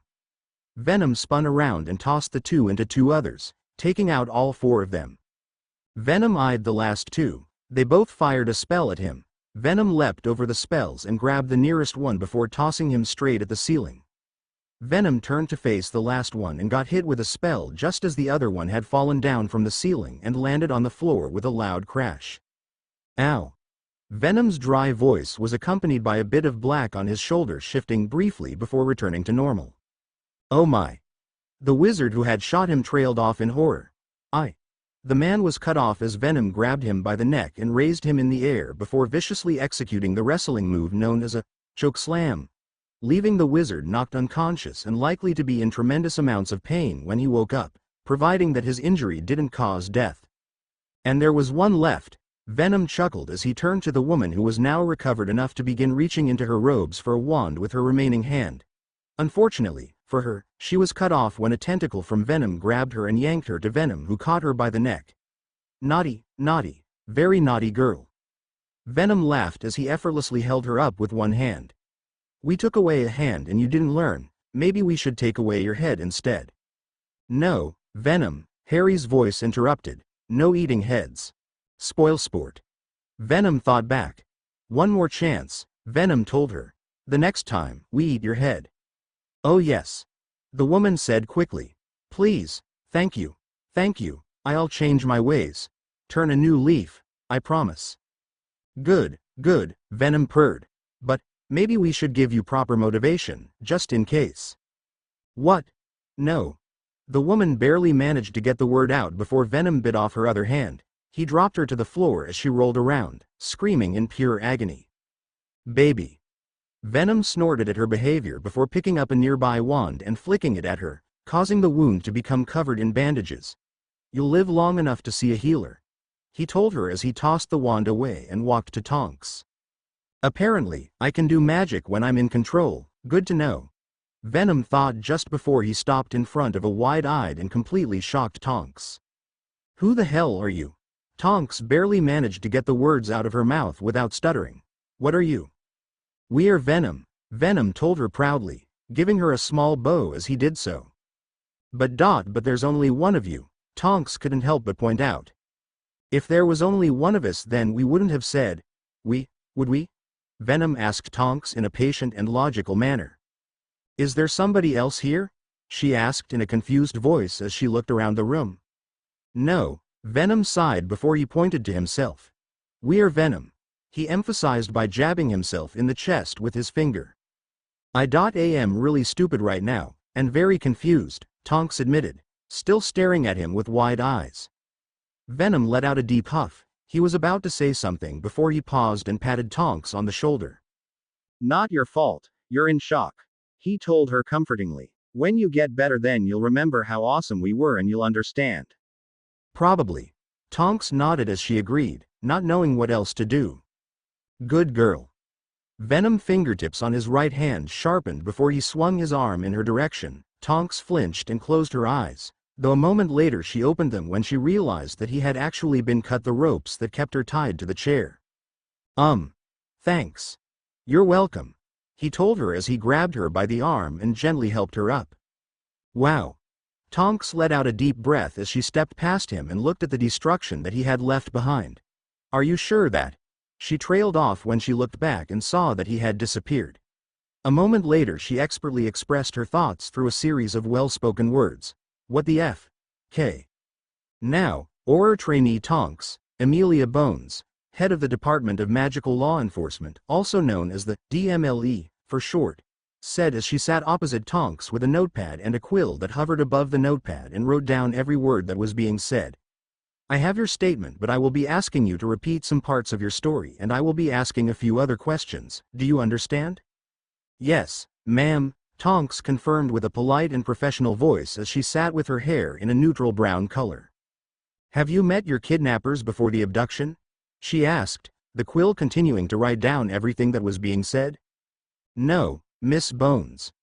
Tonks shook her head. So you have no idea who they are? Actually, I can guess who they are, Tonks admitted.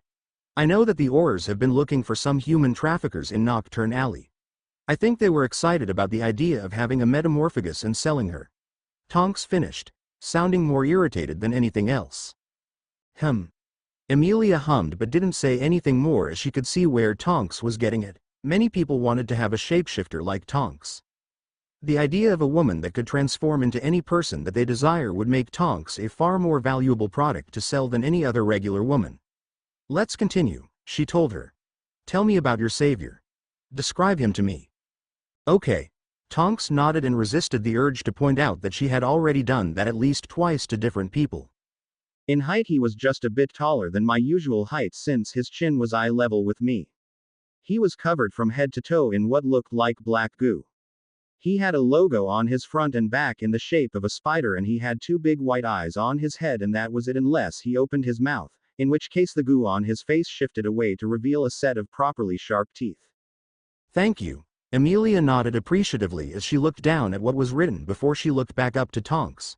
Is this person human? I'm not entirely sure, Tonks answered honestly. He performed physical feats that were far beyond any regular human and I saw him eat that woman's hand. Apparently she had met him before. He said that he remembered her. Yes, we have reports of her being arrested quite recently but getting off on a technicality, Madam Bones frowned. During that time she reported a large black beast bit off her hand. Well, this guy wasn't that large, Tonks pointed out. True, but she also said that the beast could transform and had previously been disguised as a teenage boy, Madam Bones continued. It's possible that this being is a shapeshifter. Maybe, Tonks hummed thoughtfully. One more thing, madam, she said suddenly as she remembered something. I'm not sure if I had told you yet, but the person insisted on being referred to as we. I beg your pardon? She asked, raising an eyebrow at Tonks. When I asked him about his identity, he answered that his name was Venom, but he didn't say, I'm Venom. He said, we're Venom, she repeated. Every time, it's always, we, instead of, I. And what do you think this means? She asked curiously. Well, I'm not completely sure, but I do have some guesses. I have enough time to listen to them, she said in a dry voice before gesturing for her to continue. Well, my first guess is that he's actually working with someone who could be hiding behind the scenes somewhere, maybe under a few spells or something, but I don't think that's right, Tonks began. Because if he didn't want us to know about a potential second, then he would say, I, instead of, we. So we can rule that out unless we think that that is some weird master plan where he expected us to work it out. Let's put that in the maybe column. Madam Bones' voice made it clear that she didn't think the last part of Tonks's sentence was right. Please, continue. Another theory is that maybe this guy has some problem in his mouth or brain and maybe his education and thinks that we is the correct word to use, Tonks continued. At the moment my other theories are split personalities and maybe he actually believes that there are two of him. One final question. What is your opinion of this man, if it even is human? She asked. Well, on the one hand, he is pretty tough and very dangerous, Tonks answered honestly. But on the other hand, he did come and help me out of a dangerous situation, so I am grateful for his help. Very well, you've already provided us with a copy of your memory of the event, correct? Yes, Madam Bones, Tonks confirmed with a small nod. I gave it to Deputy Head Scrimgeour. He should have already finished examining it now. Good, Madam Bones hummed as she stared at the written down notes she had. Thank you, that will be all. Order trainee Tonks. Yes, ma'am. Tonks saluted as she stood up before she turned and walked out of the room.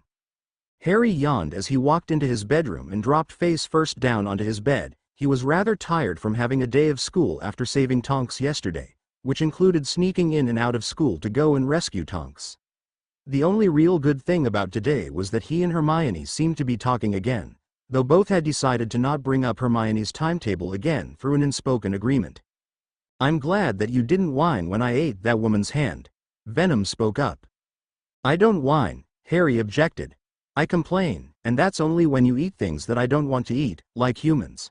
Besides, the way I see it, all of it goes into your stomach, not mine, so as long as you don't kill someone I'll stay quiet.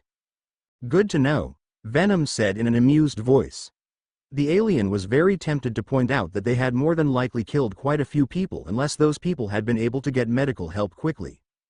Venom knew that Harry didn't understand how delicate humans were. When he was younger, Harry had been able to sneak in some peeks at cartoons and TV shows where people would get beat up. They had colored his perception of reality. In those shows people could get hit and be fine. In reality, every hit could risk permanent damage happening to a person's body. Venom, having spent some time in a human's body, knew exactly how they worked. Venom could tell Harry exactly how everything from his liver to his throat worked. Venom had not been that gentle with those men, so they had likely died from internal injuries unless help arrived in time. That woman had likely died from blood loss, but if she hadn't, then she'd be useless for the rest of her life unless magic was somehow able to give her both hands back. Tonks should be coming back soon, Venom reminded him before experiencing Harry's emotions at the mention of Tonks. You like her? Yeah, of course, I like her. Tonks is fun and nice. Harry answered without thinking. She's a good friend. No, you like her as more than a friend, Venom said confidently. What? Harry asked intelligently as he lifted his head off the pillow. You like Tonks, you should tell her that. I don't like her like that, and we are not having this conversation. Harry decided before slamming his face right back down on the pillow. Poor thing, he's in denial. Venom told himself, though Harry of course had to hear it, as evidenced by the way he groaned into his pillow. Hey, Tonks. Harry smiled when he spotted Tonks the next day as he made his way to the Great Hall for breakfast along with Ron and Hermione. Watch her, Harry. She smiled back as he stopped in front of her and pulled her into a hug, surprising not just her but also his two friends as evidenced by the shocked looks on their faces. Oh, What's up with this? She asked when Harry let her go. I was worried about you, Harry admitted. I overheard some Aurors talking about you. I then asked them and they said that you had been kidnapped. What? Hermione blurted out. Why didn't you tell us this? She demanded. Oh right, we didn't tell them. Venom remembered. Because I was too busy freaking out about it and because you weren't talking to me then, Harry replied to Hermione before turning back to Tonks. Anyway, I'm glad you're all right. Thanks, Boy Wonder. Tonks grinned before giving Harry a brief one-armed hug, enjoying the feeling of pressing her chin into his head. She rather liked that she was taller than him, at least she was for now. But I'm fine, really. If you're sure, you want to come and eat with us? Harry offered. I'd love to, but unfortunately I am at work, Tonks reminded him. Maybe later if I get a break when you're eating. Great. Harry smiled. Oh, does Harry have a crush? Ron asked teasingly. Shut up, Venom yelled. You're ruining the moment. Don't tease him, Tonks told off Ron while Harry's face turned a bit red. Harry and I are just good friends. Oof. Venom exclaimed. Friend zoned. Yeah, friends, Harry lamely agreed, not entirely sure why he suddenly felt a lot worse than before. Anyway, we should get going. See you later, Tonks. Harry gave her a small smile before he walked off with Ron and Hermione following behind him. Tonks looked at the group with a sad smile on her face. She guessed that Harry had a crush on her, but unfortunately for him, she didn't really think that anything could happen between the two of them. Sure, Harry was a nice boy and pretty good looking for his age, but at the moment he was still too young for her and she would catch hell if her superiors learnt that she was dating the boy who lived, not to mention what the rest of the public would think. A voice that sounded remarkably like Molly Weasley started speaking in her head, saying, no, Harry deserved better than her and should settle down with a nice witch around his age. I still can't believe that you didn't even tell us that Tonks was in danger, Hermione complained as they walked into the Great Hall and took their seats. Yeah, well maybe if you had been talking to me then I would have. Harry snarked back just as plates full of food appeared. But apparently you expect me to somehow communicate everything to you even when you're avoiding me. I wasn't avoiding you, Hermione protested, her face turning a small shade of red. Besides, even if I was. Which you were. Harry nodded as if he was simply reciting a basic fact. Which I was not, thank you very much, Hermione continued, glaring at him as he started eating. Then that's still not a good excuse to not tell us that someone had been kidnapped. She finished in a severe tone, looking at him expectantly, clearly waiting for an apology from him. What would you have done? Harry asked in an exasperated manner as he put his fork and knife down to stare at her. I didn't know that you were an Auror who could leave the castle any time she wanted so you could go and do a job that all the other actual Aurors couldn't do. Harry, that's not the point, Hermione said in an exasperated manner of her own. You still could have told us, you should have told us. Why? Harry asked, running a hand through his hair, feeling quite irritated with Hermione at the moment. What do you mean, why? We're friends. She barked at him. You're supposed to tell us important things. Ha, pot, kettle, black. Harry snorted while Ron sat to the side of the two of them, looking uncomfortable but ultimately doing his best to try and ignore the tension by eating a hearty breakfast. I'm sorry, what did you say? She raised an eyebrow, tilting her head up in what Harry thought was her attempt to copy Professor McGonagall. Unfortunately for Hermione, she was not Professor McGonagall. You're right, Venom agreed. She has nothing on the original. Yep. Harry agreed before he continued speaking to Hermione. I said this is a clear case of the pot calling the kettle black, even though the pot herself is black. Which is weird on so many levels and would be even weirder if we didn't live in a world where we could probably charm pots and kettles to speak. Are you calling me a hypocrite? Hermione demanded. Harry stared at her for a moment and his expression softened at seeing the hurt look on her face. No, I'm sorry, Hermione, I didn't mean to offend. He apologized. No, Venom spoke up. Don't apologize, stand your ground, you did nothing wrong. But I don't want to hurt her and, if she's hurt because you're honest then that's her problem, Venom hissed. You did nothing wrong and she's trying to bite your head off. I'm the only one that does the biting here, besides, we did nothing wrong. We were trying to save Tonks. If we were late, then she could have died. You wanted Tonks to die so you could talk to the girl that was ignoring you? What? No. But nothing. If you back down now, then that means you were wrong to save Tonks. We weren't wrong. We were right. We saved Tonks. Harry. Ron brought him back to reality by shaking his shoulder. Are you awake? He asked, staring at him along with Hermione. You sort of blanked out. I'm fine. My brain just hasn't fully woken up yet, Harry fibbed as he waved their concerns off. Anyway, he said to Hermione. Like I was saying, I don't mean to offend, but you clearly have secrets of your own that you're keeping from us. Like how you attend more than one class at the same time, Ron nodded. See, Harry gestured to Ron. Even Ron noticed, and we all know that he doesn't care about anything not related to food and Quidditch. Oi! Ron objected. My point is, between the two of us, you're the one keeping secrets, I'm the one who heard important information that a person, who is more my friend than yours, was kidnapped, and I needed time to process it. Harry finished with a small shrug of his shoulders. I suppose you might have a point.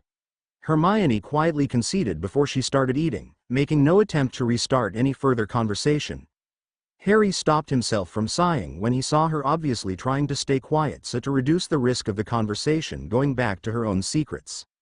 She insists on keeping secrets from you yet yells at you when you keep information from her, Venom said in a thoughtful voice. Are you sure you shouldn't get a better friend? She's all right, Harry insisted. I know she's got problems and she's not perfect. Merlin knows that I'm not perfect either, but she's always been there for me. For all of 2 school years, Venom pointed out. I've known her longer than I've known you, Harry pointed out.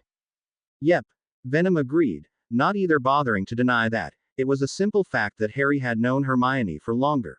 But here's the difference between me and her. I will never ever abandon you no matter what.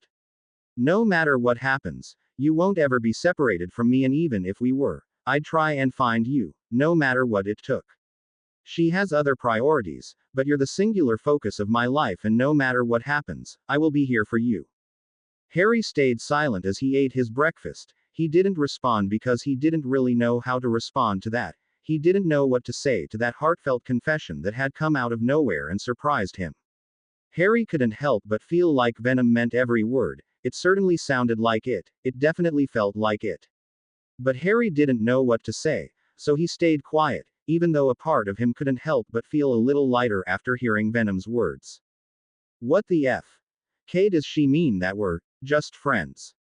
Harry wondered, lying down in bed, seemingly unable to be claimed by sleep. It just sounds so weird, just friends. Like, what is that supposed to mean? Were you hoping for you both to be something more? Venom asked. What? No, Harry quickly answered. You do realize that I can access your head and know your every thought, right? Venom asked but continued to speak. Don't worry, we'll win her over.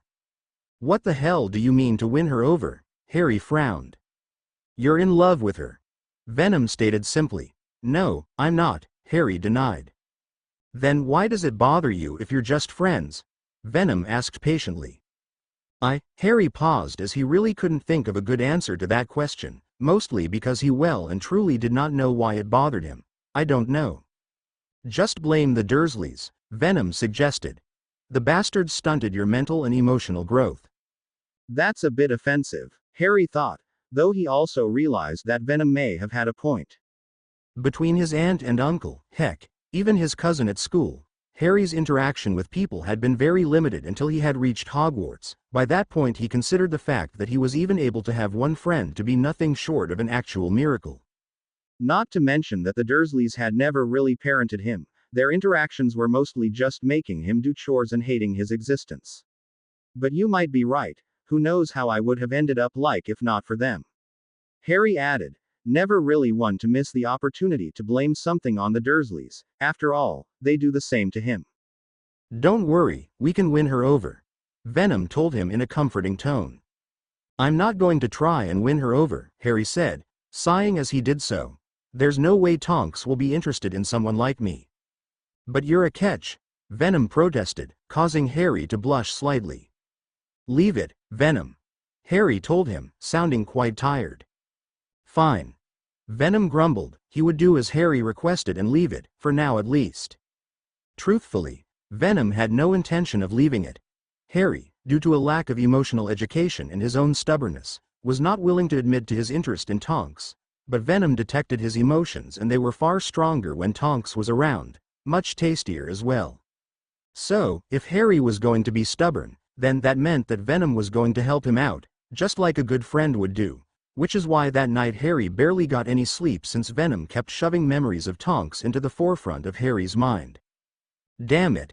Harry softly hissed under his breath as he sat down in potions class, waiting for Snape to show up. Harry was not in the best of moods thanks to a lack of sleep, the weird feelings that he had no experience with and the fact that Hermione was still acting weird around him, so naturally, he was not happy to be in a classroom with a teacher who had hated his guts since before Harry had even met the man. As far as Harry knew, Snape hated him because he thought that Harry was a spoiled celebrity and because he had a grudge against Harry's father, something that Harry thought to be incredibly stupid. Harry didn't get much more time to think about his situation since a second later, Snape walked into the room. Harry barely stopped himself from scoffing as the door slammed shut behind him as the man's cape billowed behind him as he walked to the front. Such dramatics might have seemed impressive, but when you saw it nearly every day, it got boring quickly, especially when you hated the guy doing it. The man took the register, sneering and drawling when he got to Harry's name, looking like he smelled something foul. F.K.U. Snape. Harry thought to himself, earning a chuckle from Venom. Today, we will be learning to make the Wide-Eye Potion, Snape began, speaking slowly, stretching out his words. He loves to hear the sound of his own voice, Venom commented. Potter, Snape said suddenly. Perhaps you can tell us something about this potion. What do you know about it? He asked, the corners of his lips curving up slightly. Wants to embarrass me in front of the class, prick. Harry thought, well aware of Snape's often used tactic of asking questions and mocking people when they didn't know the answers. He had done it enough times to Harry over the years. It's a potion, Harry answered, in an over-enthusiastic voice, earning laughter from most of his Gryffindor classmates with the exception of Hermione and Neville, the former looking disapproving while the other was far too terrified of Snape to dare laugh in the man's classroom in front of him. Quiet. Snape barked at the Gryffindors who immediately quietened down. He glared at Harry who was staring back at him innocently. It's good to see that your time at Hogwarts is not completely wasted on you. That'll be 10 points from Gryffindor, Snape sniffed before turning to speak to the rest of the classroom. This potion prevents the user from falling asleep and may also be used to awaken someone from who has been drugged or suffering from a concussion. It is also used as an antidote for the draft of living death. Snape flicked his wand at the board and the recipe for the potion appeared. Now, I think it might be time to mix up the seating arrangements. Snape stared at Harry with a look that promised the boy would not like what was about to come. And Harry did not. The students were paired up in a seemingly random fashion even if the Gryffindors and Slytherins were kept separate, but eventually, Snape paired Harry with Neville. Now, Harry had no problem with Neville at all, except the boy couldn't make a potion to save his life. Harry doubted it was because the boy was completely incompetent. He felt it was more likely that the boy just messed up because Snape intimidated him so much that he couldn't think properly when making the potion. But that doesn't change the fact that Neville was pretty much hopeless at potions and everyone knew it. I'm sorry, Neville apologized when Harry sat next to him, the chubby boy looking embarrassed and apologetic. I know that you don't want to be paired with me and... It's fine, Harry cut him off. Just be careful and try and relax. Easy for you to say. Neville scoffed. Look, I'll set the workplace up, you get the ingredients and get them ready, Harry told him. Okay. Neville gave Harry a small nod before he walked off to get the ingredients. Venom, Harry mentally communicated with his alien companion. Yes? Venom asked.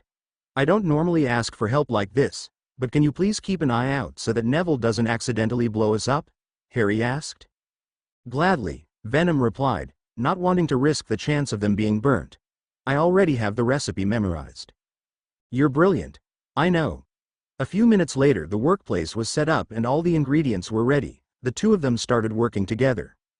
Harry was finding potions to be a lot easier than before for a good few reasons, mostly because of Venom. The alien symbiote was able to stop him from making a few minor mistakes and had helped him prevent Neville from making any major ones, like adding more ingredients than necessary. It ended up being a lot harder when Snape came behind them and started breathing down their necks. Harry ended up with an urge to elbow the man in the neck while Neville froze up before forcing himself to continue to make the potion. He took a deep breath and was about to start stirring when Harry spoke up. "Neville, it's 3 turns clockwise," Harry told him. Neville still looked incredibly nervous, so Harry decided to make a circle with his finger to show Neville what direction he needed. Neville gave him a grateful look and was about to start stirring when Snape spoke up. "Potter, Longbottom should be more than capable of following simple instructions. He does not need your handholding," Snape sniped. "Yeah, but I don't see anything wrong in helping him," Harry replied, rolling his eyes without fear since Snape was still staring at the back of his head. "Especially when we are in a potions class with something that could easily blow up. But if you're sure that it's not such a big deal, then how about you stand next to him in this cauldron and stay completely silent and let him do his thing," Harry added. Harry was kind of hoping that Snape would say yes, mostly because he wanted to see a cauldron blow up in Snape's face. "Quiet, Potter," Snape growled, grabbing Harry roughly by the shoulder and spinning him around so that they were facing each other. "Prick," Venom growled. "Get your hand off me." Harry shoved Snape's hand away. Snape's glare grew worse and he stepped closer to Harry so that he was now staring down at him with his nose barely not touching Harry's own. Harry stared back, unafraid. Apparently when you have an alien symbiote on your side and have ripped apart a large acromantula, then you weren't easily intimidated. Who knew? Harry would admit that there was once a point where Snape would be quite terrifying, but Harry had since then dealt with trolls, 3-headed dogs, Voldemort, spiders big enough to eat people, and a basilisk plus a younger version of Voldemort, and that was all before Harry had gained Venom as an ally. "Don't speak to me like that, Potter," Snape hissed. "I don't know what makes you think you can get away with such behavior, but I would heavily recommend you banish those thoughts before they get you into more trouble than you already are." "Banish me? I'll banish you, asshole," Venom roared. "I didn't even do anything," Harry hissed back. "You're the one who can't leave me alone. I am your teacher and you will speak to me with the respect I deserve," Snape yelled at Harry, spit flying out of his mouth and landing on Harry's face. Harry quickly wiped it off with his sleeve, acting as if it would cause his death if he didn't. Snape didn't care and continued speaking. "Though I doubt that you would know anything about respect, strutting around this castle, like you own the place, thinking yourself better than those around you. Where do you even get this information?" Harry interrupted before Snape could say more.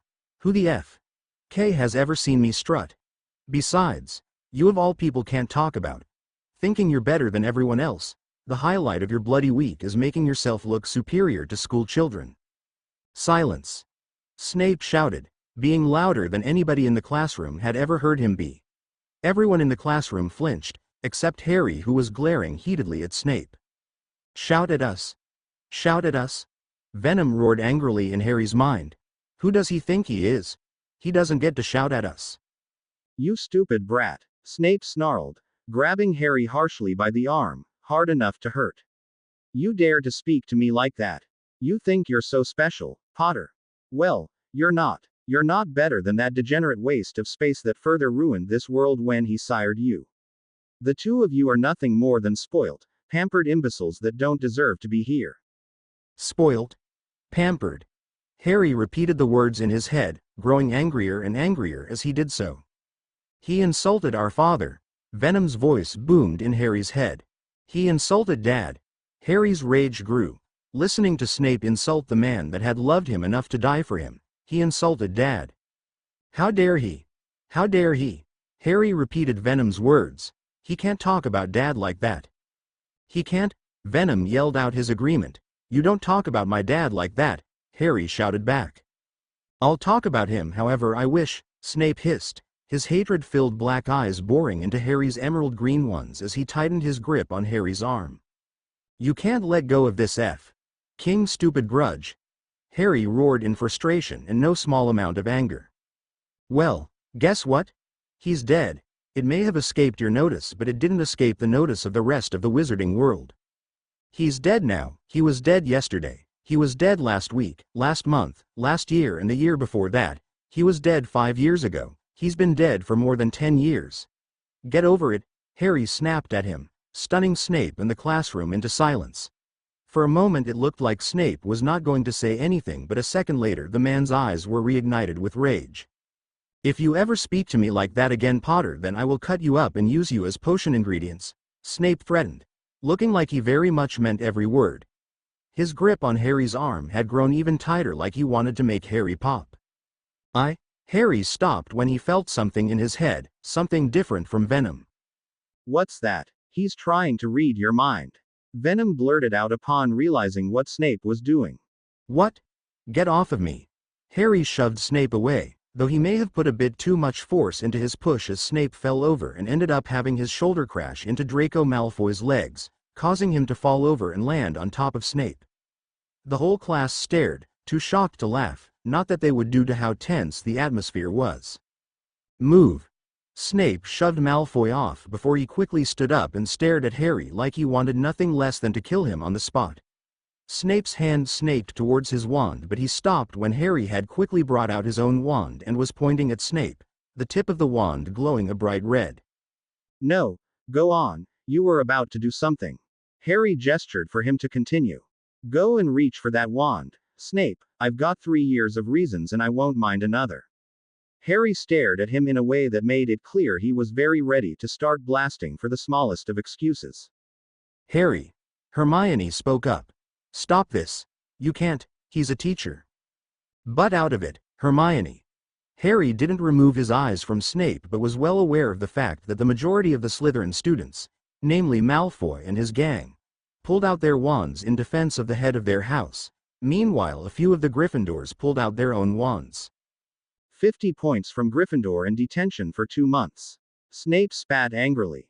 Stay in a room with him. Not likely. Venom hissed. Unless we can kill him. He added hopefully. K your detentions, and K.U., Harry said, his voice soft but the anger couldn't be missed. I'm done with this class and I'm done with you. Get out of my classroom, Snape bellowed, looking mad with rage. Gladly, dickhead. Harry grabbed his stuff with one hand while keeping his wand trained on Snape. Once he was done, he walked backwards out of the classroom, not trusting Snape, Draco or any of their supporters to not curse him as soon as his back was turned. Once Harry was out and the door was closed, he turned and stormed away, trying to get as far from the potions classroom as possible. How did that feel? Venom asked.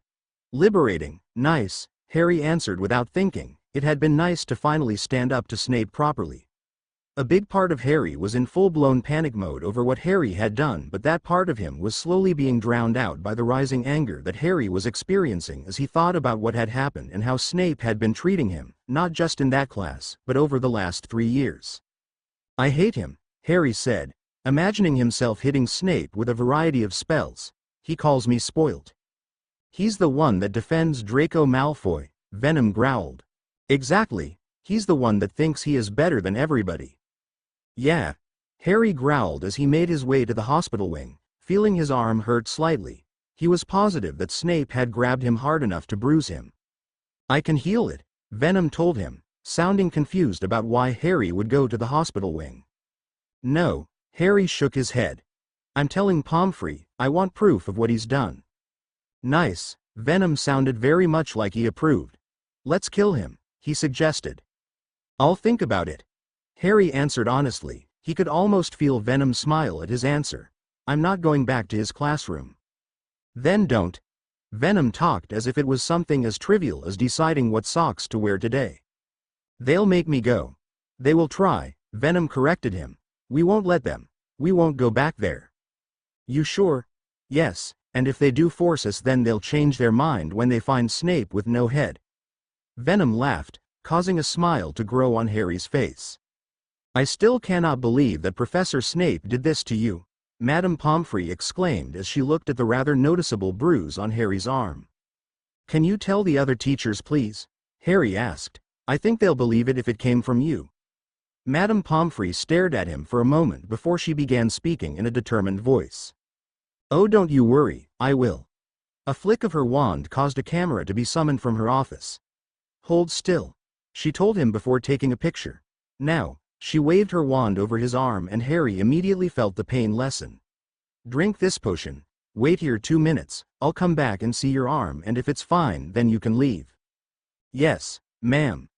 Harry dutifully drank the potion she handed him, grimacing slightly at the taste before she took the vial back. She nodded in satisfaction before turning around and heading to her office. He has no right to talk about my dad. Harry seethed once he was sure that there was nobody else watching. Yes, Venom agreed. I don't know much about your father, but I know he definitely loved you. Really? Harry asked, unable to keep the interest out of his voice. Yes, I remember telling you that I would show you memories of your parents. We never got around to that, did we? No, Harry confirmed. We didn't. Would you like to see one now? Venom offered. Yes, please, Harry said quickly. Okay. Harry's eyes slowly opened. He winced as the sunlight seemed like it wanted to blind him, his whole face scrunched up in discomfort. After a short while, his eyes got used to the sunlight enough for him to be able to see what was around him. He felt warm, he was covered in a blanket, and he was also being held up by something. He blinked and stared up at the woman who was holding him with one arm, having him tucked against her while the other hand was holding up a book that she was reading with great interest. He stared up at her, her red hair flowed down to her shoulders like a waterfall of fire. Her emerald green eyes captivatingly danced as they followed the words of the page she was reading. The corner of her pink lips tugged up and down as she continued reading. Harry smiled before reaching up with his little hand and grabbing onto her pretty hair and pulling it. The woman blinked before she stopped staring at the book and stared down at Harry, realizing that he was awake. Her eyes seemed to twinkle as her smile grew. She stared down at him with sunlight from the window shining in from behind her, giving her the appearance of a red-headed angel. She slowly closed the book without looking at it and placed it down. Hello, little man. She smiled brightly at him. How are you? Did you enjoy your nap? Harry's answer was a series of happy-sounding noises, but not a single word. Still, she seemed to have understood as she lowered her head and kissed him on the forehead. That's good. Any good dreams? She asked, sounding as if she genuinely believed that he could answer. Lily, a voice said just before a man walked into the room. His hair was black and looked like the definition of untamable. His brown eyes were hidden behind a pair of glasses that were near identical to the ones that Harry would use for most of his life. I fixed the pipes, he told her proudly with a grin on his face, his brown eyes twinkling in a way that would rival Dumbledore. Good, Lily said with a relieved sigh. What happened to them? Padfoot messed with them, he told her with a small chuckle. Oh, sweet Merlin, Lily sighed, rolling her eyes. James, you and your friends are not nearly worth all of the trouble you give me. Shut up, James laughed as he walked towards her. You love us, really? Yes, though I am still trying to work out why, Lily said in a dry voice. Oh, simple, James told her as he stopped in front of her and kissed her on the forehead. You couldn't resist my natural charm, he smirked.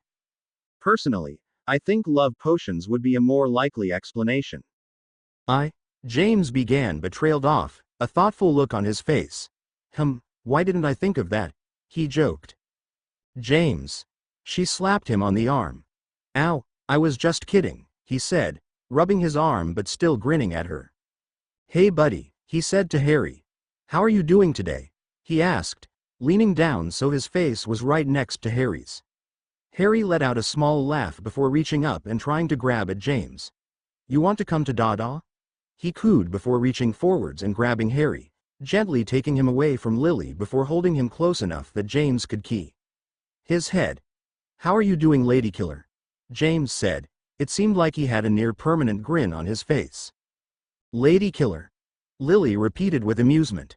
Of course, look at him, he's a catch. James sounded like it was ridiculous for him to have to explain that to her. I mean, my looks and your eyes, the girls will be tripping over themselves for him. Won't they, buddy? He asked Harry as he leaned forward and rubbed his nose against Harry's nose, but he stopped when Harry reached out and grabbed his glasses. Oi! James blinked before Harry tried to put the glasses in his mouth, though James quickly stopped him and took the glasses away from him. Sorry, Harry, but that's mine. He told Harry in an apologetic voice, For a moment it looked like Harry was about to cry, but suddenly he reached out and grabbed James by the hair and started tugging. Ow! James exclaimed dramatically. Good boy, Harry, Lily smiled. Hurt the naughty man. No, don't hurt the naughty man. James chuckled as he pulled Harry off his head. Little fighter, aren't you? He laughed. Mr. Potter. A voice spoke, causing Harry to shake awake from his memory and see Madame Pomfrey staring at him with concern. Are you okay? She asked. What? Harry blinked before realizing that there were tears dripping down his face. Oh, yeah, I'm sorry, I was just thinking about something. Mr. Potter, I wouldn't worry about Mr. Snape, No, not that. Harry cut her off as he wiped the tears off of his face. Snape, he insulted my dad and I was thinking about him. Oh, Madame Pomfrey paused.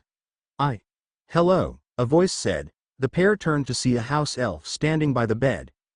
Headmaster Dumbles wants Harry Potter to go to his office. Very well, thank you. Madame Pomfrey nodded to the elf who popped away. Well, Mr. Potter, you're healthy enough to go.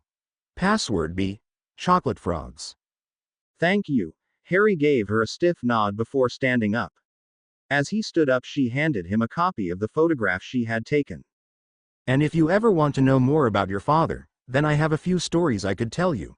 She offered, causing Harry to stare and blink at her. Thank you, Harry repeated, sounding a lot more grateful. You're welcome, dear. She smiled at him before gesturing for him to leave. He smiled back at her before he turned and walked off. Venom, Harry spoke to his alien companion as he headed to the headmaster's office. Thank you, Harry said in a grateful voice, sounding as if he was thanking Venom for giving him immortality.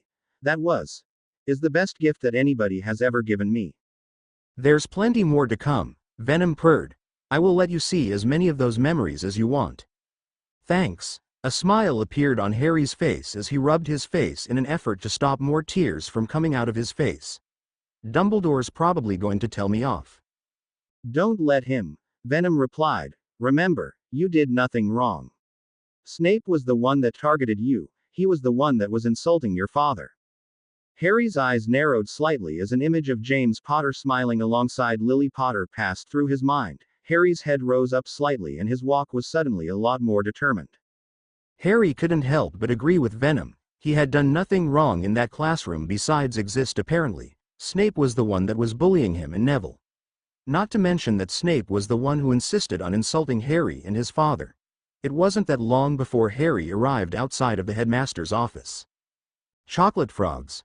Harry told the gargoyle the password he was given and the gargoyle moved out of the way, allowing him to go up to Dumbledore's office. Enter. Harry heard Dumbledore's voice call for him before he could knock. Show off. Venom commented as Harry entered the office to find Dumbledore sitting at his desk with Professor McGonagall standing next to him. Ah, Mr. Potter, take a seat, Dumbledore said as warmly as ever, gesturing to the seat opposite himself. Sir, ma'am. Harry greeted Dumbledore and Professor McGonagall before sitting down in the chair. Now, Mr. Potter, we've heard some concerning things about you from Professor Snape. Professor McGonagall began. Of course. Harry snorted. Let me guess. He's told you both about how I'm a disruptive menace and he made it out like I'm the one who did everything wrong. That is what we are here to discuss, Professor Dumbledore began. Now, we would like you in your own words to tell us what had happened. Fine, Harry sighed. When the class started, Snape suddenly asked me a question about a potion I didn't know about and I gave him a sarcastic response. Why would you do that? Professor McGonagall asked with a small frown on her face. Because if I don't know the answer then he'd make fun of me like he always does, Harry answered honestly. He's been doing that from my first lesson in my first year. He asks a question and if you don't know the answer then he makes fun of you and insults you. Professor McGonagall and Dumbledore exchanged looks. Mr. Potter, surely you must be exaggerating. Dumbledore began. I am aware of the meaning of exaggerating, and I assure you that I am not. Harry cut him off. He does that every lesson, every single one. If I get a question right then he asks another and another until I get one wrong. Ask Hermione, Ron or any of the other Gryffindors if you don't believe me. Anyway, after that, he paired me with Neville. I like Neville, but he's not the greatest in potions. It's because he can't concentrate since he's way too scared of Snape. Professor Snape, Harry, Dumbledore corrected him. Also, I doubt that young Mr. Longbottom is actually afraid of Professor Snape. In that case, you can do me a favor, Harry said with a humorless smirk. You go and ask Professor Lupin about his lesson with the boggart and ask him what form Neville's boggart took. Harry watched as Professor McGonagall and Dumbledore exchanged looks, the former looking a little disturbed. Anyway, then Neville and I start working, but then we suddenly feel Snape breathing down our necks in a way that would probably make even most adults uncomfortable. Neville starts getting more nervous and I had to quickly stop him from making a mistake. Snape then tells me off for doing so. I point out that there's nothing wrong with helping a fellow student and that if he's sure that it's not a big deal, then he can stand right next to Neville in complete silence and not stop him from making any mistakes. I don't know about you two, but I've seen my fair share of potion accidents and wanted to avoid another. Snape then grabbed me by the shoulder and made me look at him. I pushed his arm off of me and he then started yelling at me and complaining about me, saying that I was strutting around the castle like I owned the place. He said I thought I was better than everyone else. I demanded to know where he was getting this information from and I pointed out that it was hypocritical of him to do so when he regularly tries to show his superiority by making himself look superior to the students. Harry glanced toward Professor McGonagall and saw that she had been looking more disturbed than before. Harry, you should not be speaking to Professor Snape like that.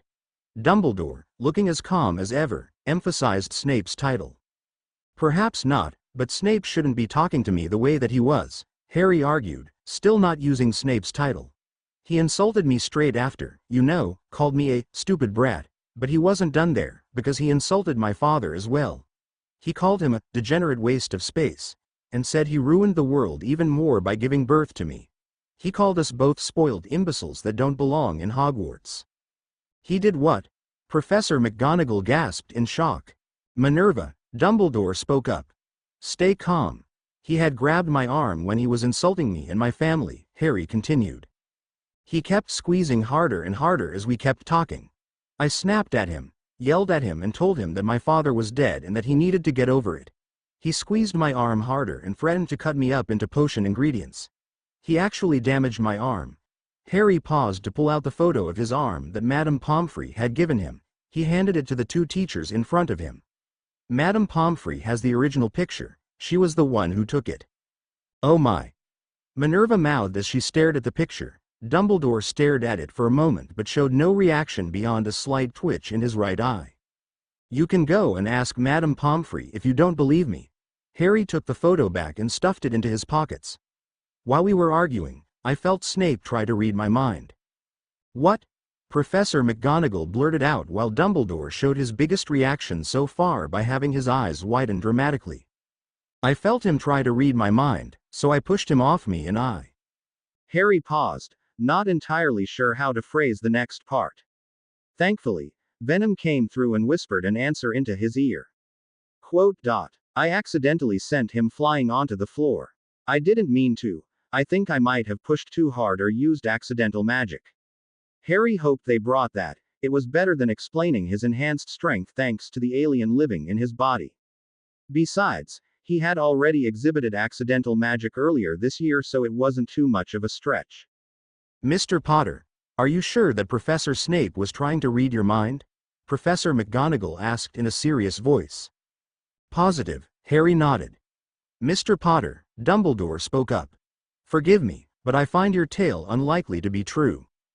Albus. Professor McGonagall looked at him with disbelief, as did Harry. I mean no offense to you, Mr. Potter, Dumbledore continued. But the ability to defend one's mind from intrusions or to even detect them is not an easy thing to achieve, especially for one so young. Harry was about to respond but stopped when he heard Venom speak into his head again. Harry, after a moment, decided to go with Venom's response instead of the one that he had originally been planning to use. Perhaps, but you forgot one very important thing, Harry said with a small smirk. And what is that? Dumbledore asked, raising a single, bushy eyebrow, causing Harry to gesture to himself. I'm Harry Potter, Harry said simply. I've literally stopped the biggest threat to the wizarding world twice. 3 times if you count the diary, And I killed a basilisk all before I even reached my 3rd year of schooling. Let's not mention that I am famously known for surviving a situation that nobody could live through when I was a year old. By all logic, being able to defend my mind is quite tame in comparison, no? Harry asked, tilting his head slightly. Dumbledore frowned and stared at him calculatingly, a stare that Harry did not like or appreciate. In that case, you would not mind if I tested your mental defenses? Dumbledore inquired. Albus. The shock and disbelief were evident in her voice. You know that it is illegal to look through another person's mind, especially a student. It is only illegal if done without permission, Dumbledore corrected her. However, that was as far as he got before Harry spoke up. I'm not letting you or anyone enter my mind. Harry spoke in a firm voice, resisting the urge to glare at Dumbledore. I don't care if it's you, Snape, or my best friends, my mind is off limits. Unless you're me, Venom said proudly. Anyway, Harry continued. Snape was about to draw his wand on me, but I pulled mine out first and aimed it at him. You aimed your wand at Professor Snape? Dumbledore asked in a disapproving voice. He looked like he was going to try and kill me, Harry said defensively. He told me I had detention. I swore at him and refused. He told me to go away and I did. I'm done with that class and I'm done with Snape. Mr. Potter, potions is a required class until you have completed your OWL exams, Dumbledore informed him. I'm afraid that you will have to continue to attend the class. Do not worry about Professor Snape. I will investigate and speak to him about his behavior towards you. Harry stared at Dumbledore with disbelief. I just say that the guy bullies me, insults me and my dead father, hurts my arm and tries to read my mind, and all that happens to Snape is a talking to? He asked Venom with disbelief. That's some bullshit. Venom accurately summed up Harry's thoughts. Unfortunately, for you, Professor Snape's punishment still stands. Dumbledore interrupted Harry's mental conversation. I understand how you feel towards Professor Snape, but you are still a student and are not allowed to insult or even push a teacher. Now, why don't you head back to your common room? I'm sure you have plenty of homework left to do. Dumbledore finished with a twinkle in his eye. Harry stared at Dumbledore for a few moments before he spoke. What would come out of Harry's mouth was something that he would never expect himself to be saying to Dumbledore. Last year he wouldn't have even been able to imagine saying this to Dumbledore. But now, the word escaped his mouth before he could even register himself saying it. No. And just like that, a deathly silence filled the room. No. Dumbledore asked in a confused voice. I'm not doing that detention and I'm not going back to that class. Harry spoke up. He took a deep breath before he continued. I don't care if I have to hire a private tutor or self-study. I am not going back to that class as long as Snape is teaching it. And I am not doing that detention. I am not being punished for defending myself and my father, nor am I willing to spend another moment of my life alone with Snape. Mr. Potter, Dumbledore said. The twinkle in his eye had dimmed. Professor McGonagall stared at Harry in a way that made it look like she had never seen him before. I was not requesting. I'm sorry, but I'm still refusing. Harry soldiered on despite the fact that a great part of him was warning him to stop. He wasn't sure if it was the alien symbiote inside of him, his stupid Gryffindor courage, or the fact that he felt like he was on a roll, but either way, he ignored the first part of himself and continued. I am not going anywhere near Snape again. No detentions and no class. Mr. Potter, if you're not willing to listen to my instructions and are refusing detentions, then I may have to resort to a more harsh punishment, Dumbledore warned. What punishment? Harry asked, feeling his heart beat faster. If you do not attend Professor Snape's class and detentions, then I'm afraid I will have to suspend you for 2 weeks. If Harry's heart had been beating fast before, then it was practically racing now. They're going to suspend me? He mentally screamed. I don't want to leave Hogwarts. Calm down. Venom told him. Don't tell me to calm down, Harry snapped. He's going to suspend me. Calm down. Venom repeated loudly. They're not going to suspend you. Dumbledore won't make you leave the school when he knows that Sirius Black is out and looking for you. Besides, even if he goes through with it, then it's just 2 weeks. We can survive that long. We could even have fun outside of school if we wanted. But stand your ground. Venom encouraged him, forcing a picture of a smiling James and Lily Potter into Harry's head. It seemed to work a treat as all of a sudden Harry's resolve was reinforced to the point that it could hold up a building.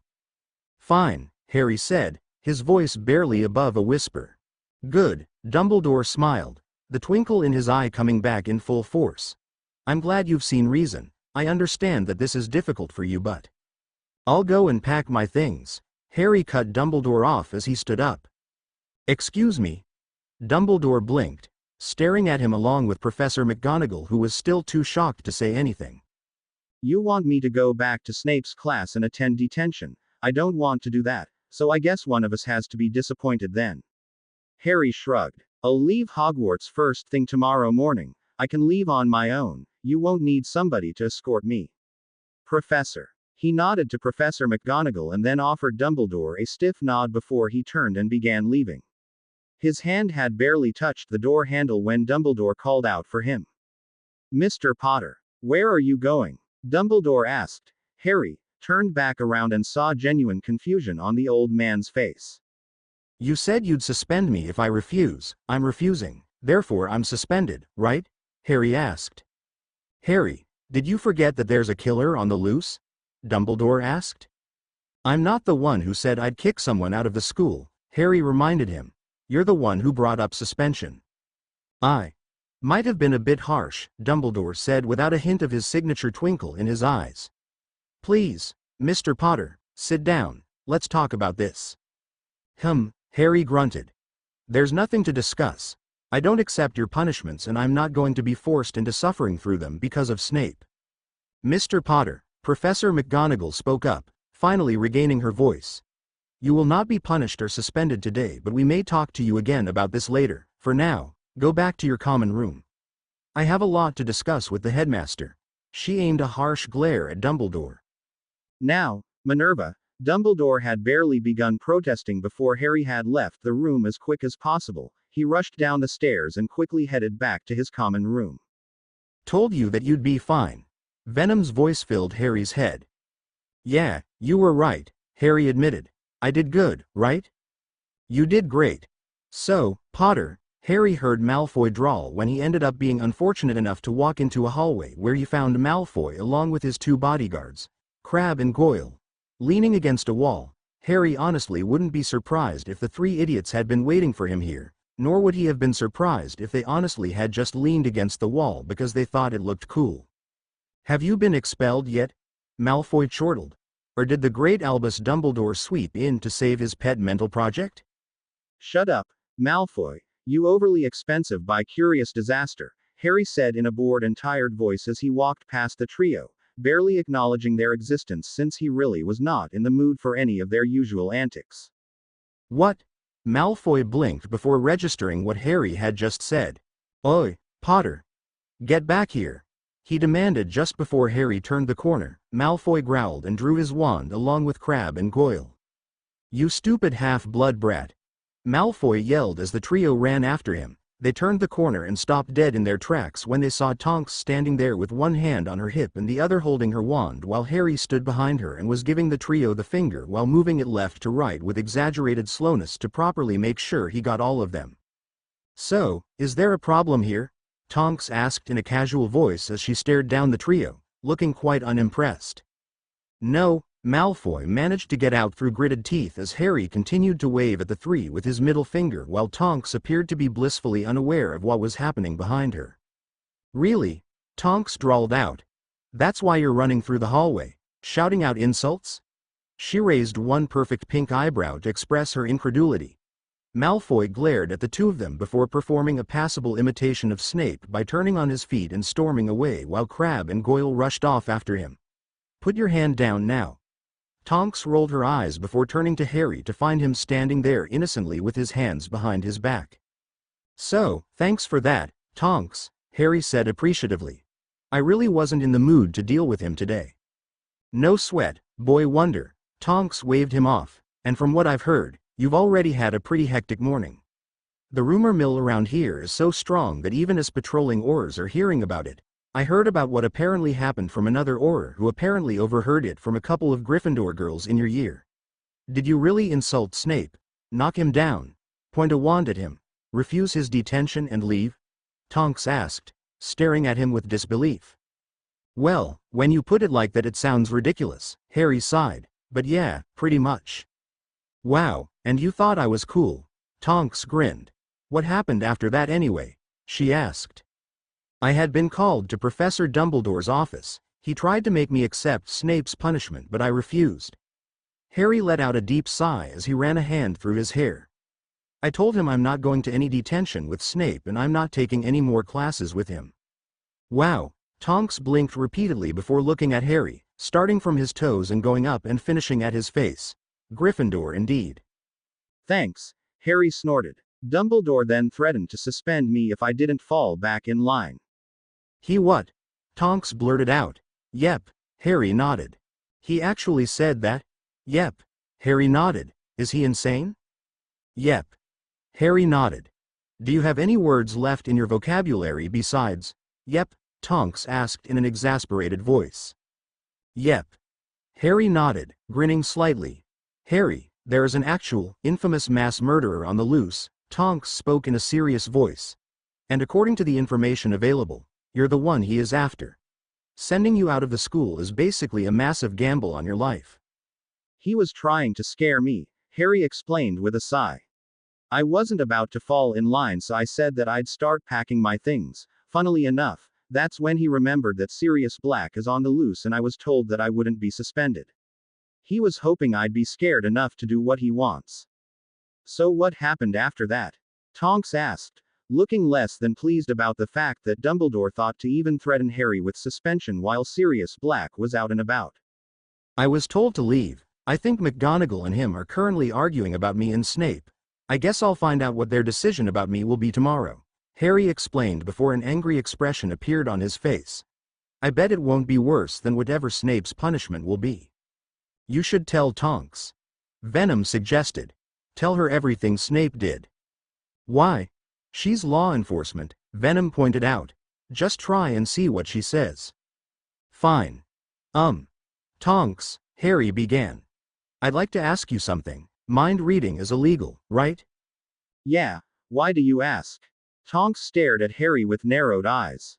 I heard it from Professor McGonagall when I told her and Dumbledore that Snape tried to read my mind. He what?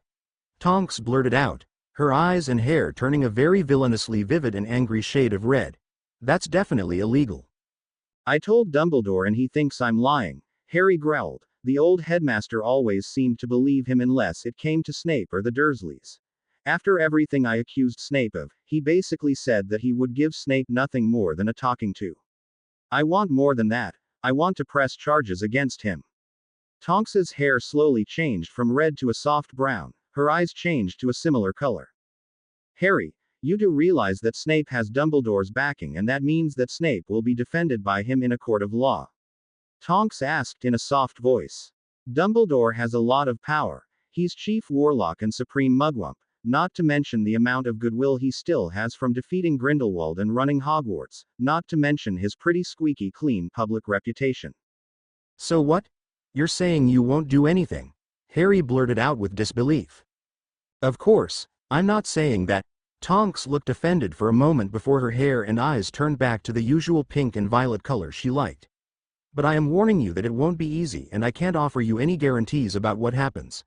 Also, if you want my opinion, I think at this point you won't be able to do more than harm some reputations, but if that's what you're sure you want to do then just let me know and I'll send in a report right away.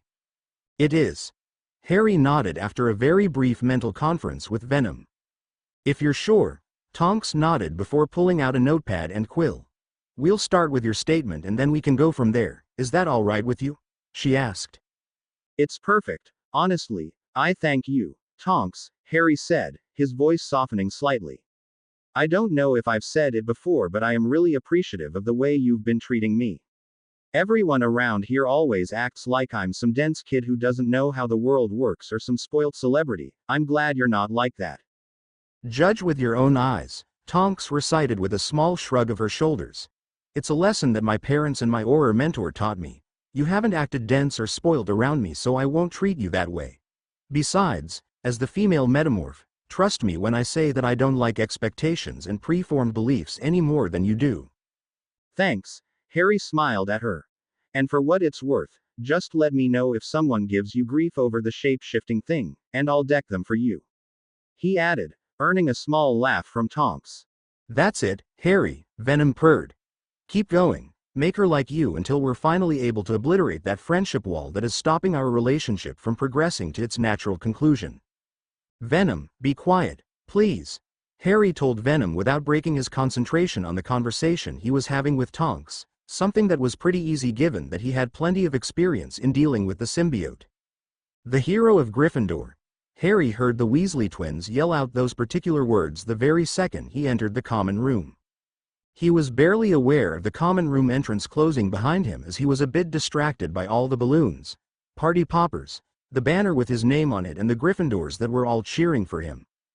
Defeater of Dark Lords, savior of damsels and destroyer of greasy dungeon bats, Harry Potter, the twins said as they walked over and patted him proudly on the back before hoisting him up on their shoulders and walking around a lap of the common room before dropping him back down just as the Gryffindor chasers took turns dotting him on the cheek.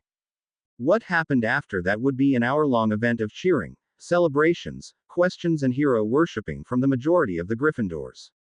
By the end of it, Harry had a bit of a headache from all of the social interaction but was overall pretty happy, unlike a certain bushy-haired Gryffindor. Why doesn't she shut up? Venom complained. The trio were currently sitting outside on a bench in the Hogwarts courtyard. Ron was speed rushing through some homework that would be due in their class, which was in 20 minutes. Harry, on the other hand, had a book open in one hand and his wand in the other. Meanwhile, Hermione was sitting in between the two, naturally with a book in her hands, except this time she was ignoring the book in favor of participating in what Harry believed to be her other lifelong love, lecturing him. It doesn't matter if Professor Snape was insulting you, that's not a good reason to be so rude to a teacher, Hermione continued, showing no signs that she was ready to end her rant, which was now nearing the 5-minute mark. I know you said he tried to read your mind, Harry, but Dumbledore clearly doesn't think that he would do that, so Harry, Venom spoke into his head. Please, for the love of Merlin, heck, even just to show appreciation to me for all I've done, shut her up. Or else I will eat her head, right now. Hermione, Harry interrupted her in a tired voice. If you don't stop lecturing me, then I promise I will straighten your hair, he warned.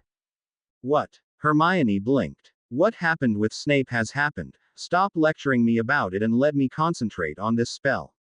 Harry rolled his eyes before he tried to cast his spell again. Expecto Patronum. Harry softly intoned the incantation for the spell he was working on. A second later, a white and small misty shield poured out of the tip. It was about the size of a knight's shield and only lasted a couple of seconds, earning the attention of many passing students. Not good enough. Venom told Harry, who mentally grunted in agreement. What was that? Ron asked, having looked up from his homework in time to see the spell. Patronus Charm. Harry sighed, the Patronus Charm being an extremely difficult charm designed to primarily fight against Dementors along with a few other dark creatures. It used the caster's emotion to create a shield that would protect them against the Dementors, though if one had truly mastered the spell, then their shield would take the form of an animal guardian. Harry, that's a Newt-level charm, Hermione pointed out. Why on earth are you learning a spell that's for 7th-year students? Ron stared at Harry as if the boy had just gone mad and demanded to only be fed hazelnuts for the rest of the year. I have to agree with Ronald. You shouldn't be focusing on that spell yet, Hermione spoke up. You're just a 3rd year. Yeah, Ron agreed. I don't like Dementors, but I do like magic, so that natural conclusion is to learn magic to defend myself against Dementors. Thank you. Harry rolled his eyes before he decided to put his attention back to the spell while ignoring whatever Hermione and Ron were saying.